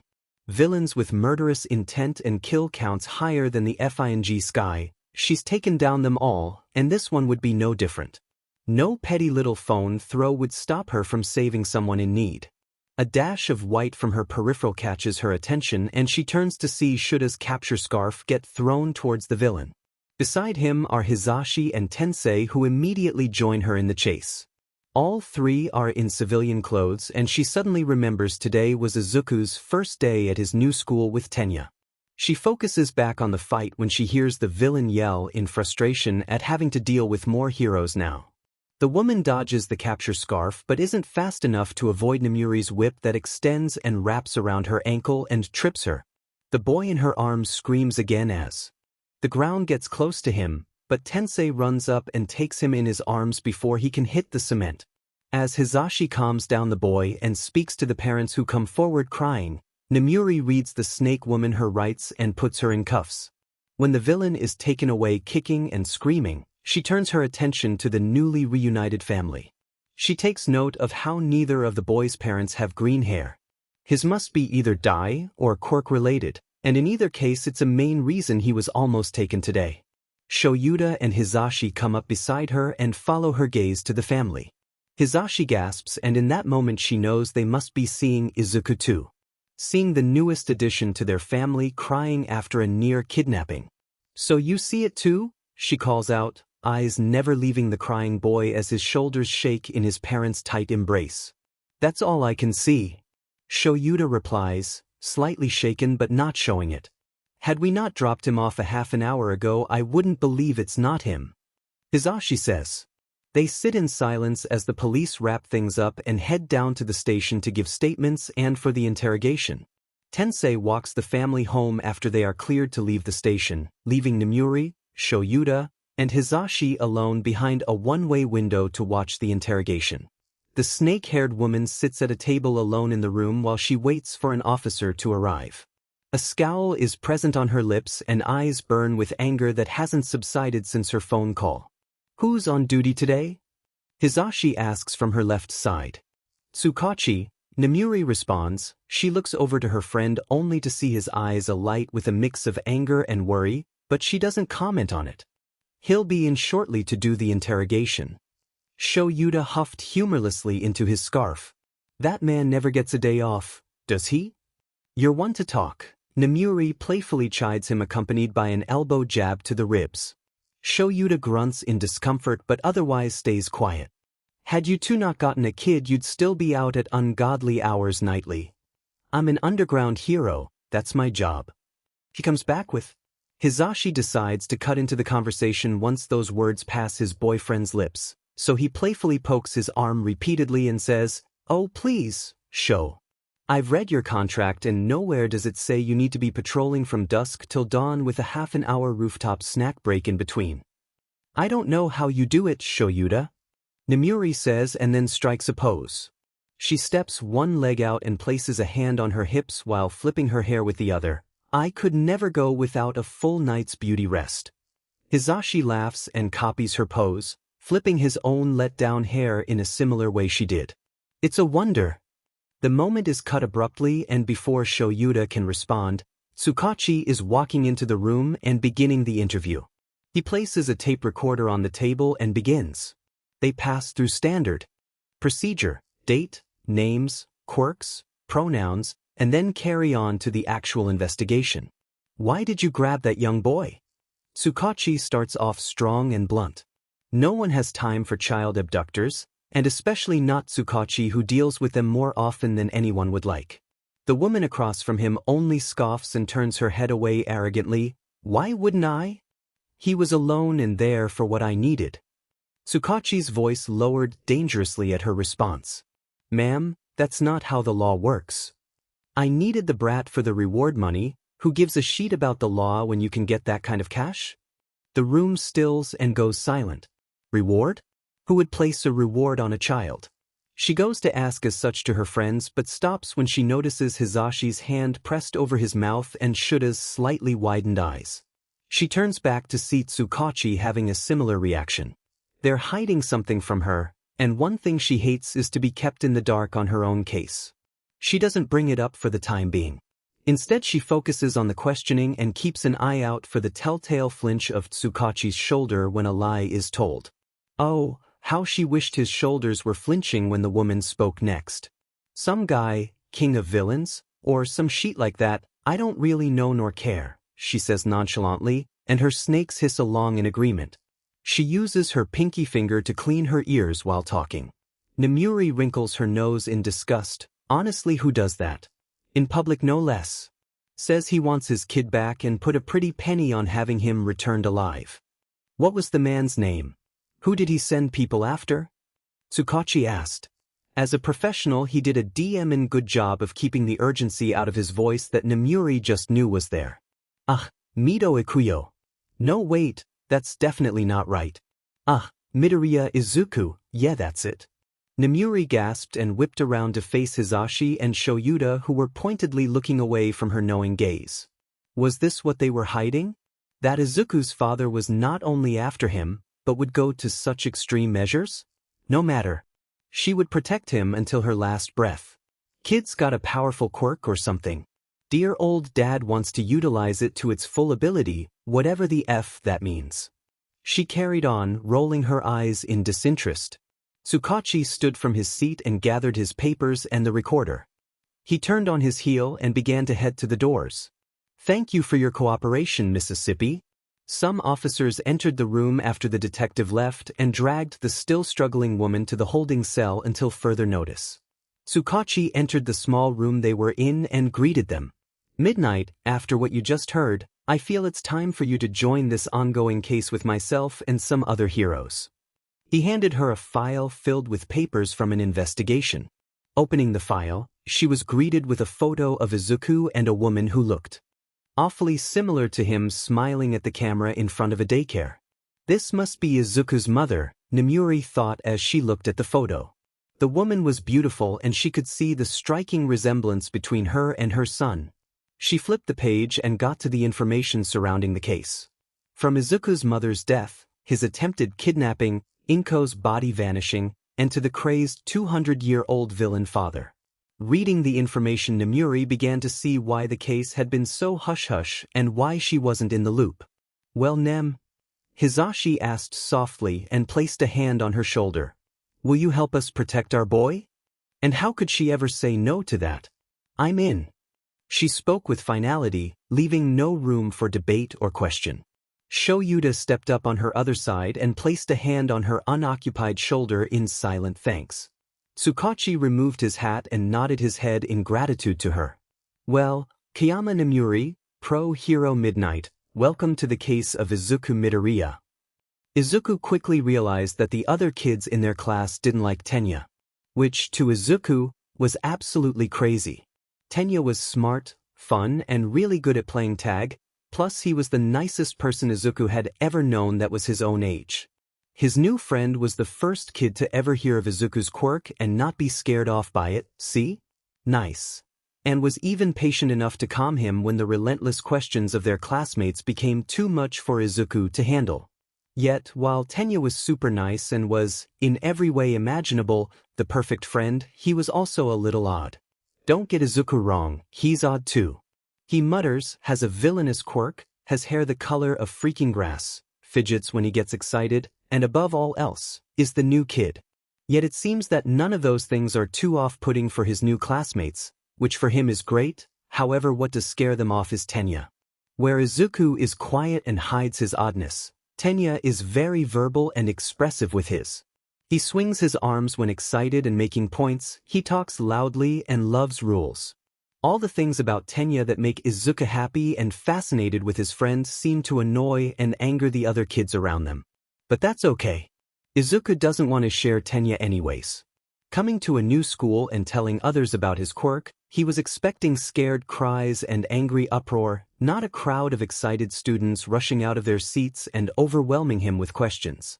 It was a weird experience and he wasn't at all prepared for it. Izuku desperately looked to the teacher for help as students pushed and shoved to get to him, but all she did was smile softly at him and turn to the board and write her name on it to help him remember later in the day. Tears welled up in his eyes when a student got close enough to grab his face and turn it to force him to make eye contact with the student in front of him. She was smaller than him with cropped auburn hair and faintly glowing golden eyes that seemed out of place on her darker skin. As she held his head in place, Izuku felt a new quirk slot itself into a space in his mind. He wondered if Yoichi could also feel the new addition just like he could, and as it all registered what was happening, Izuku broke. Tears flowed freely from his eyes as he broke away from the girl's hold violently and shrunk in on himself to hide his red eyes as he wiped the tears away. It was all too much, too soon, and he wanted it to end. The teacher finally noticed the situation he was in and decided to finally help him.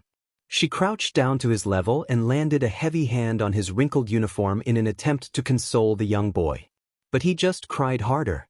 Izuku was well aware that his family have always been criers. His mom had once told him it ran through each generation on her mother's side. Their tears themselves could be mistaken as a quirk on their own with the sheer force and volume that they flowed by. I must insist that you all back up and allow our fellow student time to recover. Izuku heard Tenya's voice chop through the alarmed whispers from their classmates and he looked up to his friend. Tenya was swiftly chopping the air as he spoke, a sign to Izuku that he was as overwhelmed in this situation as Izuku was. A choked sob made its way up and past his lips and Izuku sobbed violently into the teacher's shoulder as she scooped him up in her arms to better soothe him.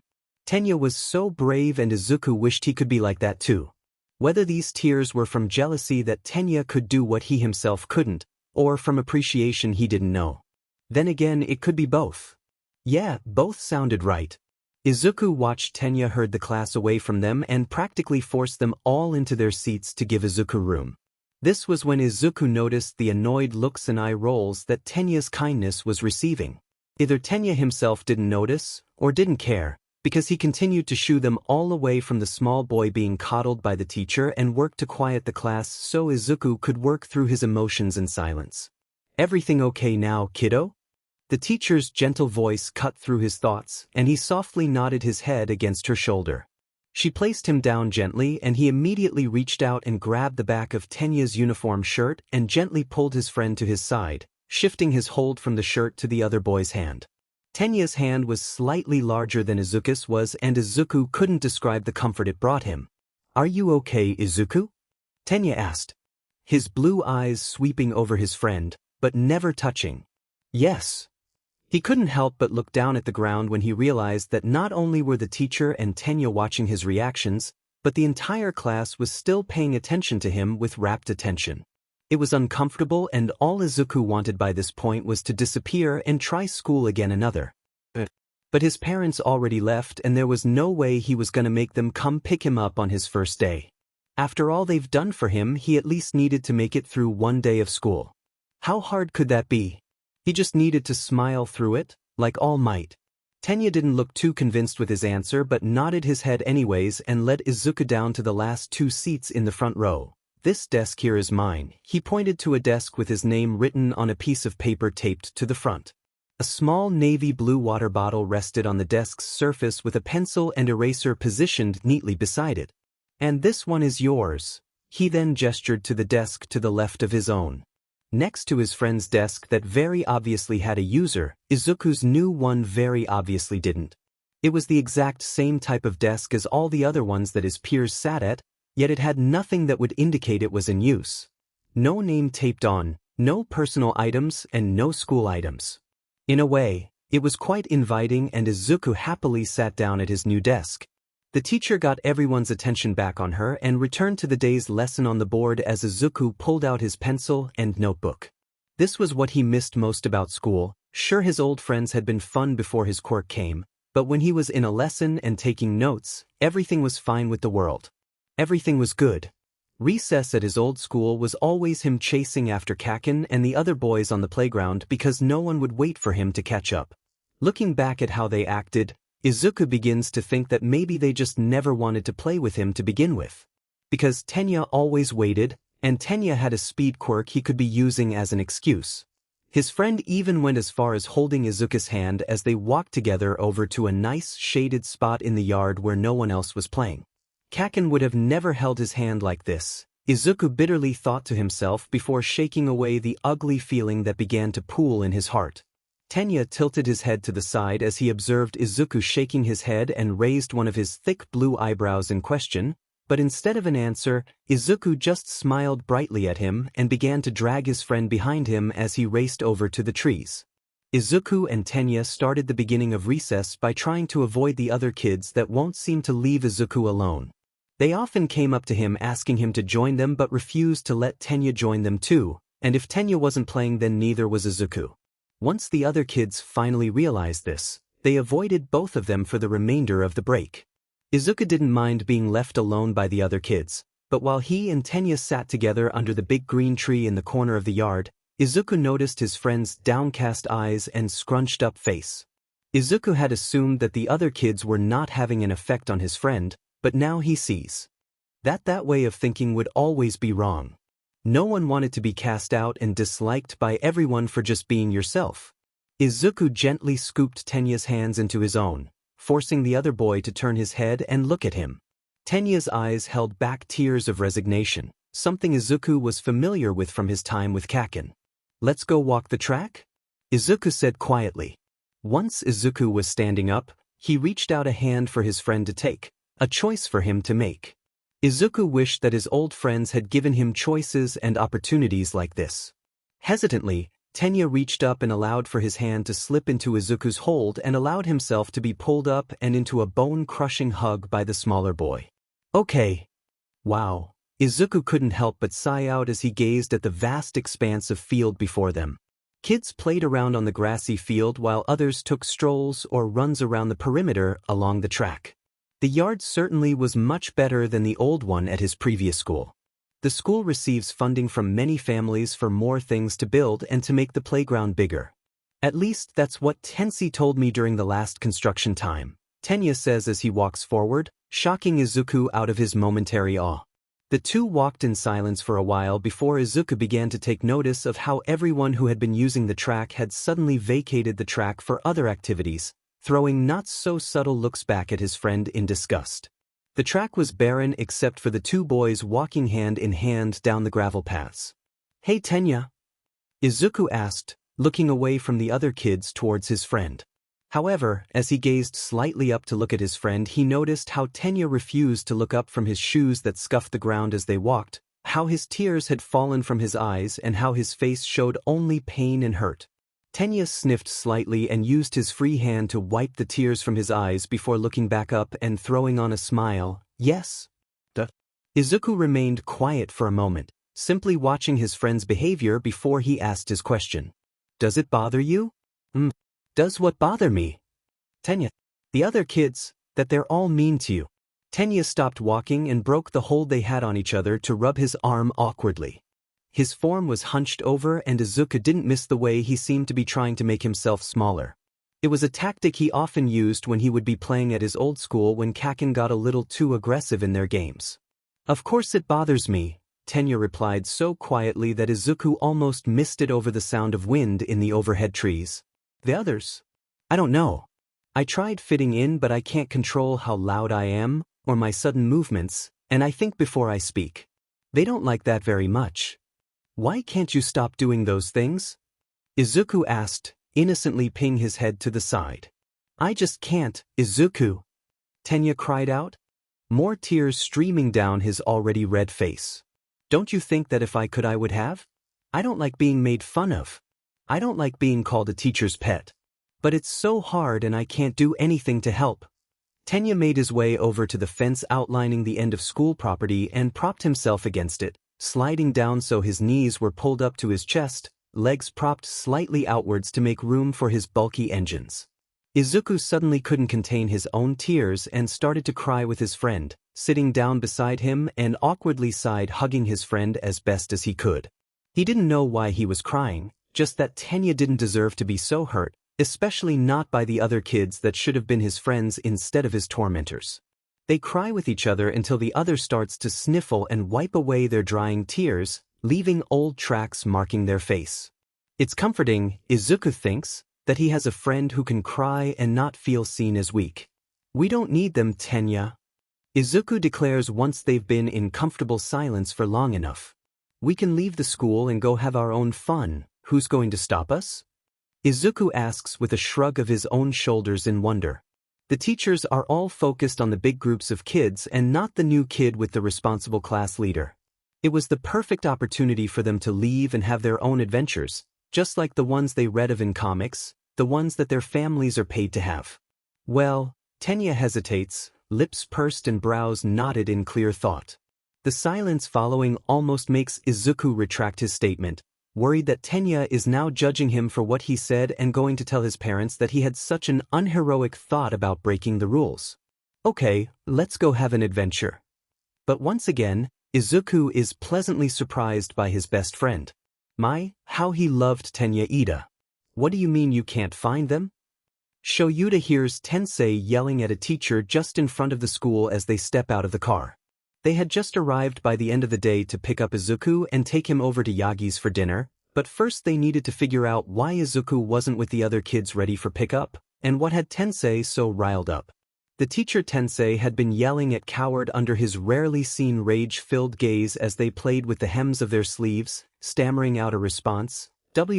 When we came back from last break, all the children were accounted for. The teacher paused for a moment to collect themselves as they sat up straighter than before, forcing themselves to look into Tensei's eyes. All were ready in line except for Tenya and Dash. The teacher turned their gaze to Shoyuta and Hizashi, jaw promptly slamming shut once they made eye contact.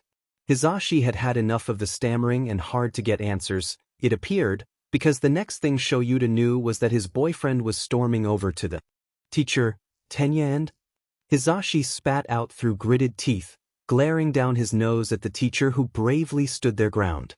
For all the years they had been together, Shoyuta only ever got to see this side of his boyfriend when someone he cared about was hurt, or when someone dared to disrespect his American Britney Spears music.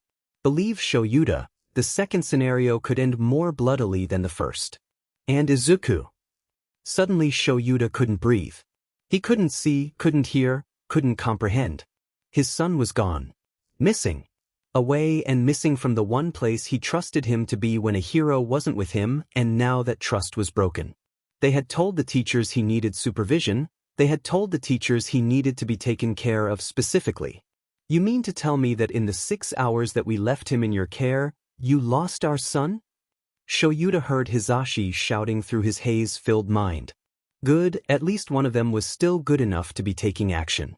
Izuku was so small, and with who his father was and the quirks he had acquired he could be anywhere. God, what if he never saw his little boy again?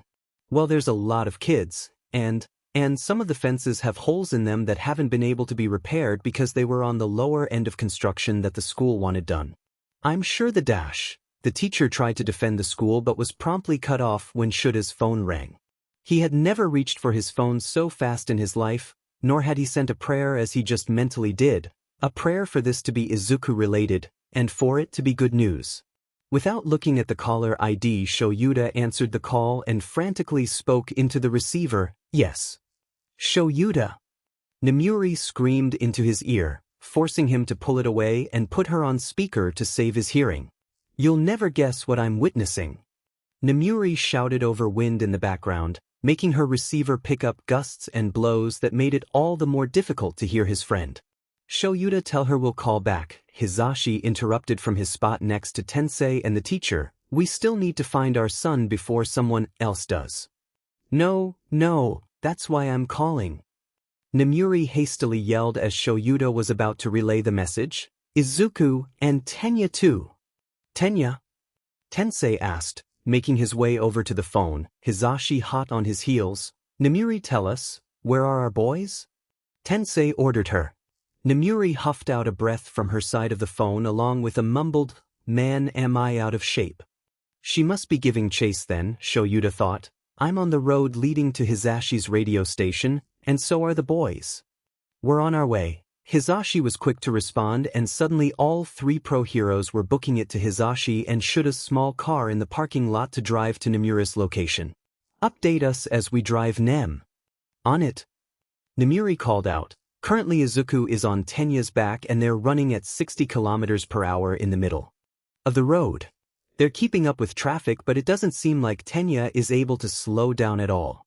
If we can't catch them now, then they're going to crash. Dread filled Shuta's gut at what he heard. His son, who couldn't even cross the road alone, was getting a piggyback from a human car. In the middle of traffic. At rush hour. Izuku was so grounded when they got home. The impending if they got home Shoyuta couldn't bring himself to say, much less think to himself. Breaking several traffic laws and going 20 over the speed limit at all times, they arrived to Namura's location in 10 minutes. The drive should have taken them 16 normally. As they stepped out of the car they saw it, Izuku and Tenya holding onto each other and screaming for dear life as they ran in the middle of the road, swerving to avoid fast-moving cars and crossing citizens. Just as Shoyuta was about to give chase, Namuri runs up from behind them and jumps on Tensei in a similar way Izuku is holding onto Tenya. Go damn it! Before we lose them, she shouts in his ear, smacking the back of his head for good measure. And without needing to be told twice, Tensei and Namuri are gone, chasing after their two boys at speeds Shoyuta and Hizashi simply could not match, at least, not on foot. Jumping back in the car, Shoyuta and Hizashi watch and Namuri and Tensei reach the boys and keep pace with them as they attempt to coach Tenya on what to do and where to go. Make a left here. Tensei yells to his younger brother, leaving them down a dark street with less traffic than the one before. Now focus on slowing down. Tensei yells once more. The next few seconds are tense as Tenya visibly tries his hardest to think and work on slowing down until his face crumbles into utter fear. I can't do it, brother. Tensei! Namuri shouts against the whipping winds that slash her hair in wild directions. Run ahead and get ready to catch them. Tensei follows her directions and soon Namuri is jumping off Tensei's back and ripping her uniform to show her skin, releasing her quirk right as the boys run into it, effectively knocking them out and sending them stumbling into Tensei's and Namuri's holds. Izuku, Shoyuta yells as he jumps out of the car before Hizashi even has a moment to turn the car off. He runs over to his son and gently scoops him out of Namura's arms and cradles him against his own chest, finally safe and where he needs to be. Oh Izuku, never do that again. Shoyuta tells him despite knowing that Izuku can't hear him in his quirk-induced nap. Shoyuta, is he okay? Hizashi rushes over, still working on shoving his keys into the two small leather pockets of his hero uniform. Yes Hizashi, he's okay. Hizashi does his own scan over of their son to be safe before joining Shoyuta in holding their boy close in their arms, grateful for the steady rise and fall of their son's chest against their own. I think it's time we get these two home and wait for them to wake up so we can discuss some punishments. Tensei breaks up the family's moment by popping up between Hizashi and Shoyuta, a drooling Tenya seated on his left hip. Agreed. Namuri calls out from ahead of them, already on her way to continue her patrol that was so rudely interrupted. Tensei follows her down the road back up to Hizashi and Shuta's car and slots Tenya in the middle seat before taking the one next to him. I suppose we should get this little rascal home, Shoyuta? Hizashi says softly, poking Izuku's nose and watching with adoration as Izuku's face scrunches up in his sleep. Yeah, it's time we get home. Walking hand in hand, with Izuku still cradled against Shuta's chest with his free hand, the family of three make their way back up to their car, missing the shadows watching from the roof.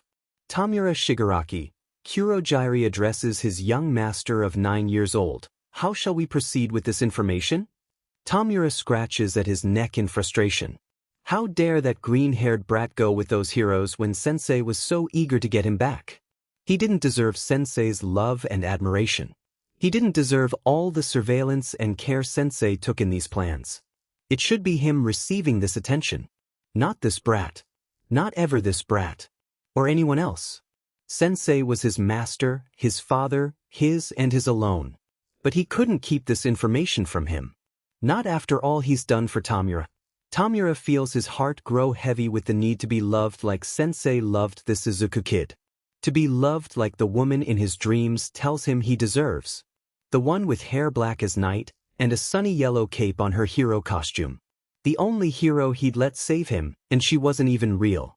Pathetic. Take me to Sensei. He draws out slowly, unsure of his decision. Let's tell him we found his missing loot. Hizashi sat across the room from Izuku with Shoyuta by his side, trying and failing to keep his laughter at bay as he watched his boyfriend attempt to scold their son. It was clear Shoyuta had never had to ground a child before, due to him always making Hizashi deal with the punishments, but this time Hizashi decided that it was finally Shuta's turn. You are grounded, Izuku. Shoyuta finally said after nearly 10 minutes of his initial lead-up that Izuku was loved and cherished, and this didn't change anything. All stuff Hizashi watched him stutter through as he struggled to find his point in the mix of emotions he must be struggling with. Izuku, as any young child does, resists his impending punishment with a vehement dislike thrown towards his parents. Arms crossed and slumped down on the couch, Izuku's already existing pout wobbles and, finally, the tears come. No! Their son screamed, shaking his head so violently Hizashi almost got whiplash just watching it. A deep sigh came from his left, and then Shoyuta entered Hizashi's sight as he stood and walked over, crouching down next to the boy, attempting to put a hand on his shoulder when Izuku slaps it away and tosses onto his stomach, burying his face in his pillow. No! He screamed, much louder than previously. It was becoming exhausting, Hizashi thought. He probably could have handled this so much better, faster, and with less tears than Shoyuta was. But this was his task, and Hizashi had to trust the process. Shoyuta looked back at Hizashi, eyes begging for some help. Hizashi smiled back at him before shooing him off to deal with the issue himself as he sat and watched it all unfold. He was often the one having to break news to Izuku. It was time for Shoyuta to share in the suffering. As much as Hizashi loved their son, he could also admit that Izuku was as stubborn as he was cute, and as temperamental as he was intelligent. And by that he meant Izuku was a raging brat when he didn't get his way. Brat may be a strong word to use for one's own lovely child, but in this case it was the right one, thought Hizashi as he watched Izuku slap Shoyuta when the man attempted to sit with him on the couch over and over until his boyfriend gave up and sat on the floor. His boyfriend bit his bottom lip slightly in thought, a nervous tic Hizashi noticed early on in their relationship, and one he found adorable in every way. He almost co-ed at the sight but had to hold back to retain the seriousness of the moment. Now Izuku, Shoyuta began softly, his back against the couch, eyes looking forward and meeting Hizashi's own. You left school property with Tenya, caused a commotion, got stuck in a dangerous situation, and could have been seriously hurt. Hizashi nodded his head in approval at what Shoyuta was saying, an urge for him to continue so that they could get their child to bed for the night. It was already nearing Izuku's bedtime and they had still yet to make the grounds for his at-home rules for the next few days, weeks, if his attitude persisted. What you did wasn't okay and we need to make some rules. First, there will be no TV dash. No! Izuku screamed back, slamming the throw pillow over his head and muffling his protests. No friends over. No. No late nights. No. Shoyuta was clearly struggling to think of another punishment for Izuku to learn his lesson, so, taking pity on him, Hizashi jumped in, and no all-might visits. Izuku sobbed into the couch, his little feet kicking in the air and back down at the couch in rapid motion as he fought against his grounding rules. It seemed Shoyuta had reached his limit for patience as he huffed out a breath and stood back up, whipping around and taking the pillow off of Izuku's head so he could be seen and heard while he spoke with him. Now Izuku, you listen here, there will be no more temper tantrums tonight or you will be grounded longer than you already are. Izuku, extra mad now that his pillow was taken away, took the opportunity after Shoyuta spoke, to offer a response of his own. And punch his father in the testicles. Hizashi couldn't hold it back anymore and howled with laughter as Shoyuta went. down on the ground, holding his groin and fighting off the embarrassed flush that quickly spread over his face. Izuku, using the opportunity his dad was out, ran off of the couch and down the hall into his room, slamming the door behind him. Hisashi just howled louder as he watched Shoyuta attempt to follow him while still clutching at his injury. His laughter only increased when all Shoyuta could manage was a waddle down the hallway after their son. He stood from his seat on the couch and followed after the two, quickly catching up to Shoyuta and offering him his arm for the rest of the way. They entered Izuku's room without knocking, only to see their boy throwing all his toys and flipping what furniture he could, making an absolute mess of his room that his parents would have to clean up later, as Izuku still couldn't handle big messes like the one he was creating. But oh boy, he sure as hell would be helping them after this. "Izuku Midoriya!" Shoyuta shouted from the doorway, catching Izuku off guard and making him pause in his act of defiance. Their son turned to face them with the biggest pout Hisashi had seen on someone and promptly stuck his tongue out at them before continuing his ministrations. "That's it," Shoyuta called out, pushing off from where Hisashi had been supporting them and walking to Izuku, grabbing the boy's arm before he could flip another stool over in his rageful fit. Izuku's sole focus was now on trying to free his arm from his dad's hold, ignoring Shoyuta when he tried to reason with him further. It didn't take long for Shoyuta to see the pointlessness of his attempts. "You are grounded." For the longer Izuku struggled to free himself, kicking and punching at his dad, the more Shoyuta was frustrated and wanting this to be over, till college. "For till college?" Izuku screamed, stopping his violent actions and staring up at his dad with big wide eyes. "For till college?" Shoyuta screamed back at him, getting up in his face. "But we didn't do anything." Izuku screams his little heart out at his dad, his face growing red the longer he continues to raise his voice. Hisashi tries to defuse the situation between the two as he steps in, forcing the two apart from one another. "Now you two, this needs to stop." Hisashi turns to Izuku and picks him up into his arms, cradling him against his chest until the tears stop pouring and the sniffles come to a halt, giving the poor boy some time to catch his breath. He pinches Izuku's little cheek with his free hand when his son looks up at him, his face back to its normal shade, apart from his blotchy eyes and nose. Now that we're all calm, Hisashi begins before Shoyuta huffs behind him, forcing Hisashi to glare at his dejected boyfriend. "Right, Shoyuta?" His boyfriend rolls his eyes before nodding his head, eyes not meeting Hisashi's but rather having a glare off with their child. Hisashi almost smacks him upside the head right then and there for his foolish behavior. "Now then, Izuku," Hisashi says softly, returning his attention to the squirming toddler in his arms, the boy breaking his glare off with his dad to meet his papa's eyes. "You did something dangerous and foolish, something that could have taken you away from us. Daddy was scared, and Papa was too, that we wouldn't get to see our little ball of sunshine again." Izuku looked back towards his dad, a guilty look in his eyes before he buried his face in Hisashi's shoulder, refusing to look at his parents while they spoke. "We love you, Izuku, and we don't know what we would do if we were to lose you. Please don't do that again, but because it's happened, and because we love you, we need to keep you under close watch for the next little while. And you need to earn back the trust that you broke when you decided to disobey the school's and our own rules." "But they were being so mean to Tenya," Izuku mumbles as he moves his attention from hiding his face to playing with his Hisashi's long hair. "The kids treated him bad and I wanted him to be happy again. Recess didn't make him happy." "Oh Izuku," Hisashi's heart swells at the kindness of their son. "He never knew Inko Midoriya, and he never would, but she gave them a blessing and she raised their son, all three of their son, to be an amazing child." Though, Hisashi wished she had worked on Izuku's temper before he went around trashing their home when he was upset. Shoyuta, who had stayed in his spot and held his tongue, decided now was time for him to step in. "You're a wonderful little boy, Izuku Midoriya," he said, walking up and kissing their son's cheek before wrapping both Hisashi and Izuku in his arms. He held them close to his chest and Hisashi allowed himself to sag into the hug, content with these small domestic moments whenever they popped up.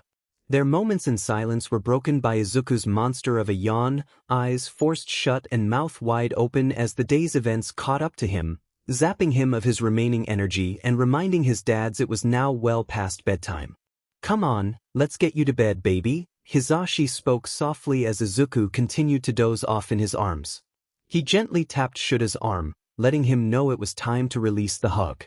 He stepped out of his boyfriend's hold when Shura's arms went limp at his sides and Hizashi made his way over to Izuku's bed, tucking his son gently under the covers and kissing his green curls goodnight.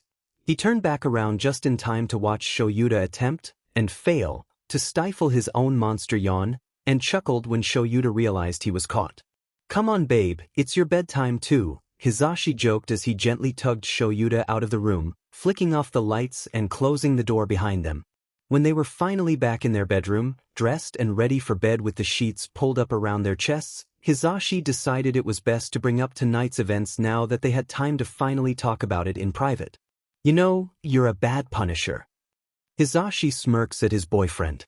He receives a glare in response before Shoyuta picks up his book from the bedside table and opens it to the last page he was reading.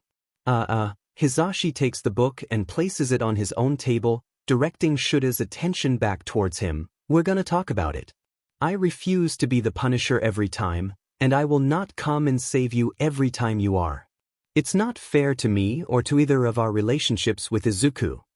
Shoyuta sighs before rolling onto his side, absent-mindedly grabbing a strand of Hizashi's hair and twirling it between his fingers. "I don't know what I'm doing," his boyfriend admits softly. Hizashi could understand that. They became parents so suddenly, under odd circumstances, and not that long ago. It was a hard adjustment for anyone to make, much less someone so emotionally constipated like Shoyuta was. "Can I tell you something?" Hizashi asked, his voice brought down just as softly to match Shura's own. He scooted down from his seated position to be laying next to Shoyuta on his own side, facing his boyfriend at eye level. "I don't really know what I'm doing either. But we for sure can't let him see that or every day will be a worse tantrum than tonight." That earned a chuckle from Shoyuta. "You sure seem like you know. You're 100% his favorite of the two of us." "Well, of the two of us, yes," Hizashi jokes. "But let's be honest, if he could trade us in for All Might he would do it in a heartbeat." "Heh," Shoyuta breathes out. After their first and only babysitting time, I doubt Izuku wants anything to do with Yagi when he's out of costume. "Well, I never said Yagi, did I? I think Izuku would want him as All Might and only as All Might." "You might be right about that." Shoyuta sighs, a dejected look crossing over his face.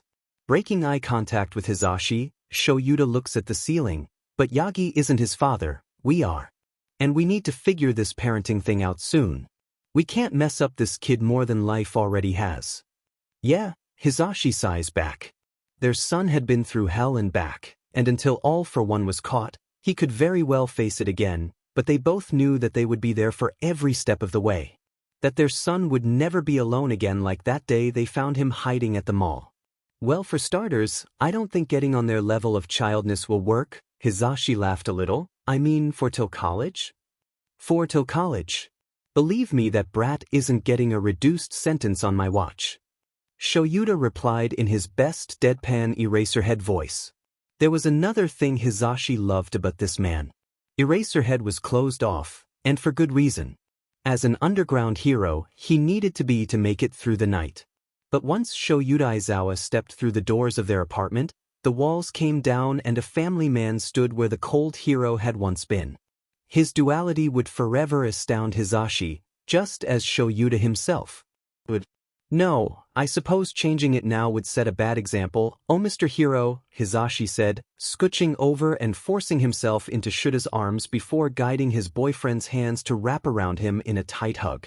"Someone's clingy," Shoyuta remarked. "Someone's tired, you mean? They come hand in hand if it's you."